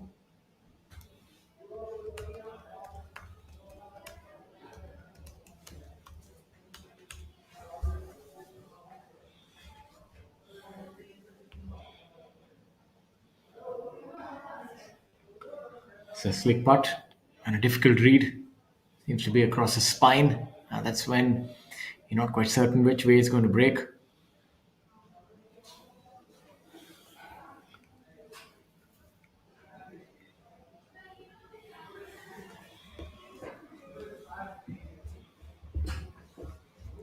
Very important part in the grand scheme of things. If you can increase the lead, it'll make the final day a lot more easier.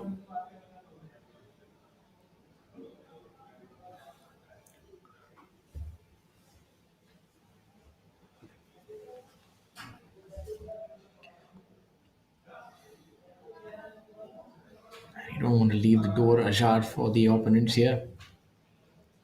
And I think he's doing the exact thing by giving it the due respect.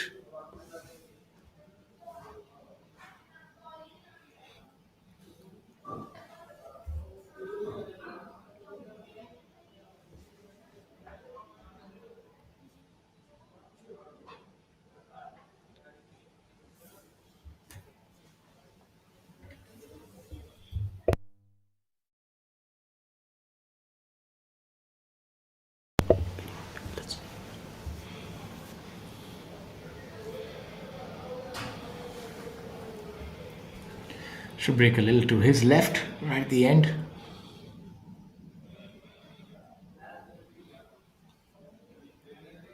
I think he seems to have got the line. Oh, Yeah. he was almost walking. He thought he had it. Yeah, He flawless. actually thought his walk suggested that he had it. It was a nice quick walk, and suddenly it kissed the lip and stayed out. It's all right, Azhar. It had you and I both fooled, so we let that He still can't understand how it stayed out. pass by, both literally and figuratively. But that was a good part. He hit it right on the line. I mean, he got the line right. He got the break right. It just wasn't to be.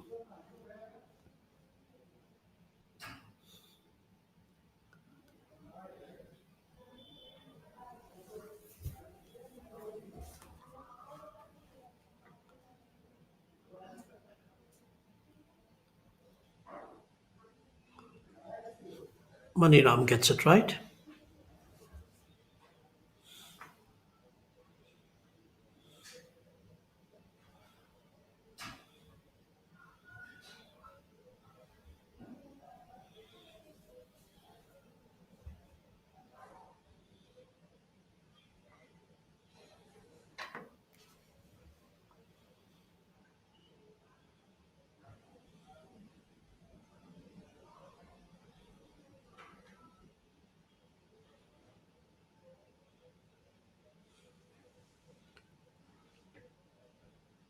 Now down to the last five holes of the third day from Glade 1 presents Gujarat Open 2024.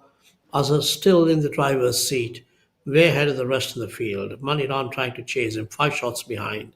Saptak Talwar has had the round of the day at 5 under and moved into the tied third spot along with Jairaj Singh Sandhu, who's actually made a big charge with 3 birdies in a row from the 13th to the 15th.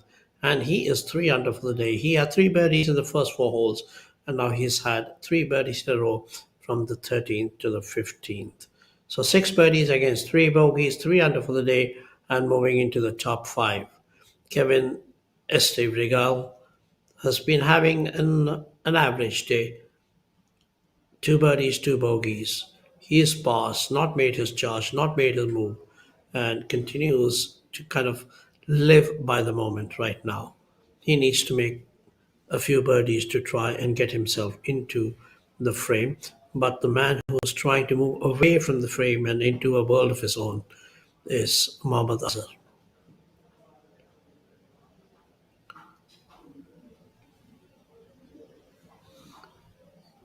Here's Kapil off the green. Doesn't get onto the green. That was a bit of a fluff there.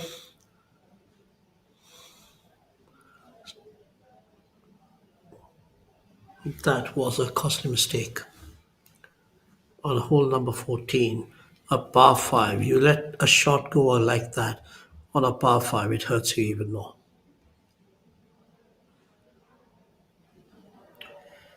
An aggressive choice there, going with a sandwich, looking to hold this short is Kapil.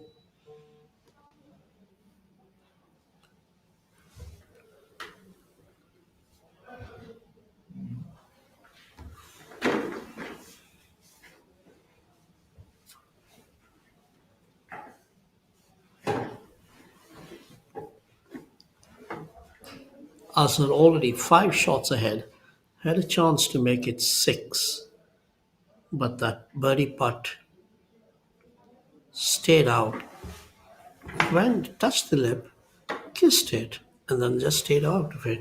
So all he had was a par after a fine tee shot on the par 3 13th.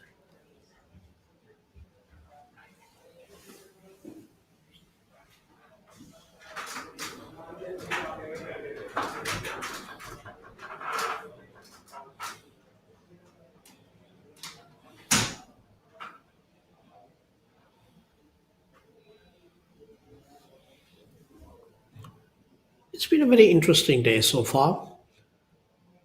While most of the players have struggled on and off with some of the holes, Mohammad Azhar has stayed very, very steady. He's picked up 4 birdies in the first 13 holes. He's bogey free, 3 under for the day, or 4 under for the day, and 11 under for the tournament. He had a chance to go to 5 under and 12 under, but that birdie stayed out on par 3 13th. Right now, unless Mohammad Azhar makes a mistake, he will take a very handy lead at the end of the third day.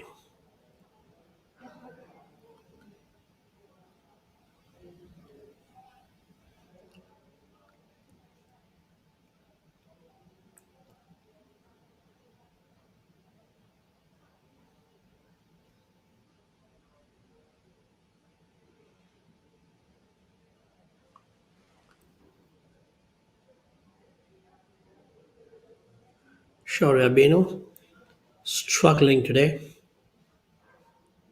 at 3 over through 13 holes.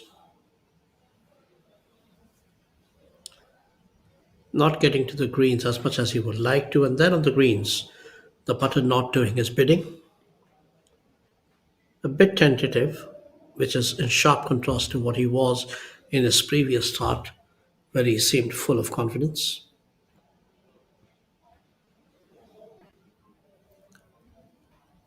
That tentativeness is beginning to show, and it's not helping him. He needs to fight his free flowing ways like he did previously.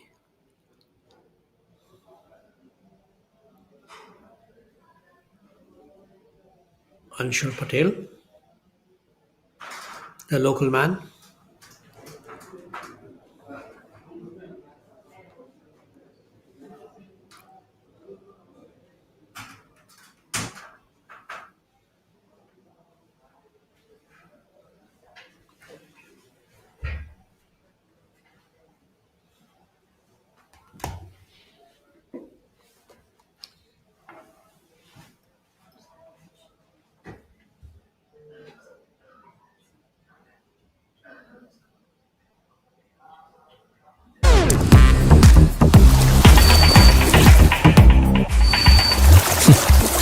Fruitnik electro plus rehydrate feel alive. काम घर में कर रहे हो या बाहर या किसी बीमारी से उबर रहे हो, आप बिना जाने डिहाइड्रेट हो सकते हैं।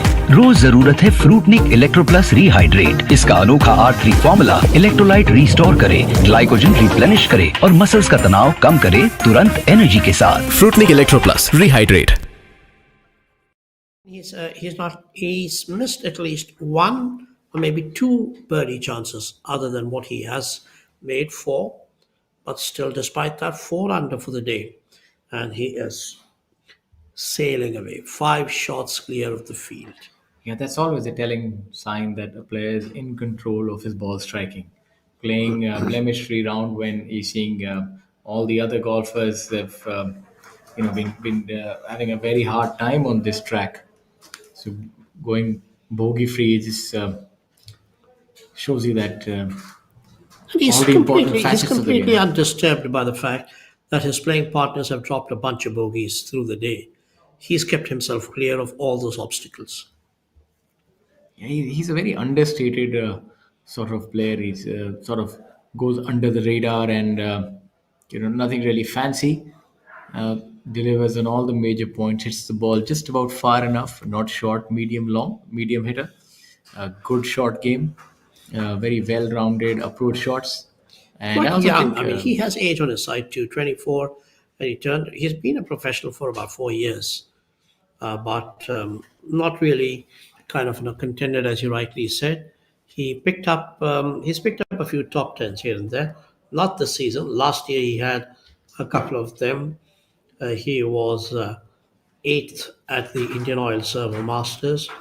He also had a 14th place finish in the India Sevens Pro Championships. And in 2022, he had a sixth place at the JK Tourism. And so, I mean, there's not too many of the top tens. He's been, as you said, like he's been in and around well, that's a a brilliant middling shot kind of a right player. there by Anshul. What control coming out of that thick stuff. Was able to put the brakes on. Have you tried aim point, Shorty? I have. I would think that any golfer, we've all tried everything under the sun which can help us read. And I found it one of the better systems, to be honest. It's a little difficult to get it consistently right each and every time, but there's a method to the madness. Well put there. Have a look at the youngster here.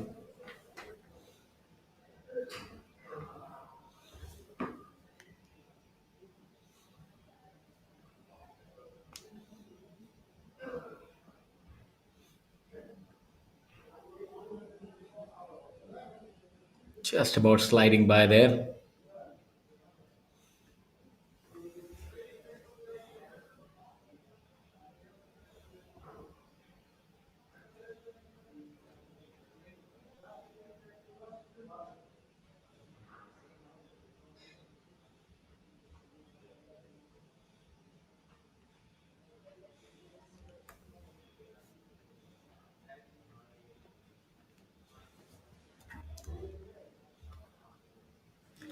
Now we have a look at Yuvraj with this fairly straightforward putt, just about breaking from the left. A thimble. Seems like he's a little too far left.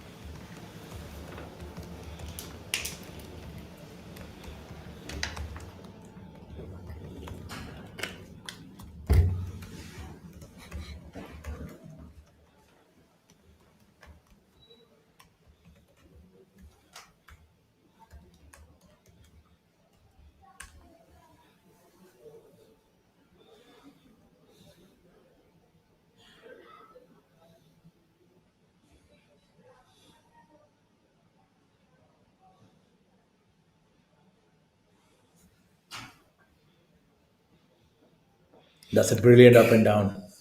I would like to see a replay somehow of that shot. It was in the rough, and the way that came out. And he With knows he did a good job. I mean, you could have made, you could make out his smile, satisfied one. I did that well. life, becoming almost towards the end of the third day, just a few more holes to go. And as it seems at the moment, Mohammad Azhar has a vice grip on this tournament. He's 5 shots ahead of Maniram Saptak Talwar, 7 shots behind, who has already completed his round. Jairaj Singh Sandhu also in a tie for third.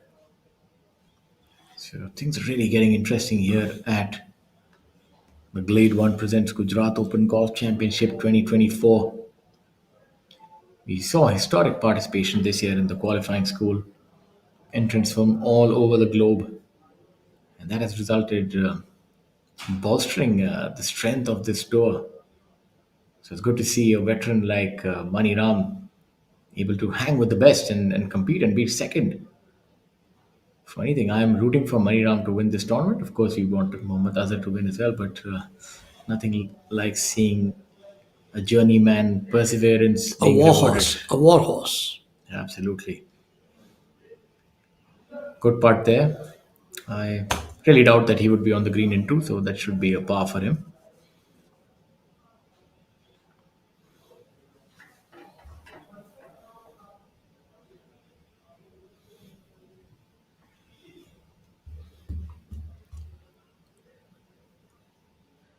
This Azhar looking very, very keenly to see if he can pick another shot here. He's got a long putt, but he's holed a few 15, 20 footers, and his confidence has actually been sky high.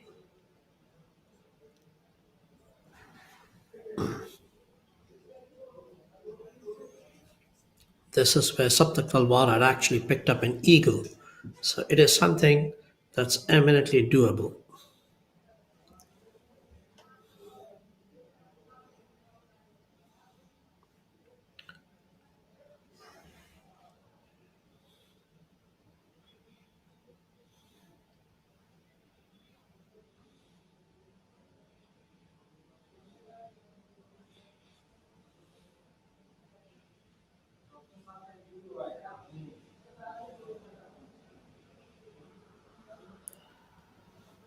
Didn't have enough legs. About a foot and a half.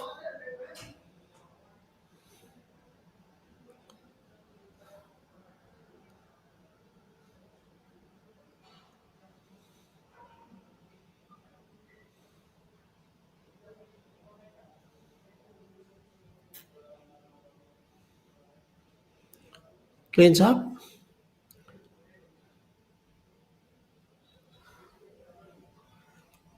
All he needs to do is to just play steadily. Make sure he doesn't give back any shots. Let them come to him. He shouldn't be going back to them.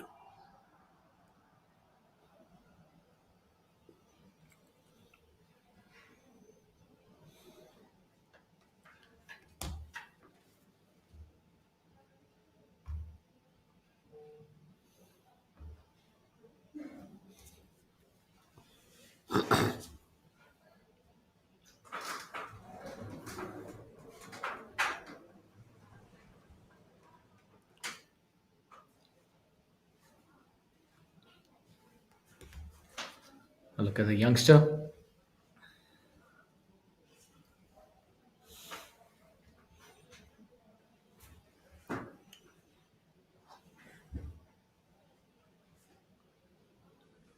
Playing the 16th hole.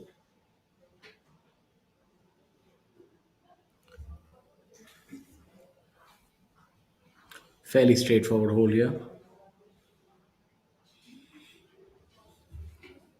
Requires a left-right ball flight.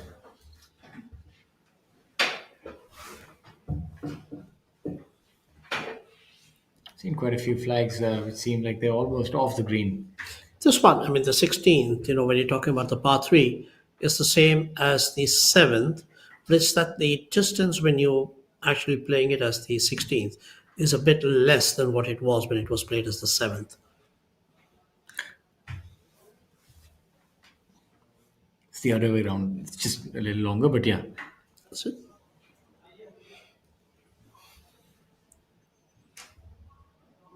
Oh, yeah, it's the other way around. I'm so sorry. But I thought the scorecard I had was. Look at Kapil here.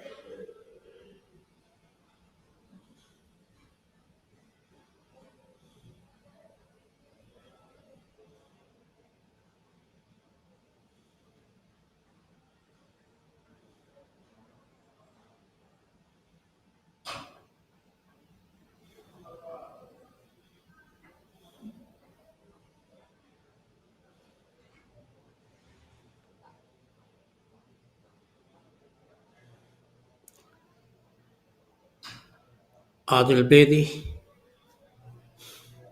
looking a little lost today.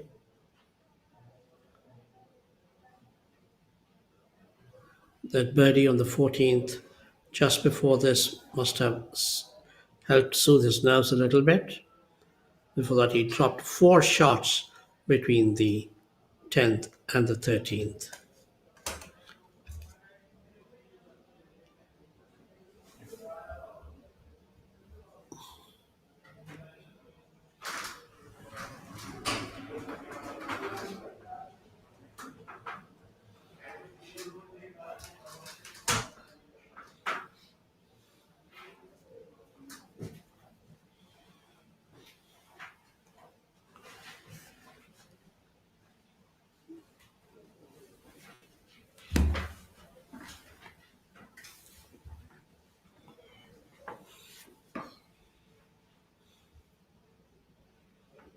Well, that's an unfortunate miss there.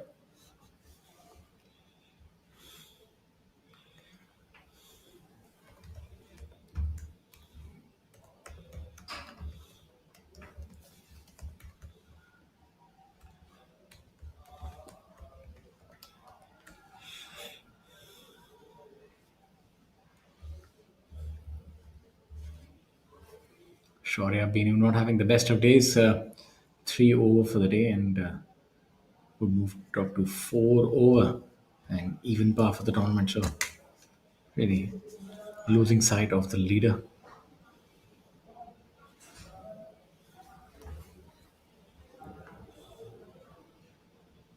Jairaj Singh Sandhu finishing up with a flurry of birdies. A fantastic round by Jairaj.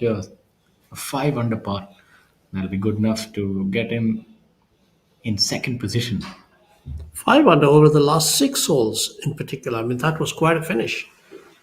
A spectacular finish. Eight birdies in all today. On a day like this, when a lot of people have been dropping bogeys, to pick up eight birdies is indeed creditable.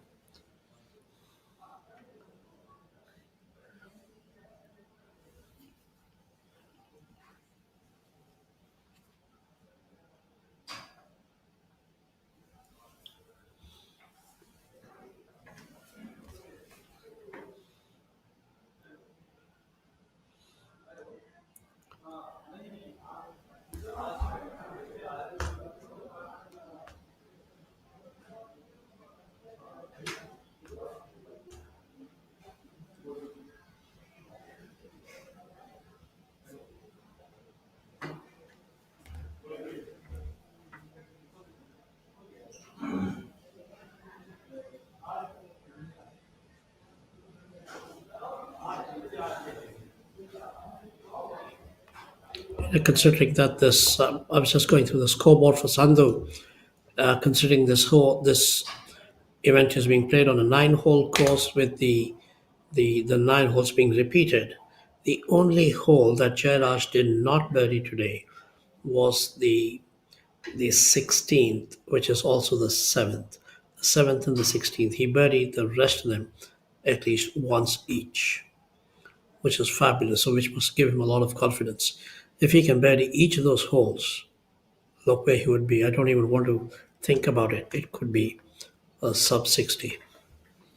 Yeah, definitely. He can golf his ball, and he's proven that time and again. Another lefty. It's good to see the Southpaws doing well.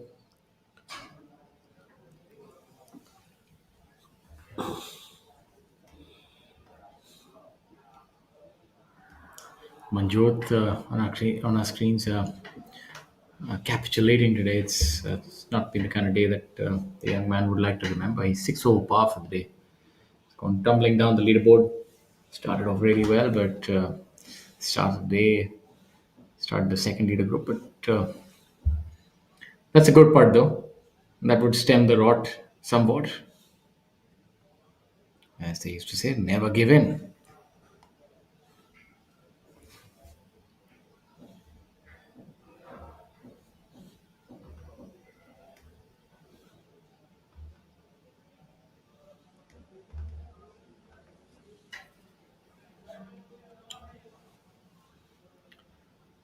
On live feed too, we can have a look at Kevin and Steve Rigel playing hole number 15 with par 4, short par 4, only 386 yards. These last four holes really do present themselves as birdie opportunities. Precision is what's required. Length is really not an impediment here at all.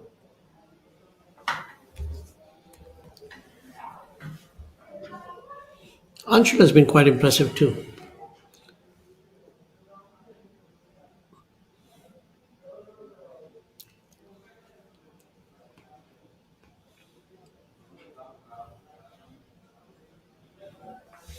Gets that putt in.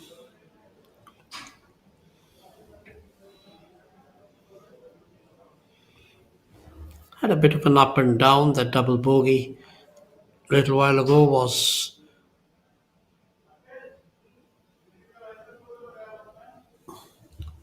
a bit of a dampener for him on that 15th. Yuvraj here.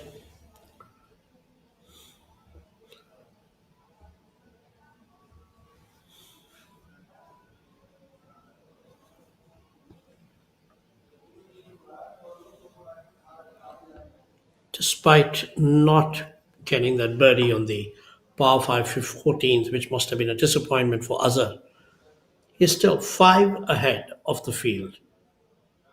Four more holes left in the third round for the lead group.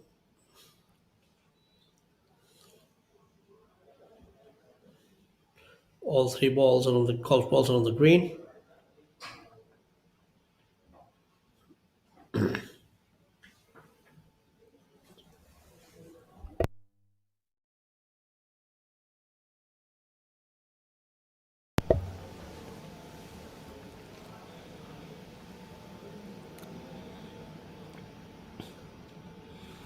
Azhar to go first.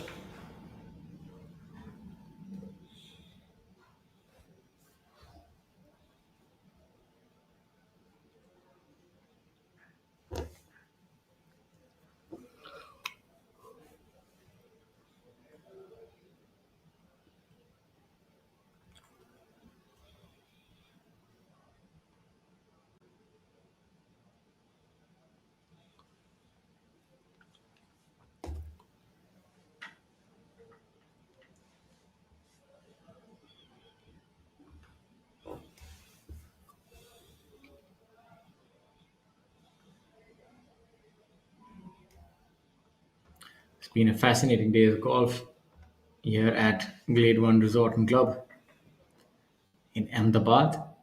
We're here for the Glade One Presents Gujarat Open Golf Championship 2024, offering a prize fund of rupees 1 crore. Leading the tournament is Mohammad Azhar. Your defending champion is playing the tournament as well. Aman Raj, he's at 2 over par, currently good enough for a tie of 30th position. And the Order of Merit champion from 2022, Manu Gandas, is also in the field. He is currently in for a tie of 8th position at 2 under par. So the other stalwarts, Rashid Khan, Shamim Khan, tied at 2 under as well. The international charge is being led by Kevin Steve Rigel from Andorra, followed closely by the Italian Michel Ortolani. I don't know if I get the pronunciation right, but if I do err, please do forgive your host. Then you have Badal Hussain in at 15th position. Then you have Varun Chopra, Indian origin American, in at 30th position. Then you have the Scottish amateur Harvey McDonald at 3 over par. Yes, Sukra Bahadur Rai at tied 37th position. And then you have Stephen Dunick at 5 over par. So a lot of international players here. And that has really helped make the scoring a lot more competitive. But not to be intimidated by players from all over the world is Mohammad Azhar. He's 5 shots adrift off the field and playing like a thoroughbred champion is Mohammad Azhar. Been most impressed by how he's been able to keep his scorecard clean. As we have a look at Maniram, who's in tie for second. A little bit of a miscue, not his best effort.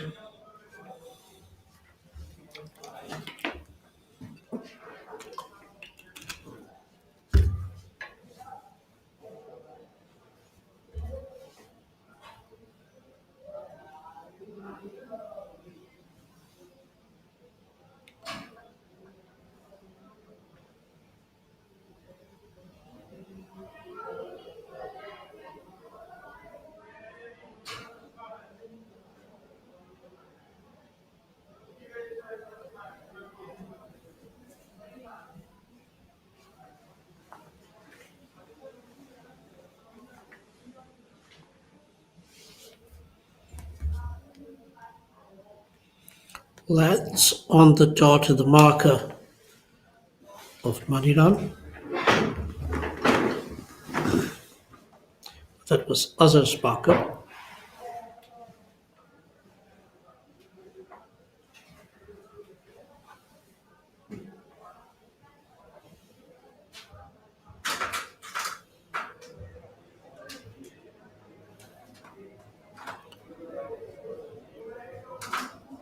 This was the stretch where Gerard Sandhu picked up a bunch of birdies. But Azhar will do well just to keep his bars going so that he maintains his lead.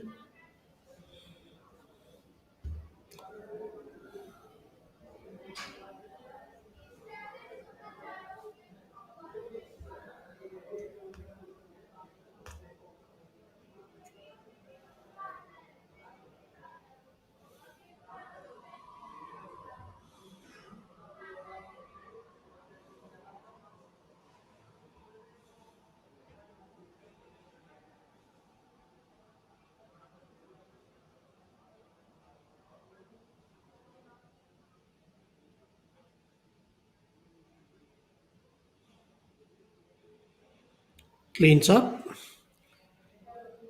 Kevin's also had an average day today. He's managed to hang in there, not allowing the tournament to get away, even though he's way, way behind. It's so easy to let things drift away. Like Adil Bedi with 1 over when he had a fair number of chances. Shaurya Binu 3 over for the day. They were very much when we began the third round.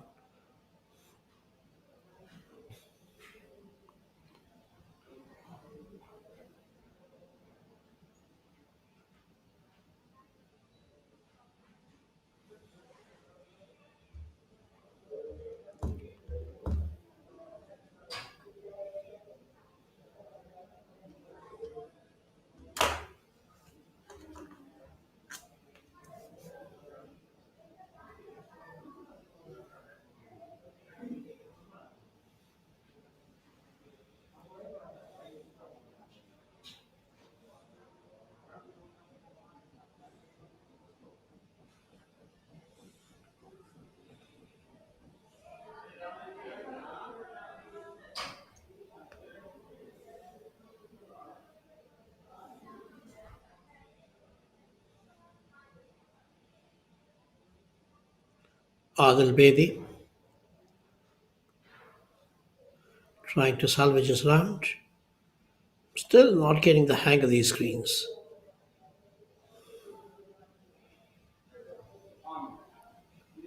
So it's been an off day of sorts for him. He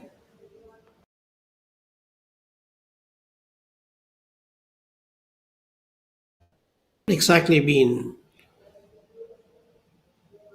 too much way off, but still at 1 over for the day. That's not what he wanted for the moving day. There was a time when he seemed to be going great with 3 birdies in a row, but then came that stretch between the 10th and the 13th, where he had a bogey, where he had double bogey, bogey, par, bogey, and those 4 shots proved very costly. Shaurya Biru here.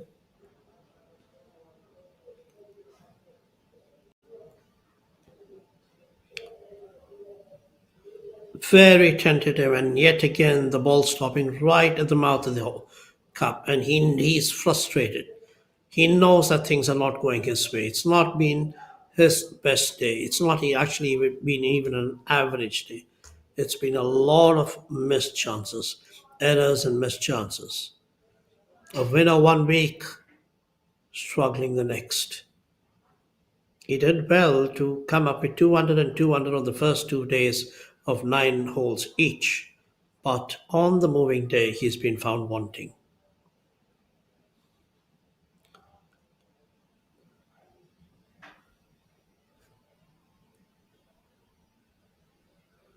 So Mohammad Azhar still on the top at 11 under, 3 holes to go. Gerard Sandhu and Maniram at 6 under, 5 shots behind him, and then there's another 2 shots between them and Saptak Talwar and Kevin Rigel. So that's 4 under for each of them. So Azhar still way, way ahead. And unless he allows the others to come close and he drops a few, things look pretty well set for him as he marches towards his maiden success on the PGTI Tour.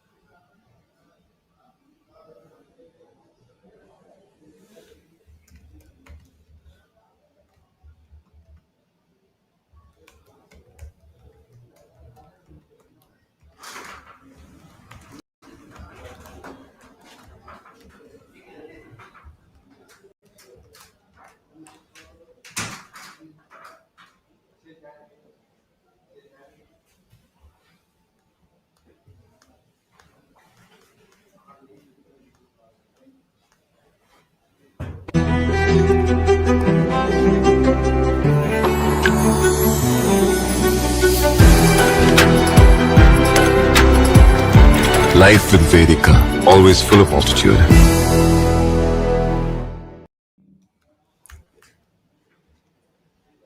Look for this to be close.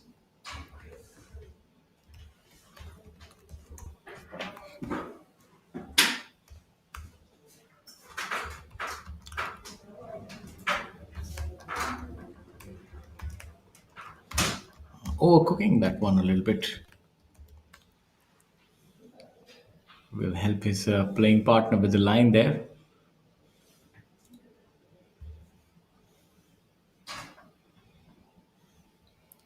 It's a pin position that really doesn't lend itself well for a right to left draw. Front right pin position requires a high fade, if anything, but not everyone has that shot in the bag, especially on call, so best to play to your strength. This man, though, has a high draw, so he could start it right of the green and maybe work it back and doesn't have the flight for it to stop quickly.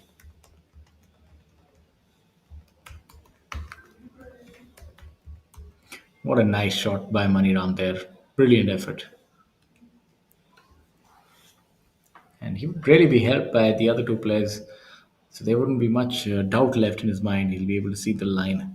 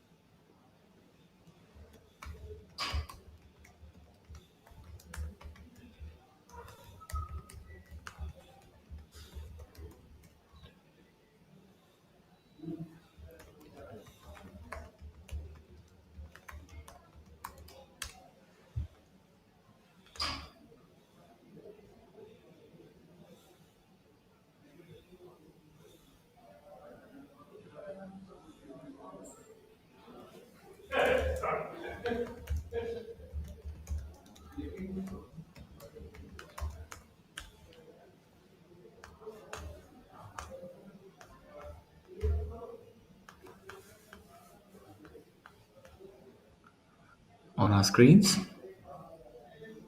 is the par 5. No, my apologies.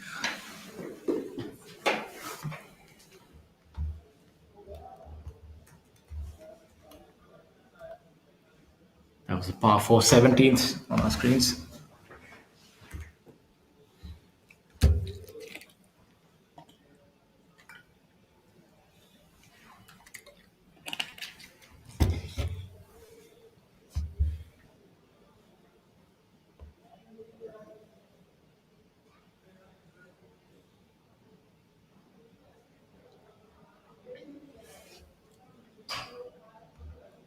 As we head towards the end of the third day, Azhar holds a commanding lead over Jairaj and Maniram.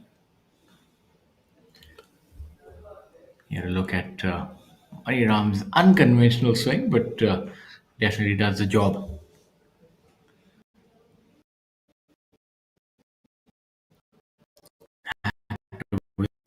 The qualifying school this year did not finish top 60, so the depth on the tour of the qualifying contend.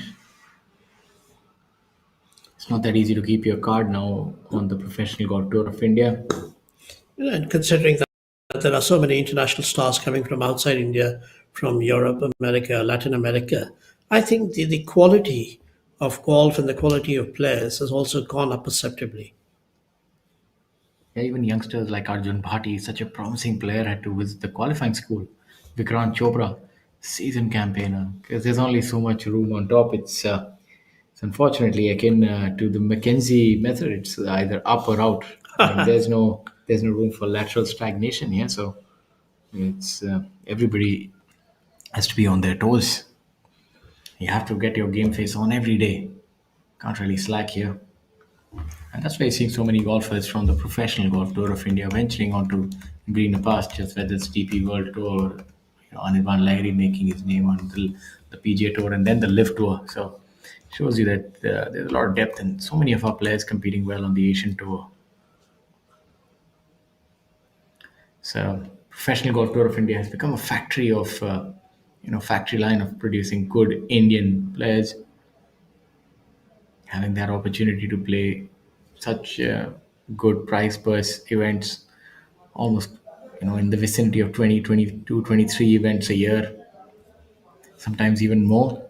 That really does help Indian golf in more ways than one. And the upcoming Olympics, you're seeing that those two positions will be very keenly contested between Gaganjeet Bhullar, Shubhankar Sharma, Nirvan Lahiri, Chaurasia, Chika Rangappa, and so many others. It's going to be very interesting to see how that shapes up.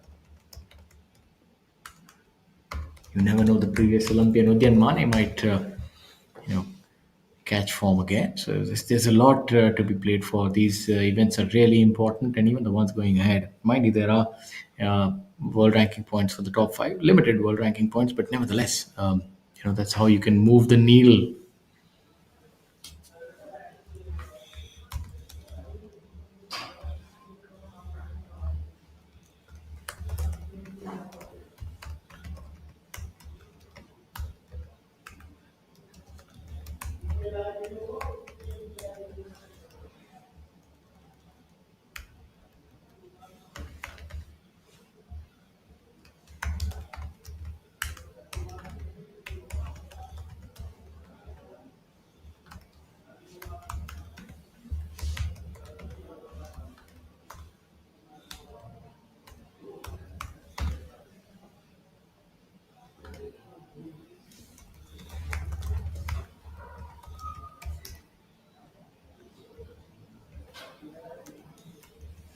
Money Ram now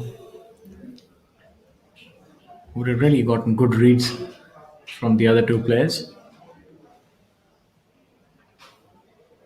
He has really good putting stroke, so and it's downhill. Doesn't really need to worry about getting it till there. The only thing is the line. So I give this a 50-50% chance of 50% chance of going in.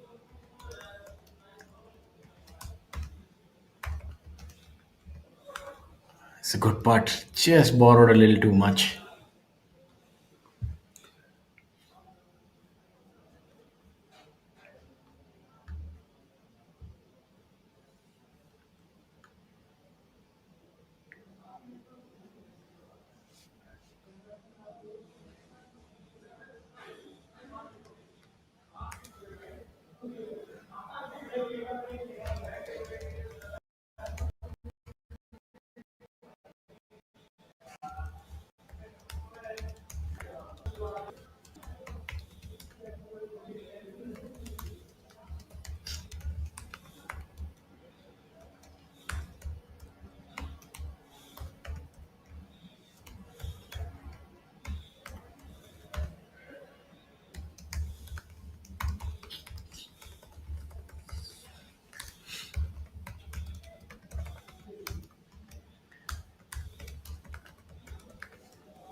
Azhar really leaving it short. This is the first time that he's really been put under the cosh, so to speak. If he were to miss this, he would lose that solitary shot and only have a four-shot lead. So it's important that he makes this putt. You saw the confidence in that. That's the look of a man who's in control of his game. Quick, wasn't any case of nerves. It was rather self-assured. So that's a good sign.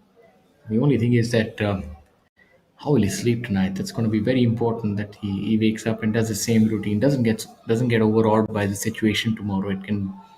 It's a very big deal to try and win a tournament, especially one with such high prize fund, international competition, and when you've not won before. So I'm hopeful that he'll be able to speak to some of his seniors and pick their brains about how to go and achieve this success.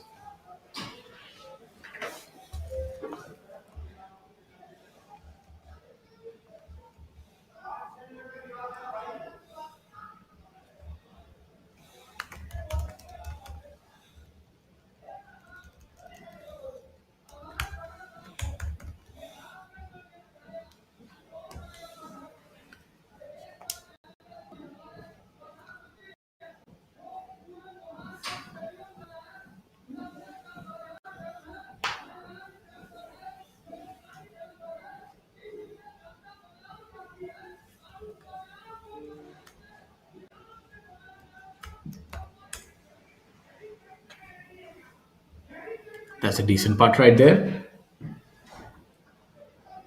by Manjot. 6 over par.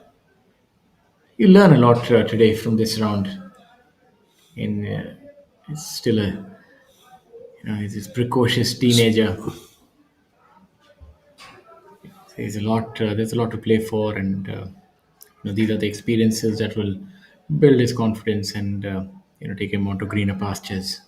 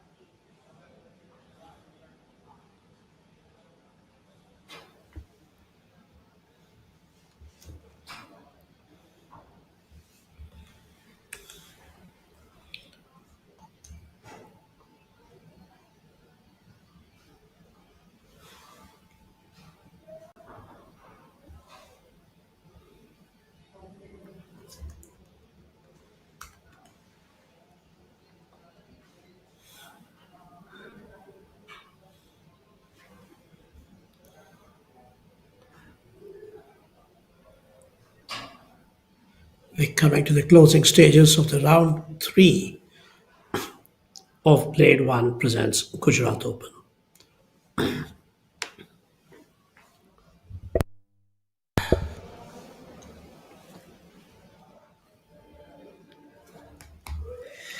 Now this is the most exciting hole, especially as a commentator and as a viewer. We wait for this one just to view the second shot. Adds a little bit of excitement. This tee shot is imperative that it find the fairway, and I'm sure the players are keenly aware of the same. You can actually go with a shorter club, but have to ensure that you end up in the short stuff, and he's done that. Yuvraj has done that, so shouldn't be too difficult from there.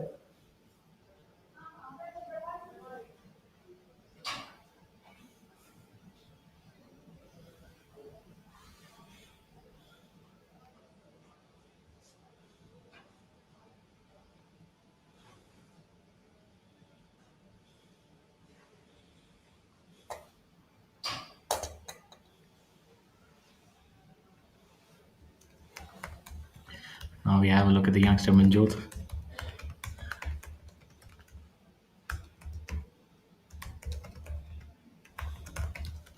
He had a hard time on this hole the first time, and unfortunately, seems like he's not learned his lesson. He's not in the fairway, and that's going to be a very difficult shot. There's a bunker over there as well, so let's see where that ball has ended up.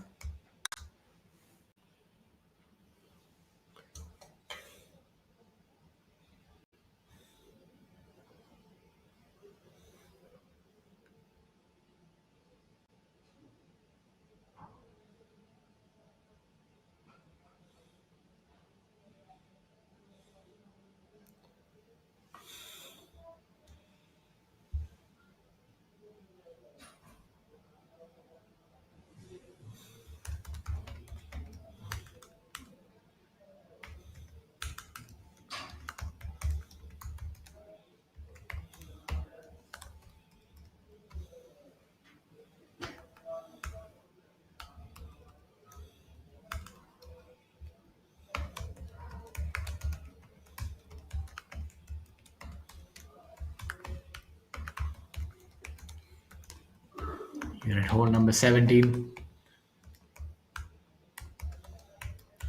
with a group of Shoaib Binu, Adil Bedi and Kapil Kumar.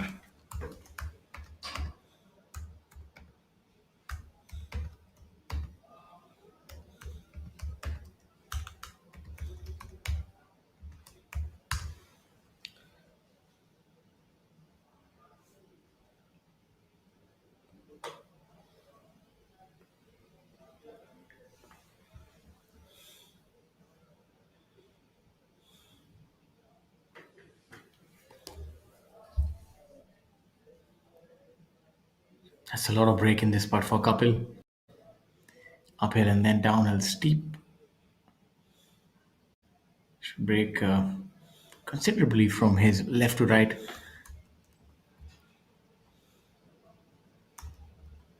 Very difficult to get these putts on the correct level. And as you've seen, the difficulty will have his work cut out in order to save his par.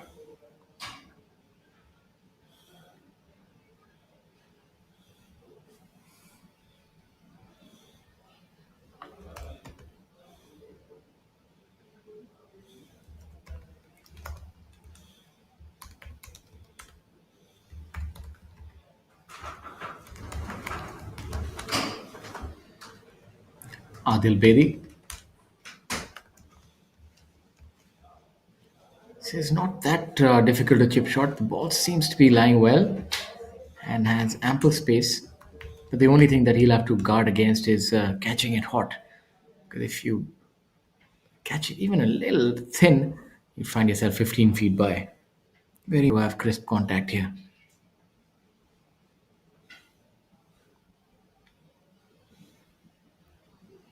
Just showing you the speed of these greens. That's really well done by Adil. Even with such perfect execution, he still finds himself 4 feet for his par. Well done.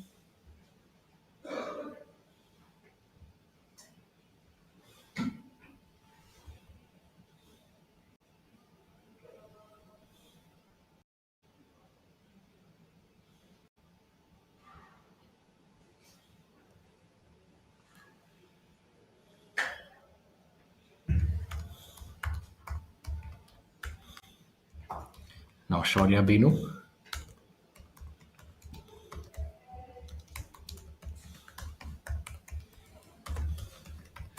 The easiest of the lot.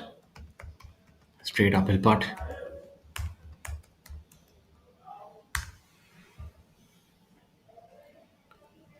Seems like he's got it. Just about turned the other way, unfortunately. Not been a particularly memorable day for Shaurya. It's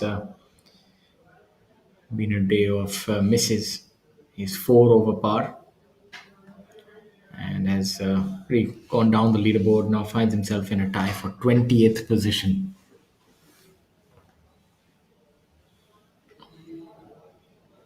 You can see in the foreground the leader group there.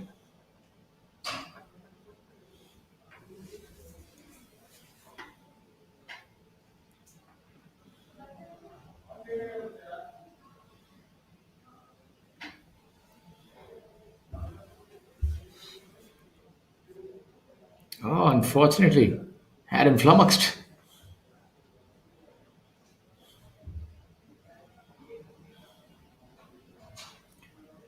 Adil won't have any complaints. He's been able to see that line, and any doubt that he had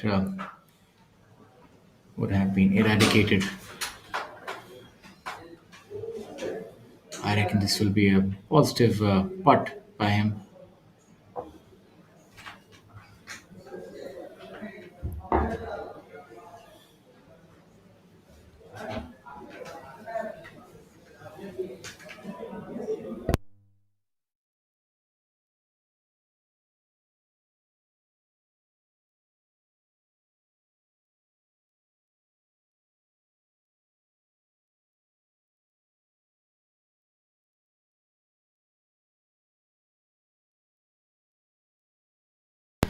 Now we're back at hole number 18. Let's see players. First off is Anshul Patel.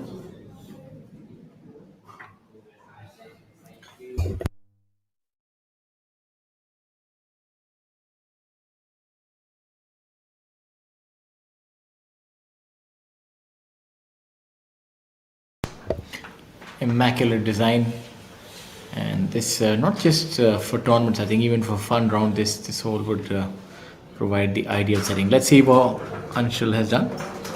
That ball needs to stop. Surprising that didn't get much purchase of the fairway there.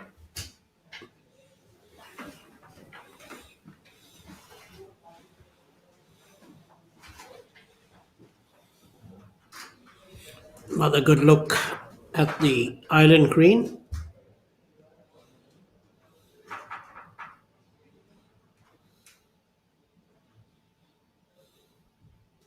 It's quite a magnificent sight there.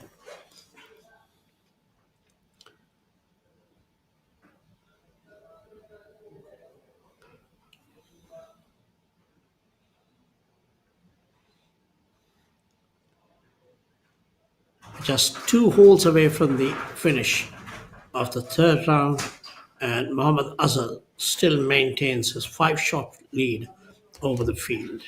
Jairat Singh Sandhu has already finished at 5 under for the day and 6 under for the tournament.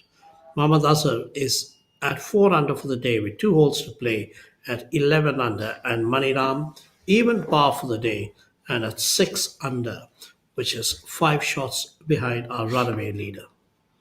And there is Yuvraj crossing the bridge, and behind him, a very contemplative Manjot Singh, a newcomer to this professional circuit, but will be richer by the day as he gains more and more experience.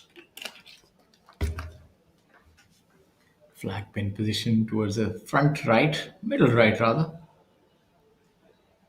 More accessible flag pin position. The ones towards the back left is really scary because you don't have much to contend with that narrow neck over there. So players would be facing that tomorrow.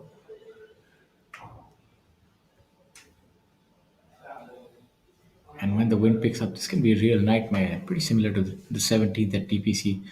Even though there you have maybe a wedge or a 9 iron to certain flag pin positions. Even here, you're looking at 100, 120 yards.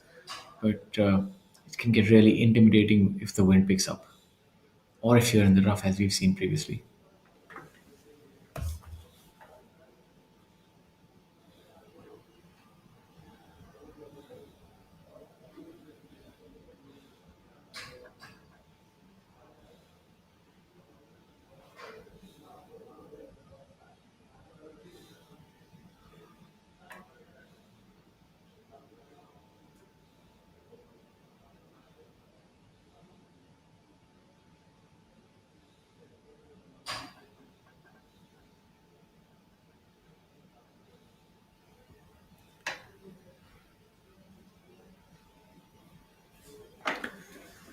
Yuvraj now.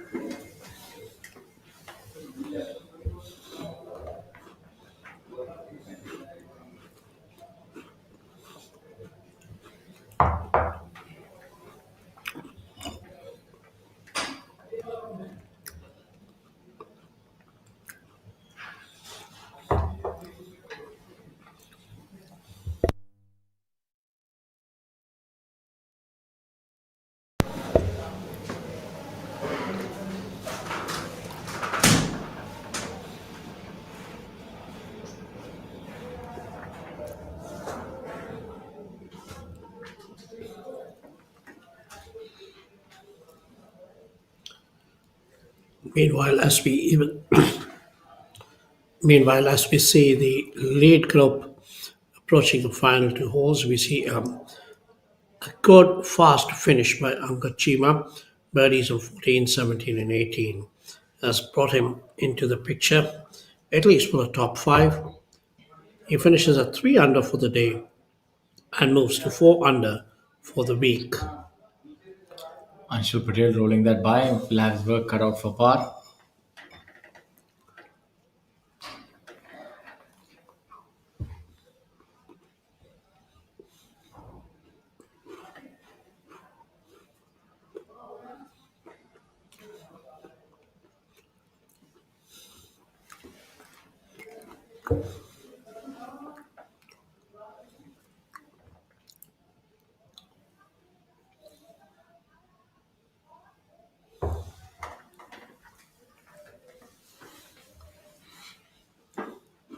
Look at Azhar. A fairly makeable putt from under the hole. Speed would be really important in this one, and unfortunately, that trade off to the right.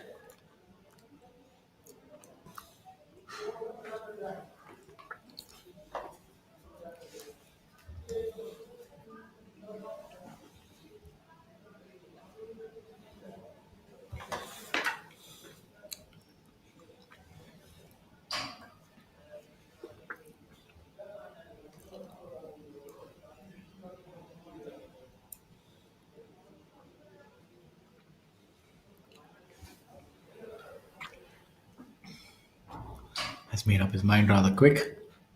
That's a good sign. Good par by him. So the two good putts from there. As we have a look at Yuvraj trying to clean up, as well as Kevin simultaneously.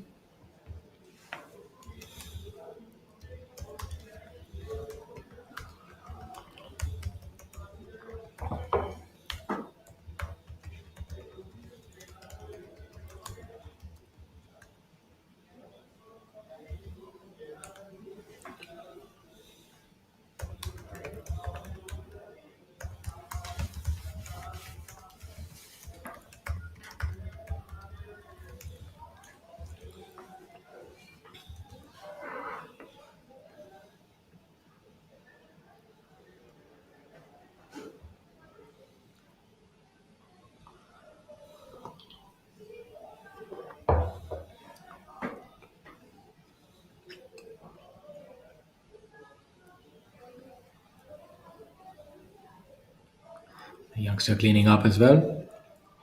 Maniram. Nice to see every putt going in the hole.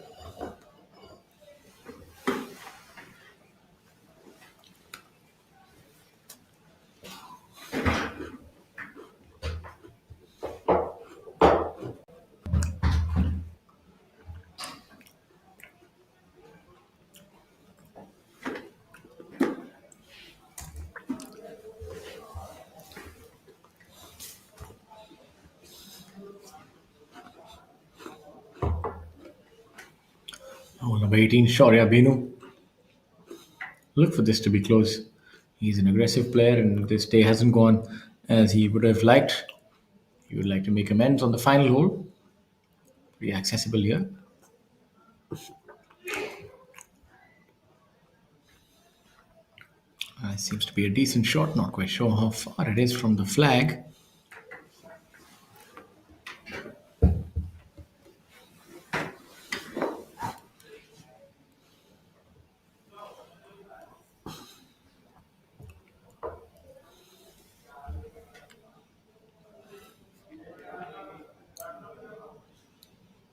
Kapil as well in a similar spot.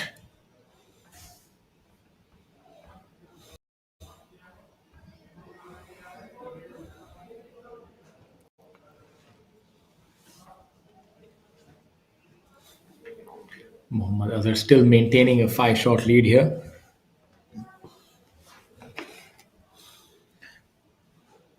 We have a look at Adil Bedi. Perfect position for him to attack the flag. Would be looking to flight it down. And hasn't he done well? Really good shot by Adil, leaving himself about 15 feet for birdie. 3 shots all dry.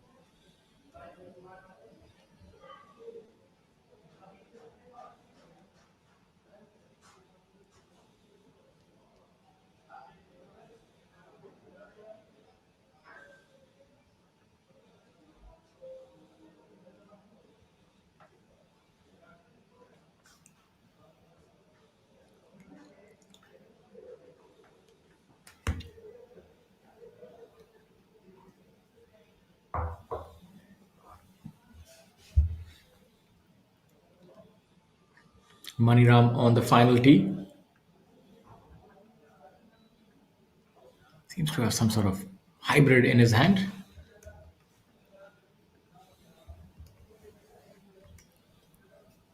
That's a good shot, and he's in the perfect position to attack this hole. We've just gotten an update. Maniram has made birdie on hole number 17. Fantastic. So Maniram now finds himself in solo second. This might be just the kind of golf course that he needed. So the final group, two members of the final group would remain the same. The third, Jairaj Singh Sandhu seems poised to be the third.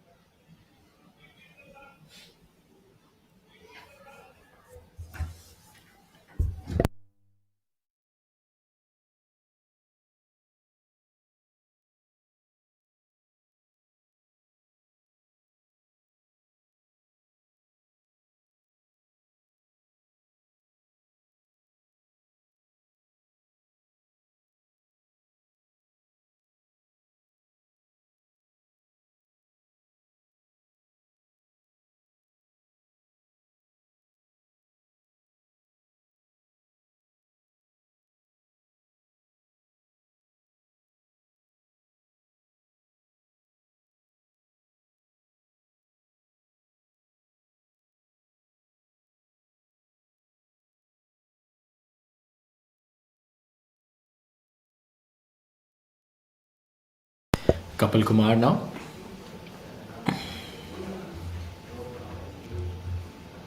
Putt should break a little bit from his left.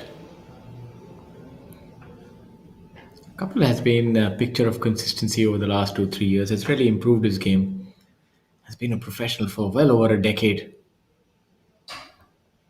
One of the few players who has improved his game and kept up. That's a good putt, just skimming the hole. Kept up his the standard of play to be able to compete with the younger lot. You really have to fire on all cylinders these days to try and compete with the younger lot. There's so many and coming through fast and thick. All of them brimming with excitement and exuberance and have a penchant for shooting low numbers, which contributes to the degree of difficulty on the professional golf tour of India. And for those of you just tuning in now, This is Steel, and this is an idea. What happens when we join them? Something magnificent. Like the Burj Khalifa, the world's tallest building, 3 times the height of the Eiffel Tower. An iconic landmark where Tata Steel's Comfloor 80 composite floor decking has played a part, making it a triumph of human inspiration. Tomorrow shaped by imagination and steel. Tata Steel. We also make tomorrow. going through a purple patch of sorts, and Maniram as well. Somewhat being overshadowed by Mohammad Azhar, but I would say that most impressed by how Maniram has navigated this round, and he's reeled off 5 birdies.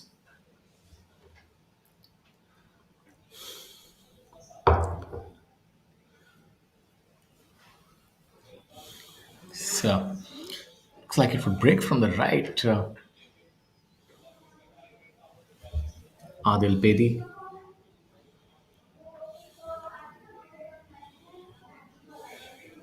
Currently at 2 under par, in for a tie of ninth. If he were to make this putt, he would move up to 3 under par and a tie for 8th position alongside Gurugram's Dhruv Sharon.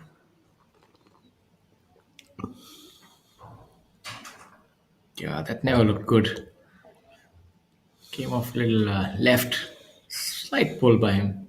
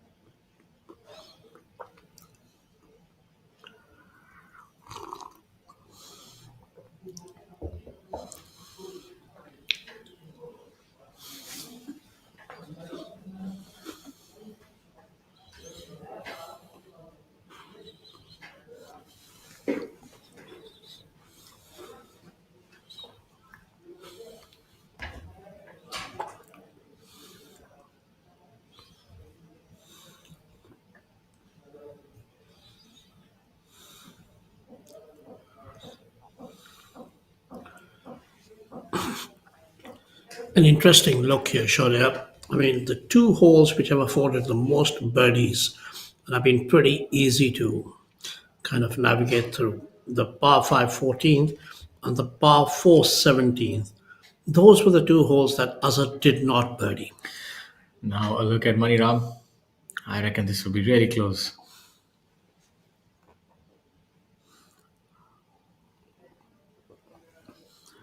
That's a brilliant shot right there. Putting a lot of spin on it as well. I'm feeling this is just the kind of golf course that Money Ram needs.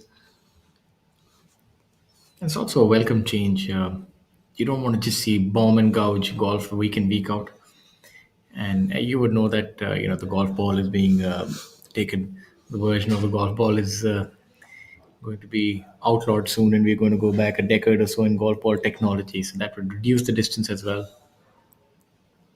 I'm not too sure where I lie on that decision, but it's one that will definitely maybe level the playing field a certain degree.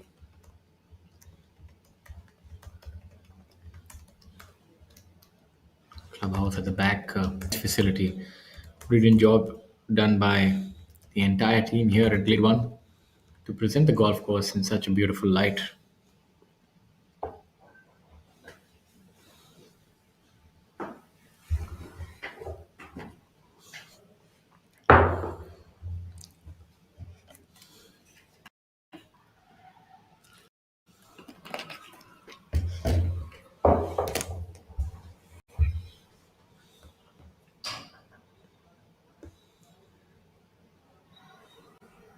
Let's see if other can follow suit. Nothing more than a flip wedge, maybe all of about 85, 90 yards. Opting to change the club. Oftentimes, the flight of the shot would determine the club selection here from that kind of a range.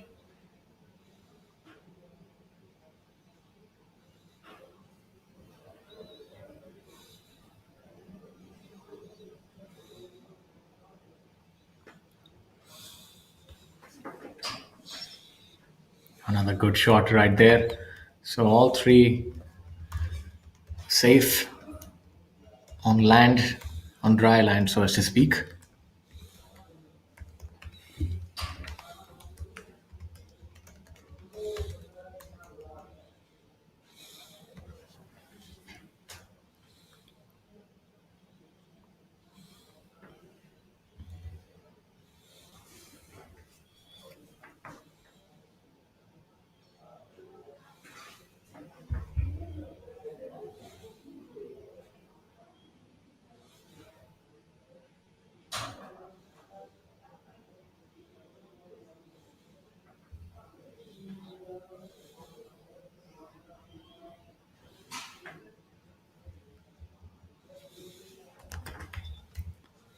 It's been a really interesting day, a difficult day for the majority of the field.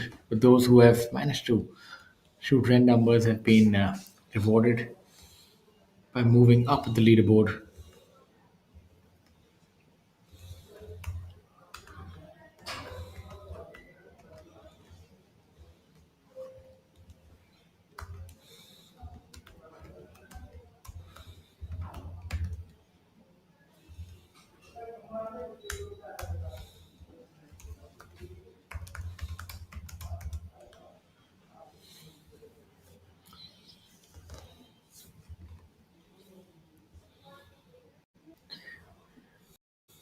Quite the change of careers for Kevin and Steve Rigel, but must say that he's been fully acclimatized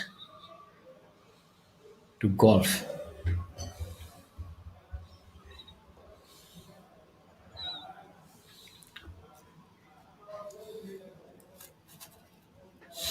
Currently, Mohammad Azhar holds a four-shot lead over Mani Ram. Let's see what happens on this hole, then that will decide the complexion of tomorrow's round.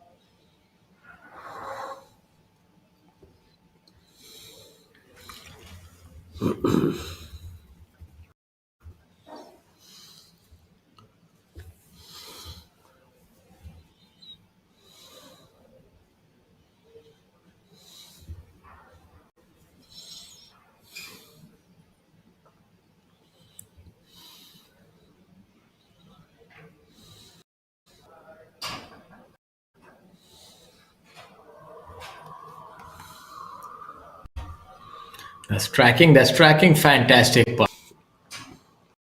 So the long putter has been wielded really by Kevin Steve Regal, who closes round out with two birdies.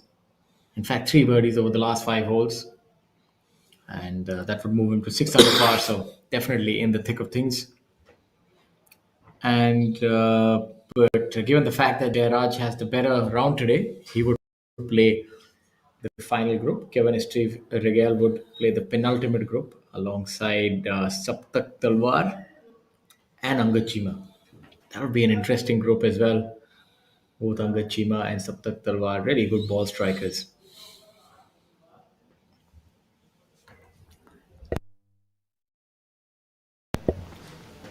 Mohammad Azhar now. Fairly makeable putt uphill, not much undulation.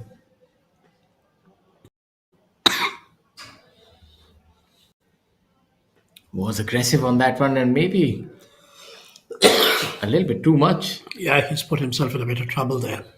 Yeah, that's not the easiest of putts coming back downhill. That's going to make his lunch. It's not lunchtime, probably his supper, I guess. The taste of supper is going to be determined by the outcome of that putt. Now, if Mani Ram can make his putt and Mohammad Azhar misses it, then the lead gets down to only two shots. So that's how quickly things can change in this great game. So from 6 shots at one stage, so 5 shots to 4 now, and it could actually become much, much less now. Maniram knows what is at stake. Now, these two putts Money could runs. well determine the course of this tournament tomorrow. Yeah, Mani Ram and his caddy can smell blood in the water. Now is the time to strike.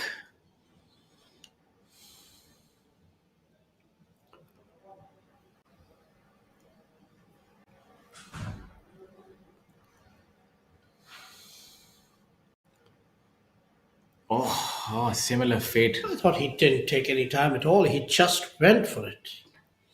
Very assertive, confident player, and that's the kind of player that you like to see, especially for me. I try and imbibe these kind of qualities from players who are ready to pull the trigger. That's what positive golf is. Now, Azhar needs to save this. If Azhar can hold this, he'd really feel that he dodged a bullet here. And if he misses it, he'd feel that he's just given away a parting gift to Mani Ram. They'll continue the battle again tomorrow. Same group will resume. Let's see how he does here. Oh, that's how golf is.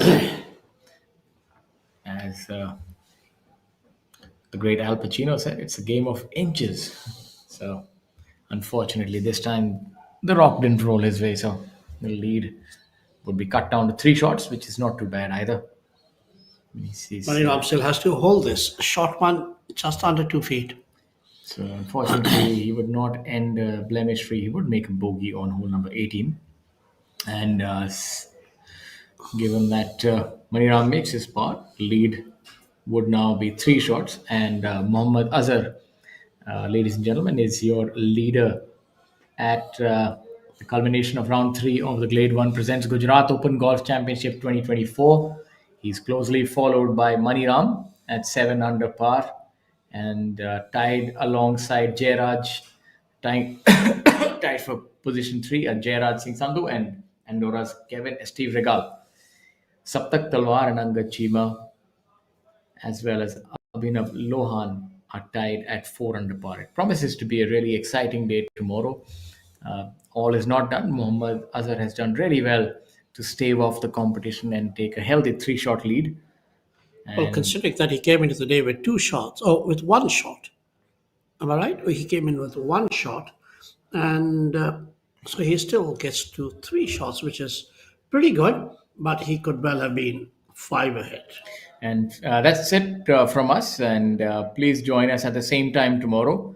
And we look forward to showcasing our golfers to you. And to stay tuned for the highlights. And from me, Shaurya, as well as Swami, that's going to be it. Thank you so much. Thank you so much.